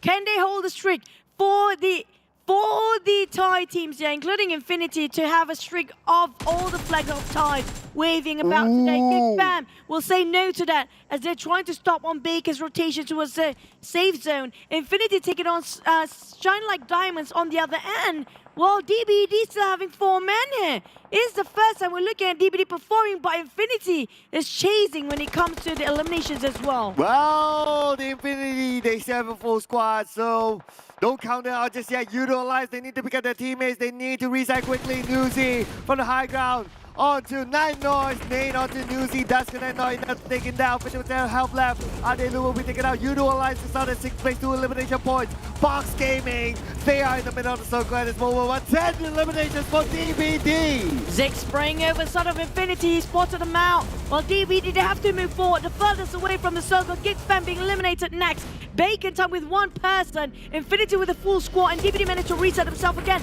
Box Gaming being spotted by Newsy. Being pressured on. And Noise trying to spot onto his side. Infinity is just too busy right now. They got a circle as well. Bacon time and Infinity. Both Thai teams still in there. And Box Gaming is there as well. DBD have to squeeze in there. But Infinity Miller got a bit of an upgrade of a loot there with an airdrop just next to him. Oh, but Circle favors the Infinity. DBD does have the circle and they need to go up through the high ground. The Infinity knows exactly where they are on the left. Newsy moves in. Box Gaming is out. Newsy and the rest of Infinity have to have a little time, so little time to reset themselves. They need to push forward as well, but don't have to as they are in the center of the circle. DBD is the one actually moving towards them, but we do have Bacon time Noise, last remaining member to be the disruption of the bane of these 2 teams. DBD tried to circle around the corner, going for the back line here. Six picking up the nade, Predator almost his vast with 2 first nades only. Now tossing out the first nade out, giving away his position. Gonna be a bit of explosion. Definitely Infinity knows where exact position of DBD players right now. Oh yeah, going in for the flanks, the long range coming in for Nine Noise. Nine Noise's position has been exposed. The Infinity knows where he is. Nine Noise down to 50% health. DBD, they started close in. Yen at the forefront. He does it an airdrop together with him. Newsy knows exactly where he is. The name will be tossed onto the other side. The name! Newsy onto Yen. Beautiful coming in from Newsy. There's the window they've been waiting for. Got to finish off Yen straight away. Newsy with AUG now want to fire on, but Noise the problem for the teams here. He doesn't have first aid. He don't have anything else to do but that. 4 nades work wonders if he can spot on, dropping on towards these 2 teams. He can taken away, but Newsy want to do a play here. He can play out for them. Jimmy taking on Logan. It's going to be 1-1 straight for Infinity and DBD here at the same time, but Noise taking on Tony. Infinity losing it. DBD got the higher chance here. Bacon time being the bane for Infinity right now. Mela did not connect the nade. Jimmy starting to move in. Nine Noise is starting to close in as well. Nine Noise is down, but Mela super low. 40% health. It's going to be DBD closing in. And DBD secures the chicken dinner, breaking the ties. And now DBD is back in the PMPL Southeast Asia Championship. The Malaysians done it again by breaking the streak of the Thai flags wavering the entire day. Yesterday was Yoodo Alliance. Today, the second last game is going to be DBD back in the game with a double-digit elimination, being at the 20th place. Now coming this strong, they are finally woken up for the Malaysians. Oh yeah, you talked about them the whole day. You were saying how missing they were, and this is the way they're going to show how they're going to do this comeback. DBD, brilliant move for them. I mean, it was amazing. They fought against the Circle. They didn't have the Circle. They fought against the Infinity, one of the biggest teams around, and they still win. That's great coming in from DBD. This is a comeback, the comeback that they're looking for. The Buriram versus Boom is going to be the 40% of our highlight of the day. Definitely, that's going to be 2 circles of time. But for the bridge camp, yeah, we're back to it. It's Boom versus Buriram, by the way. Just saying. Both teams are the first one to go out, you know what? Boom, and then it's going to be Buriram next, because they finish off by the side of the Xaviers after that. But for the side of Empires, that's quite a feat there. They have been running gun quite a lot. Bacon Time on the other, and I have to give credit because they have been very consistent. I'm not surprised to start to push up towards the top 3 as well. But Infinity finally back up and having a go again. But one person of Bacon Time of Noise making such a difference to a side of DBD, because at first DBD were losing man and Infinity were winning, but because of Noise giving such an open window for the side of DBD to push in, that makes DBD securing with maybe 14 to 15 eliminations in the end of the day. What a nice jump for DBD. Yeah, it was amazing for DBD, and it wasn't an easy finish for them. They didn't have to circle. They had to go from the lower ground towards the high ground, going in for the flanks towards Infinity. And we know how much of a monster the Infinity is, and for them to go up against such a team and still get the chicken dinner, wow. But of course, not going to take away the credit from Nine Noise. It did a little bit of work there to kind of help DBD to distract the Infinity, and that gave them an opening towards the top side. But anyway, DBD still took advantage of that, so you got to give credit for them to getting this chicken dinner. But for Infinity, welcome back. It seems like they are back from their slumber of day number 2. DBD securing 14 eliminations with 29 points. That's a number, quite a feat. They're going to push them quite a lot. I mean, like, not too much, but still in the second page. But at least it's a good start for DBD. This is what we've been waiting for. The gap in between the ranks are not too big, even though they rank themselves last. Infinity got themselves 25 points there, with 18 coming up from Bacon. This definitely going to maintain Bacon and Infinity in the first page, definitely. But for Vampires, it's quite an early too soon there. Yeah, Vampires 1 point in this round. At least they have that 1 point. But Jimmy OP, it's been a while. This is the highest MVP points. Yeah, it's like 9, and then the damage as well. Everything else, just look at the charts, right? The player data, it's way, way above the average data. So good job for Jimmy OP. I always remember him for his nade, the one in South Hall, 1v4. One nade to rule the entire Sem9 that time. Amazing players, and I think that the transfer from Farm Gorilla to DBD has worked out so well for this guy. But when it comes to weekly rankings, here still back on the top 3. The Thai teams are here to take it all, with a FaZe at number 1 spot, maintaining with a 43 distance of gap.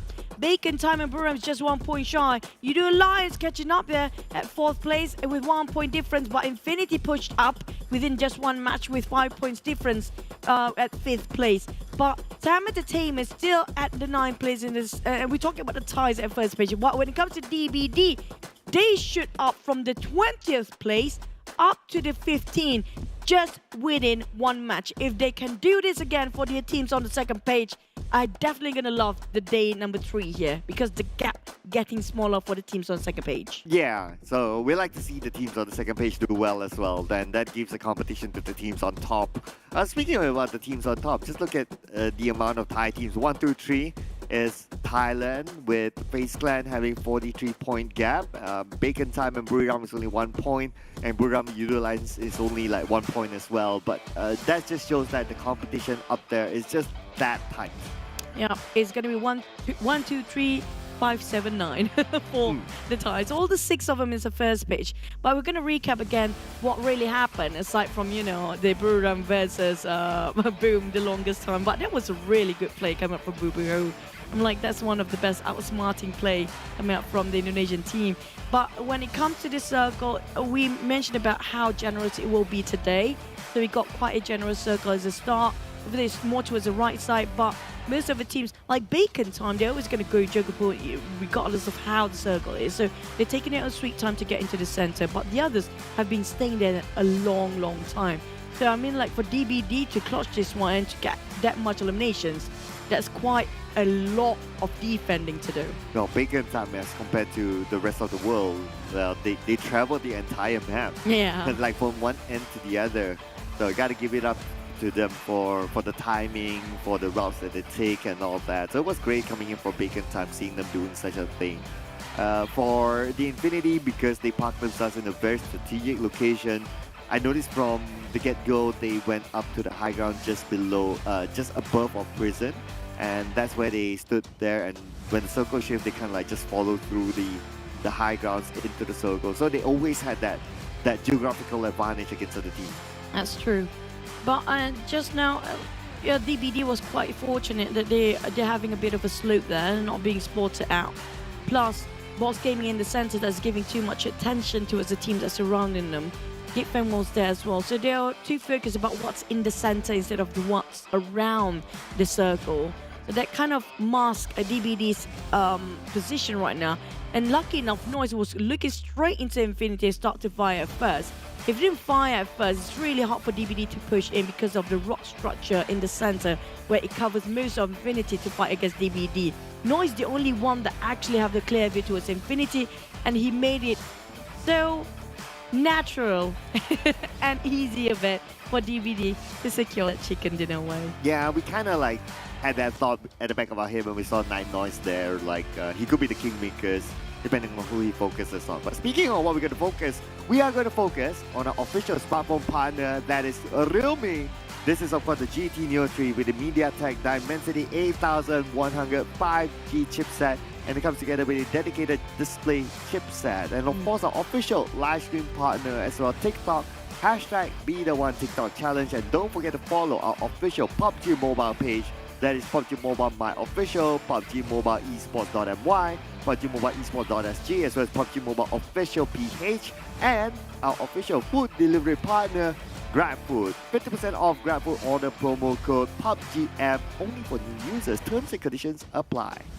Going for ads now? Yeah, I know that. I'm trying to. Terms and conditions apply. Terms and conditions apply. Speaking of ads, I think we're going to hit the break for a bit, possibly after this. Yep. We're going to have a bit of a sip of a glass of water before we're heading to our final game later on. So see you guys in just a couple of minutes.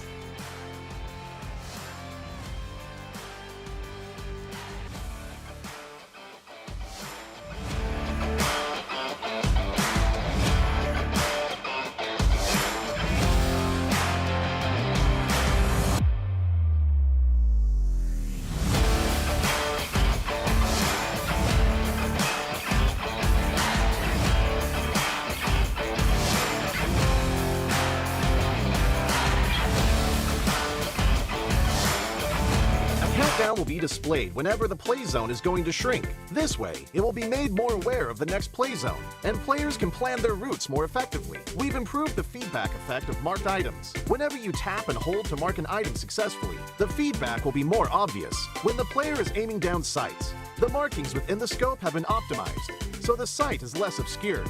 When a player jumps, after respawning or deploying an emergency pickup, it's now possible to mark the battleground with light columns. After a team wins, the buttons for MVP likes and summon statue will be combined. Now players can send a like automatically whenever they summon a statue. On the results screen, we have added teammate numbers, so now players can use the number to identify each other and give likes to their favorite teammates. To make spectating more convenient for players, we have tweaked the button size on the spectating screen. This reduces the chance of tapping the button by mistake. I'm sure firearm balancing is a concerning issue for many players. In this update, we have significantly improved the burst shot of both the SKS and Mini 14 by greatly improving their handling. This will increase their stability fired consecutively and increase the damage dealt to enemies. Perhaps these two firearms will become your weapon of choice after the enhancements. For airdrop weapons, we have made some adjustments to the controls and damage dealt to better balance the airdrop weapons. In the new version, there are lots of new features worth checking out. When you acquire a firearm finish of your liking, you'll definitely want to admire it from time to time. In this update, we've added a Firearm Inspection feature. Players can now use this to admire their favorite firearm. During combat, players can tap the emote to enter first-person perspective to inspect the current active weapon. A friendly reminder, never inspect your firearm during combat, or you might overlook the enemies before you. Do keep in mind that this feature is currently only available for certain firearms, but it will be gradually rolled out to other firearms in later versions. The recommended layout feature is one of the many new features. When players customize the controls, it's now easier to apply a custom layout recommended by the system with one tap. We've also added a trunk system. Players can now make exchanges while riding vehicles. Use this feature to exchange supplies with teammates. But remember, the size of the trunk depends on the vehicle type. The visual presentation of profile cards have been improved. Players can now set their gender on their profile cards. On the results screen, we have streamlined the results process and improved on the layout, as well as the MVP results emote. On the new results screen, assists will be included in the stats. In future matches, you can try cooperating with your teammates. Even if you don't make the final strike, assists will help boost your results. We have added stationary targets to the training grounds. After firing, the damage dealt and bullet trajectory will be displayed. This helps to more closely recreate situations that players may face in matches. To make it easier for players to practice shooting, the most recently used firearms configuration will be applied by default when entering the training grounds the next time. These are the major improvements for the basic experience in version 2.2. If you want to learn more about this update's content, don't forget to follow the official PUBG mobile community. Winner, winner, chicken dinner. See you next time.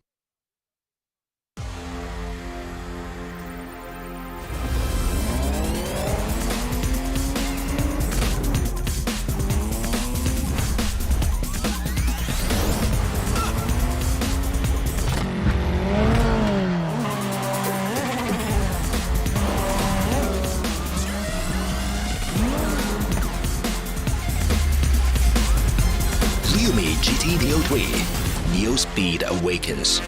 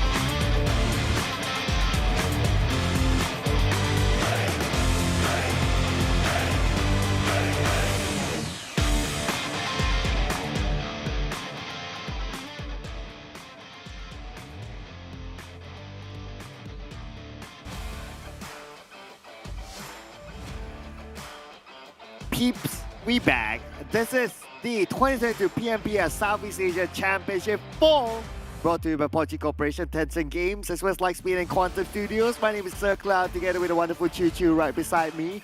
Don't worry, we have a little bit of a gap. We're still following the SOP. And we also like to thank our official smartphone partner, Realme, for being together with us. And our official livestream partner, TikTok, as well. Hashtag be the one. Don't forget to follow PUBG Mobile on PUBG Mobile My Official, PUBG Mobile Esports.my, PUBG Mobile Esports.sg, PUBG Mobile Official PH, and you probably see us there though. Our official food delivery partner, that is Grab Food as well. Thank you so much for being together with us. And we'll be jumping into the final game. But before that, we're definitely going to recap what really happened in the last match as usual. For our next match, we're definitely going to be back into Erangel without one group, which is going to be Group B. We'll be resting it out after this. Definitely that's the previous match was their last match, which is going to be Infinity, BN United, Alter Ego and Yoodo Alliance. As we speak before just now, finally another Malaysian team breaking the streak of the ties. Yesterday, it was a 4 streaks and 1 breaking of Yoodo Alliance. Today, triple streak of FaZe Buriram, bacon time for their chickens, and then breaking off by another Malaysian DVD with a number of elimination that's quite high as well. I think around 14 to 15. Yeah, DVD had 14. Yeah. So, okay. I mean, they equal that 14 record that was there for like, what, 12 games. So that was great from DBD. But let's check out the stats from the previous round while we do a little bit of a recap. And Jimmy OP, it's been a while. And can you imagine this? Like Jimmy is next to Nuzi and Milla. Oh my goodness. And just now, they got their first ever debut of Chicken and the most point in the past 3 days. We're talking about they starting with 20 points today after 3 days of games. And Jimmy OP, out of the 14 elimination, 9 is just done by himself. There's a lot of work being carried on top of Jimmy's shoulder here. That's like the highest so far for an individual. But he had the same as Nuzi, but anyway, he got the chicken dinner. So we're gonna give it to Jimmy in this round. And his left and right is the 2 Infinity players. I mean, it's such an honor just to be like among all these big stars. It's Jimmy's even the show most today. damage. Yeah, it's just Jimmy's day. Jimmy. I still remember your Yeah, quote there. thanks. Yeah. But Shirty still squeezing in for bacon. I was expecting noise there actually. I thought so as well. Yeah, right? Because he was the last surviving man for the side of bacon time. But Shirty definitely had a lot of work before that then to actually be in top 3. But Nuzi, regardless what, is still gonna be there with a smirk of that with the mascara or whatever that he put on his eyeliners up there. Is it a mascara or eyeliner? I think it's gonna be both. The mascara is for the eyelashes. The eyeliner is gonna be the the thing where it makes you dark. Yeah, I learned eyes. something today. I can't There you tell the go. difference, you know. There's no Group B for the final match of Erangel. They are resting for tomorrow. Infinity beat United, Alter Ego, and Yoodo Alliance. But ACDE, here we go again. It's gonna be how many? 1, 2, 3, 4, 5. Again, 5 tie teams. The one's not playing is just Infinity. So TEM Entertainment, just to complete it, might as well. They are playing though. Last shot.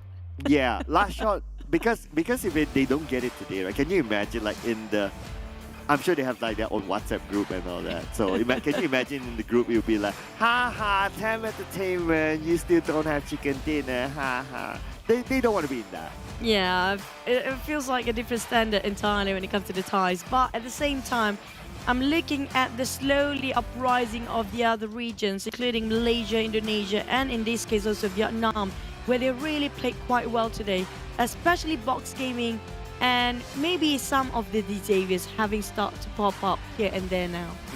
But before we get into the game, of course, we got to talk a little bit about this map.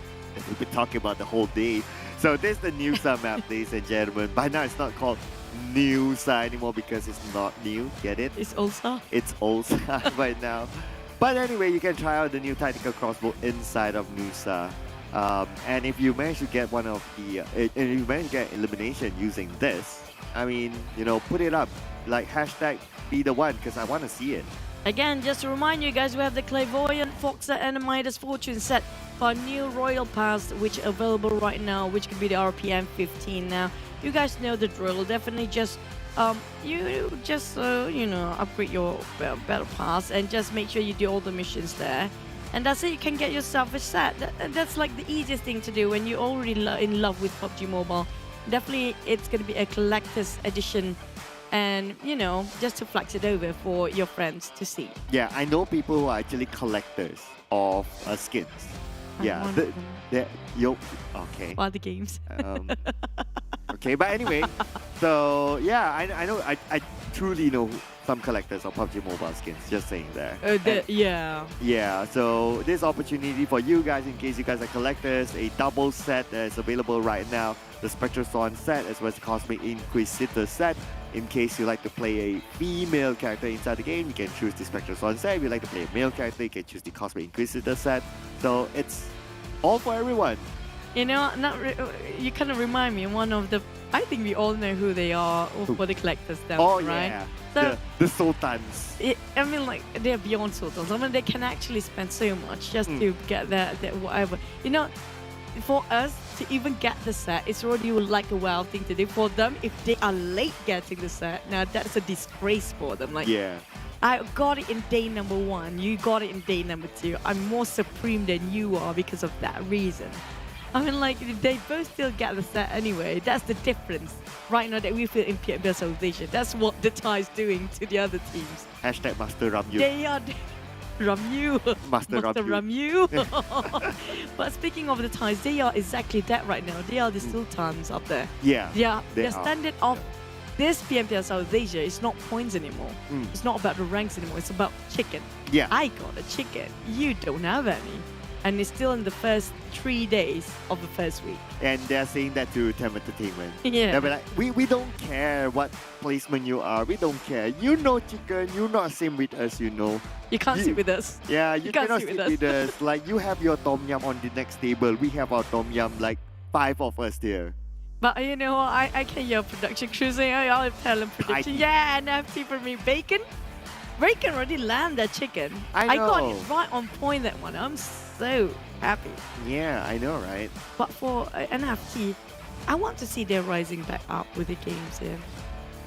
Yeah, NFT has been a little bit since like what? Today? Today, just yeah, today. just today, right? Just today. It's like kind of like an off day.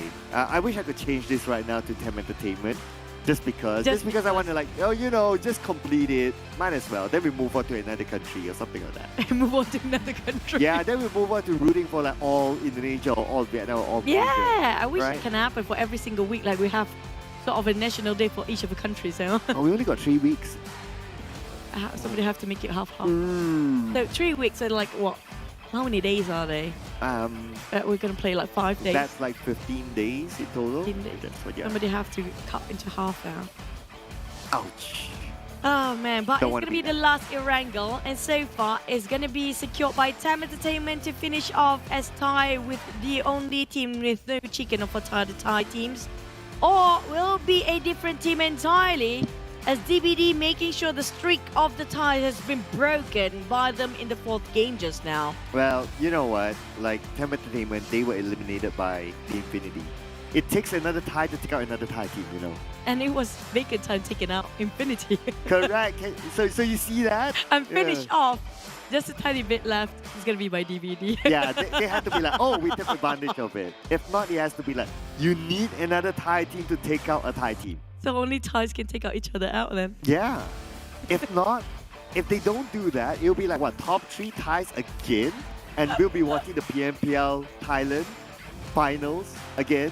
Oh, man. Like how we saw in Buriram. If it happens in Erangel, I don't know. I'm going to Thailand right now. Let's go.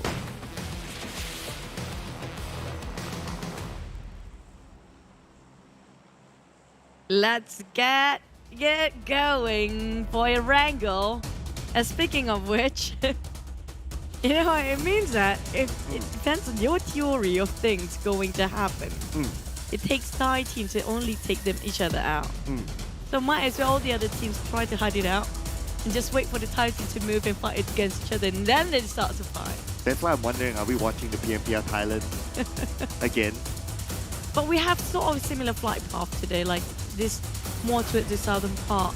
So there are chances we might having a gut car sort of circle or the center circle again.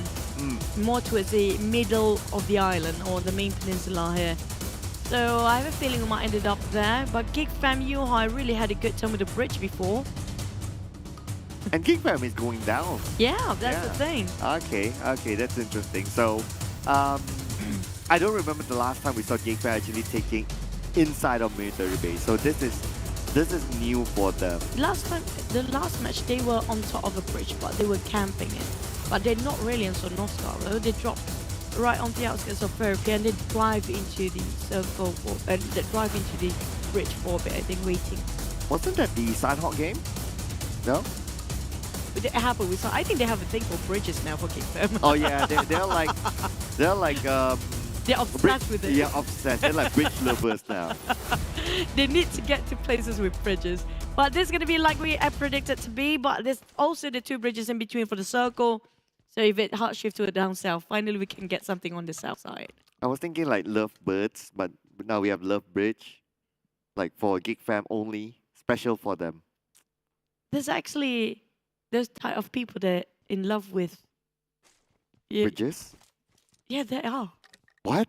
Yeah, they're actually true. I mean, like... Okay. Now could be I want off to know. topic Now I of want it. to know. Right. I forgot what the term called, but they are. So what did they do?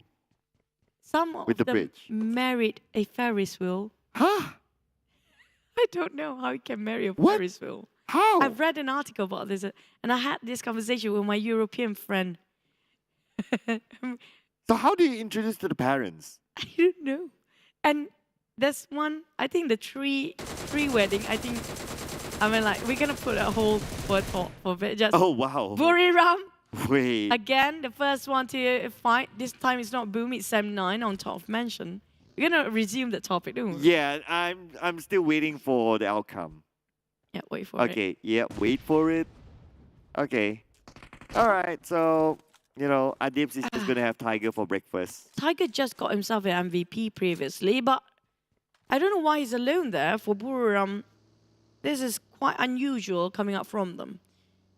Now back to the story you want? Okay, yeah. Wow. Yeah, come Why? on. Calm down, Bacon Time, calm down. Okay, for the people, I forgot. I think some of you in the chat kind of know what I'm talking about.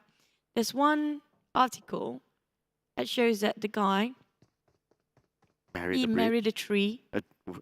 He even do a ceremony for that. Even invited all his friends to come around. Huh? And they celebrated with the tree. I don't know how the tree walked down the aisle, but the tree waited at the aisle. And how does a tree respond to vows? I don't know, man. Maybe just Like it has be to shaky. yeah, the wind has to move, and the tree shakes. And the Ferris wheel thing is actually real. The one that actually in love with the Ferris wheel. He said the grease of the Ferris wheel is the thing that he loved most about the Ferris wheel. I can't even. You guys can just search it over. I'm not even kidding. You can sort of fit a tree in the house if you want to bring it back home after that. But how do you fit a Ferris wheel into the house? Like, hey, I didn't marry a Ferris wheel. Hey, honey, we're going home right now. We're done. And how do you even fit through the door? I don't know. I don't know. I'm glad I'm single, after hearing this story. I am absolutely happy with myself. Oh. After hearing that. Especially. I'm glad now. You feel like a human yourself Yeah, too now. you're glad that you got a human. Yeah, I'm glad I got on. And your we human are, wants we are human. to the extent of our life right now as a human being are at the extent of we're so glad we're actually still humans to that certain part, or like still interact like humans do. I'll be so worried. I want to meet those people. It's really interesting people. I love to know about their mindset as well because they have different perspective when it comes to life. It's a really deep topic. A heavy one as well. I am still digesting it, so you got to take on the show now. Yeah, I mean, you can search for it if you want to. Yeah, with my GT Neo 3, right? Yeah, I'm gonna do that. Thanks, Real Me. You can send me the phone to my house, just saying. Don't forget to order yourself dinner later with the promo code PUBGM. Yeah, while thank you you, at it. Grab. Yep. Yeah. Well, we're waiting for anything to happen. Nothing seems to be happening. Well, a lot of the teams marking their territories and just securing their perimeters. Having the scouters to move about. Buriram definitely lost Tiger quite early on. The only team that lost one man. Others being very quiet. We might wait till the third circle for something really big to happen. That's where the certainty of the circle can be, shown in the map. Well, the fourth phase is going to be the greatest migration for between the teams. So that's where the teams will be cut into half from 16 maybe down to at least like 10, 12. That the most is usually 12. These Avias, they got a good start today. At least today, Lamborghini have been not showing off as much as he was back then, Yeah. I mean, I'm sure he can show off his good looks, He looked troubled these days. You saw his face, right? Yeah. He looked troubled. Yeah. In person, he looks kind of different, though. He looks innocent. Yeah, in person, he looks better. I don't know, maybe it's just one of those days where he tries to take the photo and he just woke up on the wrong side of the bed, that sort of thing. But when you see him in person, he's like pretty chill, pretty cool, and He looks younger in person. yeah, I wonder how old he is. He's quite young, actually. Oh, really? Like Yeah. early 20s? Yeah. I would expect that. Yeah. Oh, these players, my goodness. Like, what were That's you why doing in your early 20s? That's why we should have the PMVC. Oh yeah, yeah, we're putting it out there again. You know, if you see a PMVC, PUBG Mobile Veteran Championship, you know it came from us. Yep. Okay, here we go. TEM Entertainment, no. You cannot not here. I mean, like, TEM Entertainment, the only Thai team not securing any chicken yet. Oh yeah. We want that to happen. But the thing is with TEM, they love to engage early fights too much. Well, maybe they realize that, okay, we're the only Thai team without a chicken dinner, so we're not going to do that anymore. You can see them retreating back to the compound. They're like, nope, nope, we're not going to end the day without a chicken dinner. We don't want to be part of that chat group that points at us. No, we want to go home with something. And if you kind of think about it, right, like, okay, all the Thai teams that we can see at least on screen right now, all of them have more than 100 points. TEM Entertainment is still like 11 points They behind. are the only team that didn't crack the triple digit there. Yeah. So they are the one that without the chicken, without the triple digit.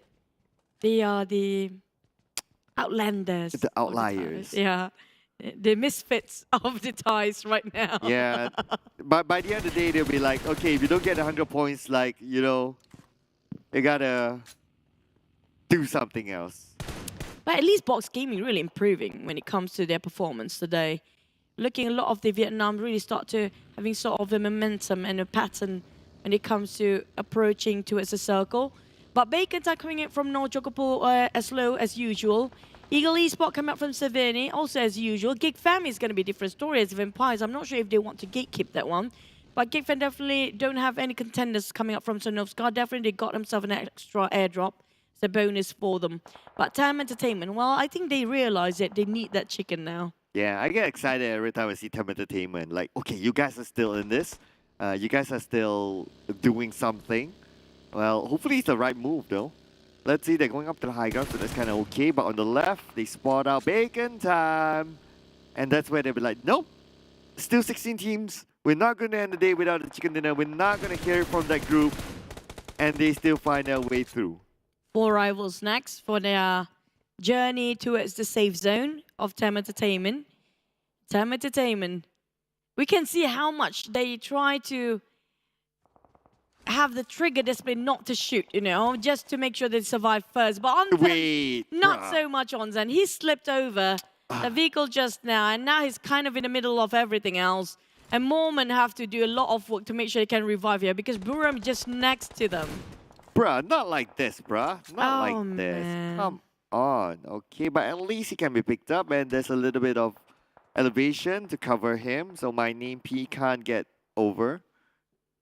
So that's kind of okay. So now they're back as a 4. Okay, I'll be disappointed if he gets eliminated like that. We can see that how they try to evade all the, you know, unnecessary skirmishes before for TEM Entertainment. But the moment they step into a different compound entirely, it feels like they're being forced to, or it's like they're fated to fight, no matter how much they try to evade it. In this case, it's going to be Buriram still Thai taking out Thai teams. See, yeah, I know, right? At least they haven't eliminated each other just yet. But then again, you can see the pressure coming in from Buriram on the TEM Entertainment, and they need to reset themselves. But again, the main point is that it takes another Thai team to take out another Thai team. Yep. But so far, they're putting it on hold for a bit. Geek Fam finally start to venture out from Sonovska military base into the left side of a bridge, which is going to land it on top of maybe crossing over to Pochinki if they want to. I'm not sure if Pochinki is still vacant or not, but definitely they are on the fields of Gatka as their journey venture out. Vampires taking a bit of a long distance shot against these Xaviers on elevations a bit. And there's a bit of exchange of knockdowns. Rabies on the ground, but I don't think Vampires will finish it off straight away. It's quite far distance between them. Yeah, there's still a decent gap between the teams, and not only that, elevation as well. So it's more of like, okay, I shoot you, you shoot me. We are happy family. Oh no, we're not It happy sounds family. so wrong, Cloud. It's like I shoot you, you shoot me. We are happy family, not. But it's more like giving warning shots. Like, It's really as long as dark. you don't come close, that's fine. It's really dark. I'm sorry. Well, are you thinking of something else? Never mind. Back to the Saviors DVD. How many times are we going to get cancelled on this show now? I don't know. I just wish Okay. not. I didn't want to acknowledge that as that way, but thanks. Thank you. Now I'm polluted. TEM Entertainment back again. Buriram still having their eyes towards TEM. Now they are reuniting their roster for the side of TEM Entertainment.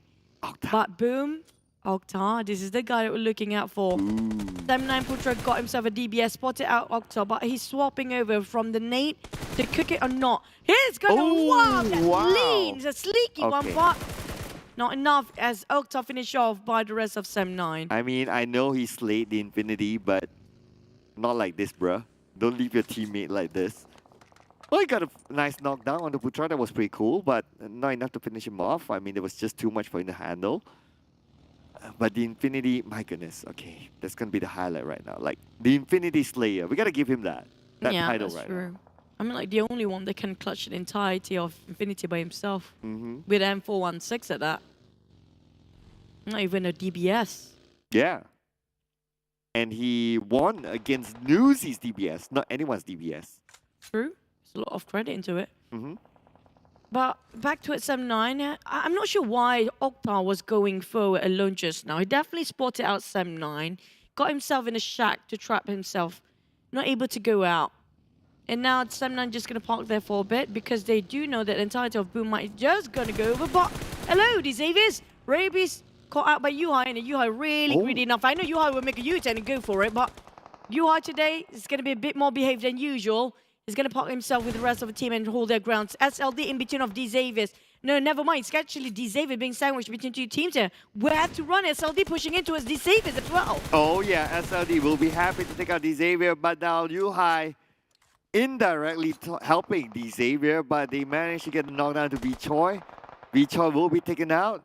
Would it be a steal away? Nope, it's going to be Gosu securing that elimination point. SLD managed to get an upper hand over D Xavier, but Mika onto Rabbids. D Xavier falling apart. Oh, left with only two players here. SLD didn't see this one through. They thought it's only one team. There's actually two of them. Lucky enough, got himself a first 8 kit. Oh, it's big enough, Matt kit. Coming up from SLD, Gosu and Smab. Now, how to get out from here? They caught themselves in this position in the first place. Geek Fam now taking off fight. Oh, it's wrong. Chuang already on the ground. Down to only 3 more players. One of them goes on the vehicle still. And Geek Fam having eyes on Rabies. Finished off by April there. Mika trying to spot out the other players of D Xaviers, but they're just too far off to, you know, do the follow-up here. We have SLD now on the outside of the zone. A little bit of a fire onto Gosu. Gosu needs to move. He'll be pressured by the blue, but now the circle will be centered onto FaZe Clan. TEM Entertainment is in the circle. They're quite in the center. All they need to do is just hold their grounds with FaZe eyeing them out. Buriram is there. Oh my God. Most of the Thai teams already in the center. And we're talking about Geek Fam trying to take out an SLD. It's going to be a long nade exchange. Couple of them connected. One knockdown on Truong. Snipes coming up from the flank side. Oh yeah, it's coming up from the back line entirely. What a good spot for Snipes. But straight in the line of sight here. Coming up from the back. Getting on 2 double down. Snipe.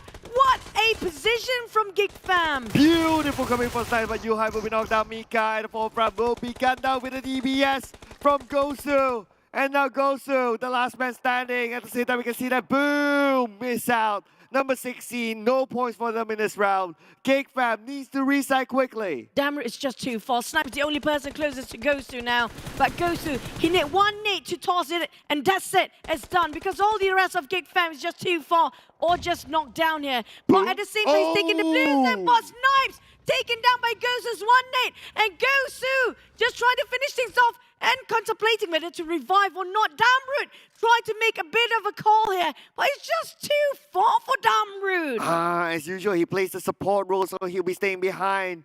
Now, this could be an opportunity for Damroot to get another Gosu. Now, Damroot scopes out. Gosu is out of sight by Gosu. He's being pressured by the blue at the same time. 4 first aids for him to use. He has a buggy to get with him. Should be all right for Gosu. But then again, what is Gosu going to do? Is he just going to go straight? He's going to go bottom? But wait a second, Damroot out, taking out by bacon time. Ice! Where did that shot coming out from? I know, right? Oh yeah, they were just Damroot cannot cut across because Bacon Times was eyeing him out to not cross the street. So it's just so hard for Damroot to approach towards the rest of the team. That's why he's been holding his ground. But that was just a temporary victory. The moment he been shot down, he plays at 40. A little bit of a fake hope there for Gosu. The moment he thought that, oh, I'm safe now, but nope. Looks like life is not that easy, bruh. Yeah. Life is never easy, yeah. Bacon Time got himself at 1 eliminations from a side of Damroot. That's going to be Ice. Now spotted out the Xaviers, who tried to hide themselves the longest time. Being spotted by Shirty. 7-9 taking the fight towards the side of Vampires, forcing it with Ravenclaw on the ground. 4 rivals butting in on the back line. Now there's going to be a 4-way war.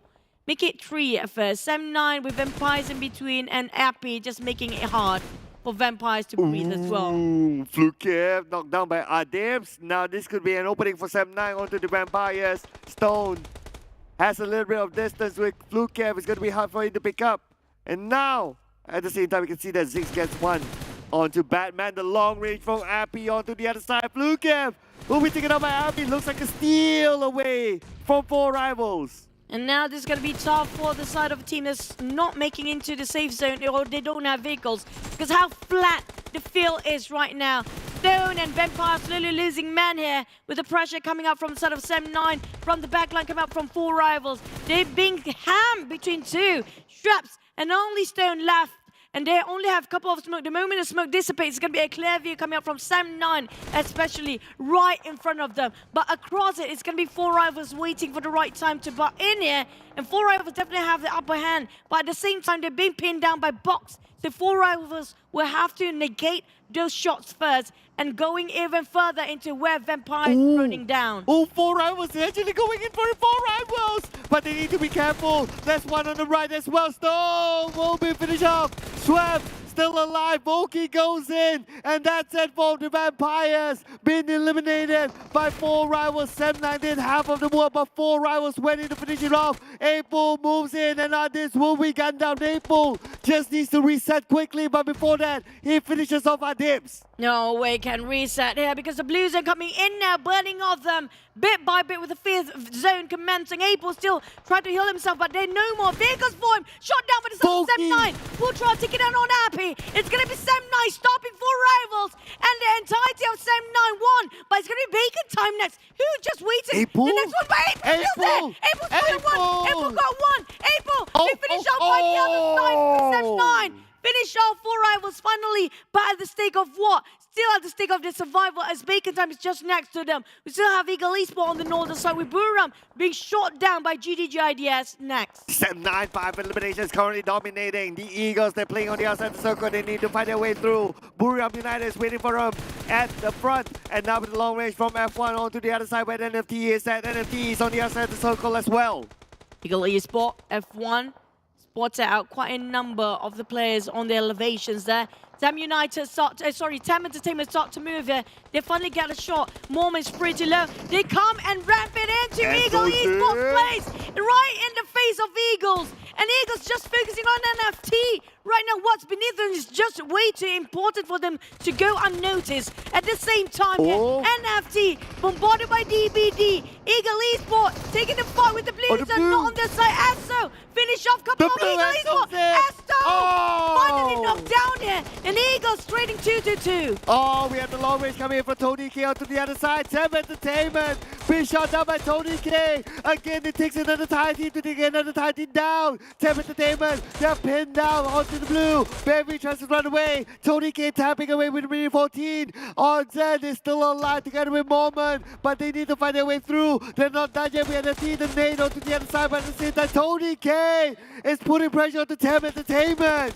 This is just almost impossible attempt to get out from this sticky situation. Too sticky, in fact, that they couldn't even budge from where they're standing. On the side of TEM Entertainment, keep on giving the pressure to the side of Ego Esports with their Nate. There's going to be the last few coming up from the side of TEM Entertainment, but Buriram still in there, and TEM Bavi managed to knock down on Buriram. Ego Esports still going to survive for a bit because their highest contender is going to be Buriram. Vintorez and the rest of FaZe, on the other hand, run and gun and steal off elimination while they can. Break with a long range onto FaZe Clan, but FaZe Clan counter fire onto Bacon time. All these teams are still on the outside of the circle. 3 more seconds before the zone close in. FaZe Clan still a full squad. Moment takes down Mining P, and now TEM Entertainment, despite the pressure from FaZe Clan, they are not done yet. They can reset up. Oh! FaZe! Tony K! Oh! Wow, so close yet so far. Bacon eliminated. Feels like FaZe might close another chicken for today here. Oh, but Sem9, they have the circle, they have the high ground. FaZe Clan has the high ground as well. Vintorez parks himself in the circle. At the same time, we have Boss Gaming. Let's not forget about them. They're currently by the rim of it. Number 7 for DBD, 1 elimination point. We're now down to the top 5 teams. And 5 eliminations for TEM Entertainment in the bag.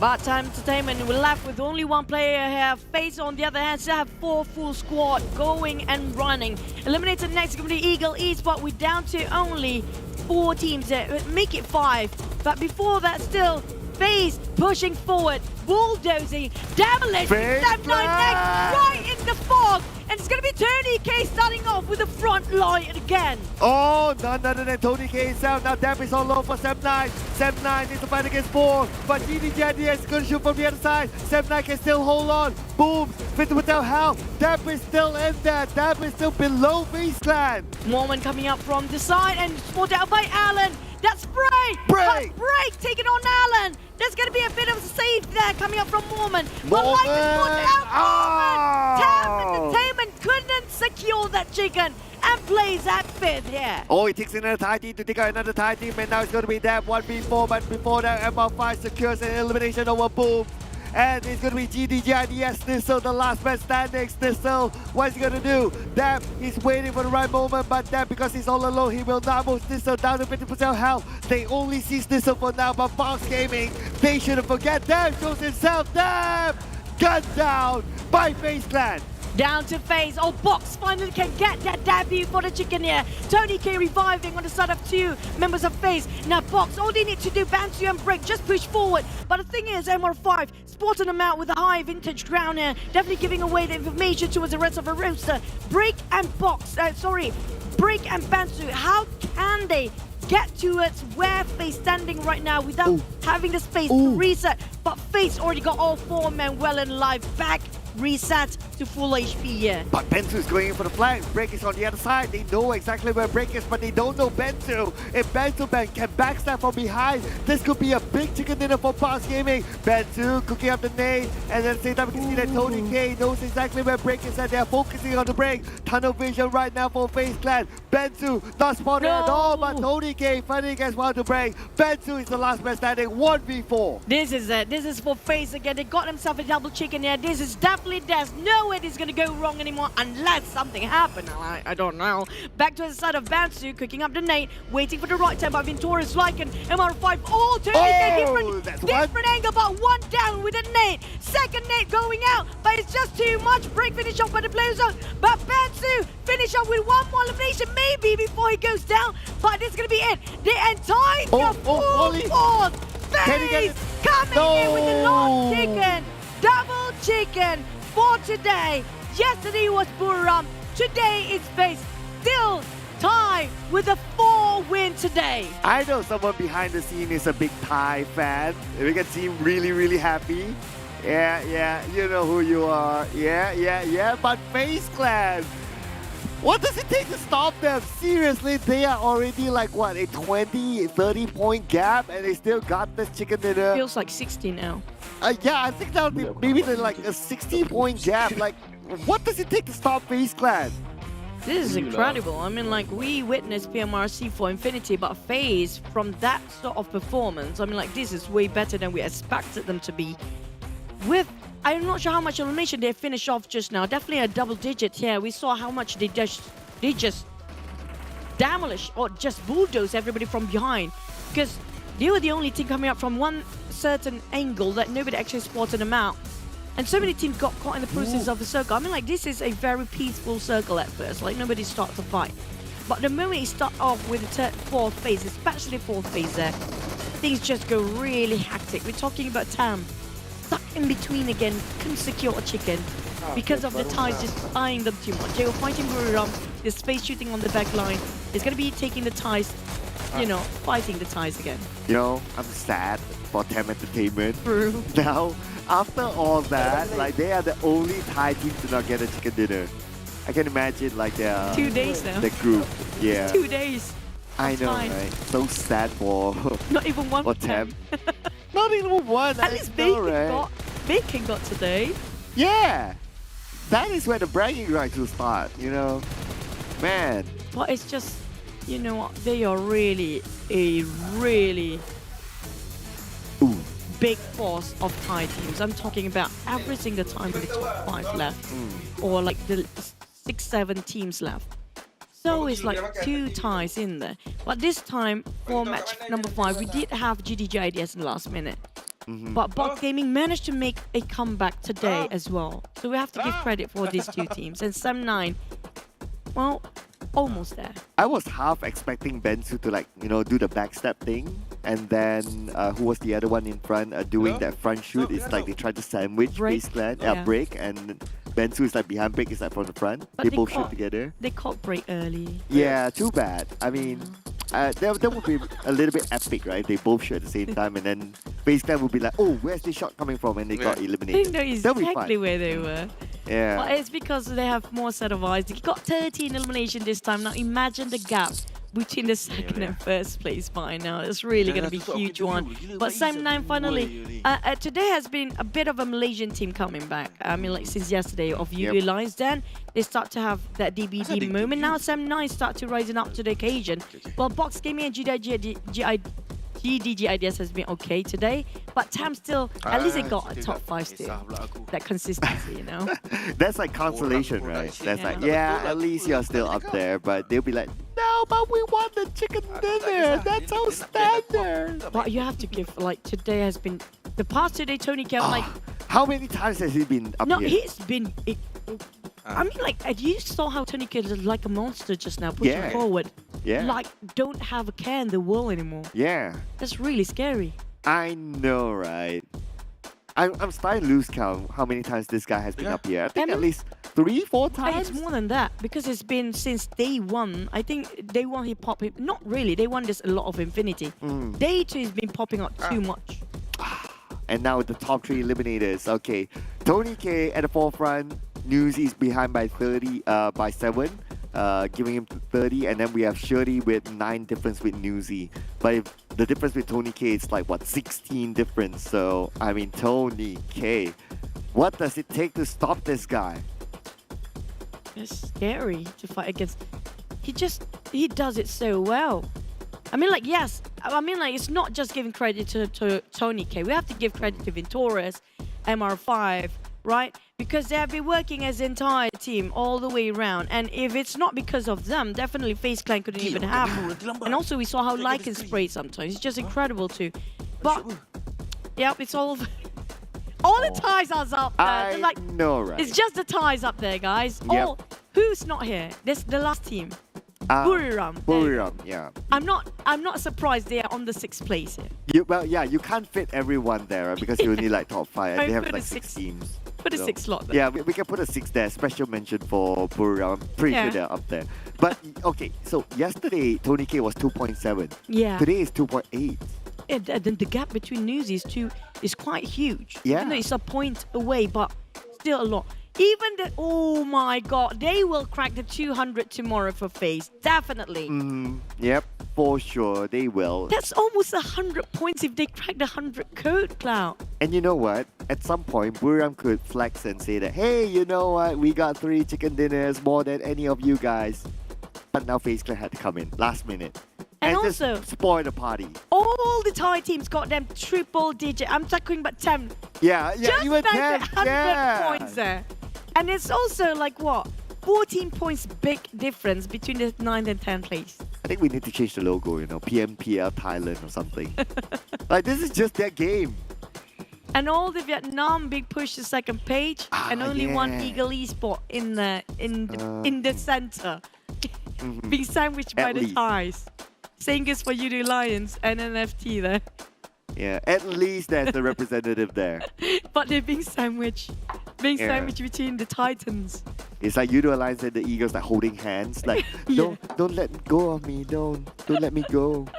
Only us, don't let it go. Oh my god, this is scary. What these guys actually had for everything. I mean, like the ties.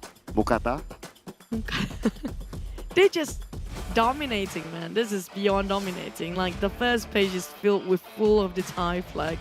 I'm loving it. It just shows how dominant they are and how much we can learn from them. If only we wore that Thai outfit together before. If Yeah. only we had I that. mean, We if were they- so weird for For them. final week, if they're still gonna do this, we might actually do. Yeah, we'll do a special. We do a special. We'll do a special. We, So we, you heard we it. won't be in the grand finals. So we have to do it during the last week. Yeah, we're gonna do it Yeah. during the last week. If Thailand really dominates like all the way, we're gonna do like that special. We're gonna dress up for that sort of Thai thing. I'm gonna go full Thai with my Yes. face as well. Yes, like it has to be for them. Just especially for them. But if it happens to be a different team, depends if there's other teams or other region actually dominating. We can put up their traditional costume. Yeah. So we'll see. We still have a couple of weeks to go. Yeah. Well, by that time we'll decide. So if you want us to dress as that, you got to root for your favorite team from that favorite country. Yeah. Or if you don't want us to spoil your traditional outfit. Then you vote the opposite. I said no, my team don't do well. Don't. Don't let them wear whatever they want to wear for these castles. But that was definitely a very mesmerizing performance coming up from the Thais, really. Like the past 2 days. My God, how can they have that sort of stamina and consistency continuously since yesterday? It baffles me, and I've seen a lot of pro teams like in front of my eyes, like how they perform during a league, and if they have a bad game, it's very, very hard. But it doesn't feel like there's a difference for the Thai teams. But let's have an interview with one of the teams coming up next.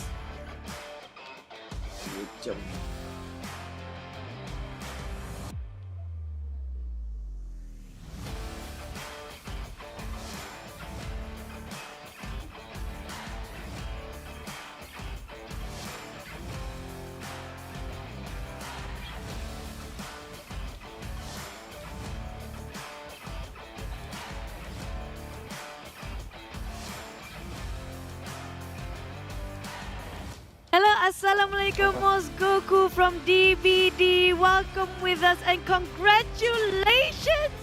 Finally, one chicken! Oh my God, where you guys been gone? Apa jadi sebenarnya Mosgoku? Mana korang hilang? Oh, kita orang office yang kita orang main ni, since kita orang punya gaming house masih lagi pending. Kita main ke office, jadi wifi kita orang yang problem untuk 2 hari ni. Hari ni pun wifi still problem, tapi kita orang try to adapt lagging tapi ni problem wifi kita orang memang kita orang dah ada kontak dah.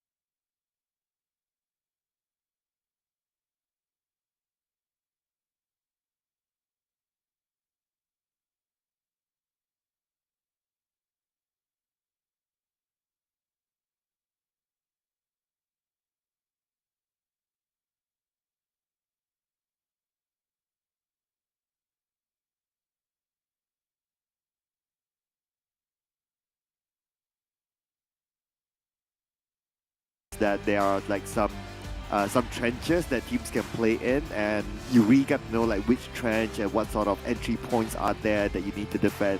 So we can see like some of the teams, they play this really, really well, especially FaZe Clan. They were there at some point, and they made use of that until they find a few moments until they need to move out. Just look at this, they are still in this trench at this stage because they know that these are what is good areas and they know how to defend it. And also about the place of what I mentioned about this is going to be the old circle, because it's so much of an open space as well when it comes to crossing the street and the road. So they have to pick their terrain quite fast because there's not much of, they can play the low ground they want. So this is one of the places where they can actually play the slope of a hill and can play it well. And also there's also a couple of bunkers there. So whoever wants to tunnel down, it's going to be a tough one to climb back up if they're not in the circle. So it's quite a risky play for some teams kind of stuck in between. If you look at how GIDS, they cannot cross the street. This is what I mentioned about if you came in late, and in this intersection is where there's so many streets there, you have to be careful which side of the land you want to park yourself for the entire team. But for side of FaZe, it's a bit of an uphill battle, but it's not that too much of a problem because why? They already got one break before. This is just 4 men charging towards the side of Bensu. There's nothing else to do, It's 4 men, full force of FaZe. Nothing can go wrong at this point. Yeah, and anyway, Bensu was alone and he tried to... I actually was wondering what was his idea, but I think that he was waiting for... when he got in the position, both of them shoot at the same time. They tried to take out the rest of FaZe Clan, but it just didn't work because one of them got knocked down before he was in position. So the plan kind of failed. But I really like the idea of box gaming. At least they try something rather than just being 2 persons stuck in the open and you can't do much. Yeah, they tried, but because of, they being spotted out, I think it was Tony K at first. But thank you so much again for you guys watching with us today for the 2022 PMPL SEA Championship Fall, which is brought to you by Tencent Games, Budget Corporation, Lightspeed, and Quantum Studios. Definitely want to thank our official smartphone partner, which is going to be the GT Neo 3 Realme. Definitely one of phone that you should upgrade yourself with the latest chipset of Dimensity. Sorry, I forgot. MediaTek Dimensity 8100 5G, and upgrade your Battlefield experience. And also thank you so much our official live stream partner TikTok. Don't forget follow our pages. And also thank you so much for GrabFood with a 50% off of deliveries with the Grab order promo code PUBGM. That's going to be all in capital letters of PUBG and for new users only. I think that's it for today, Cloud. We have Thai days for the past 2 days. Tomorrow is a different region, hopefully. Yeah, well, we still have TEM Entertainment. Let's not forget that. So we're going to head on to the weekend show tomorrow. Same time, same channel. My name is Sir Cloud. Together with Choo Choo, we'll be seeing you then. Bye!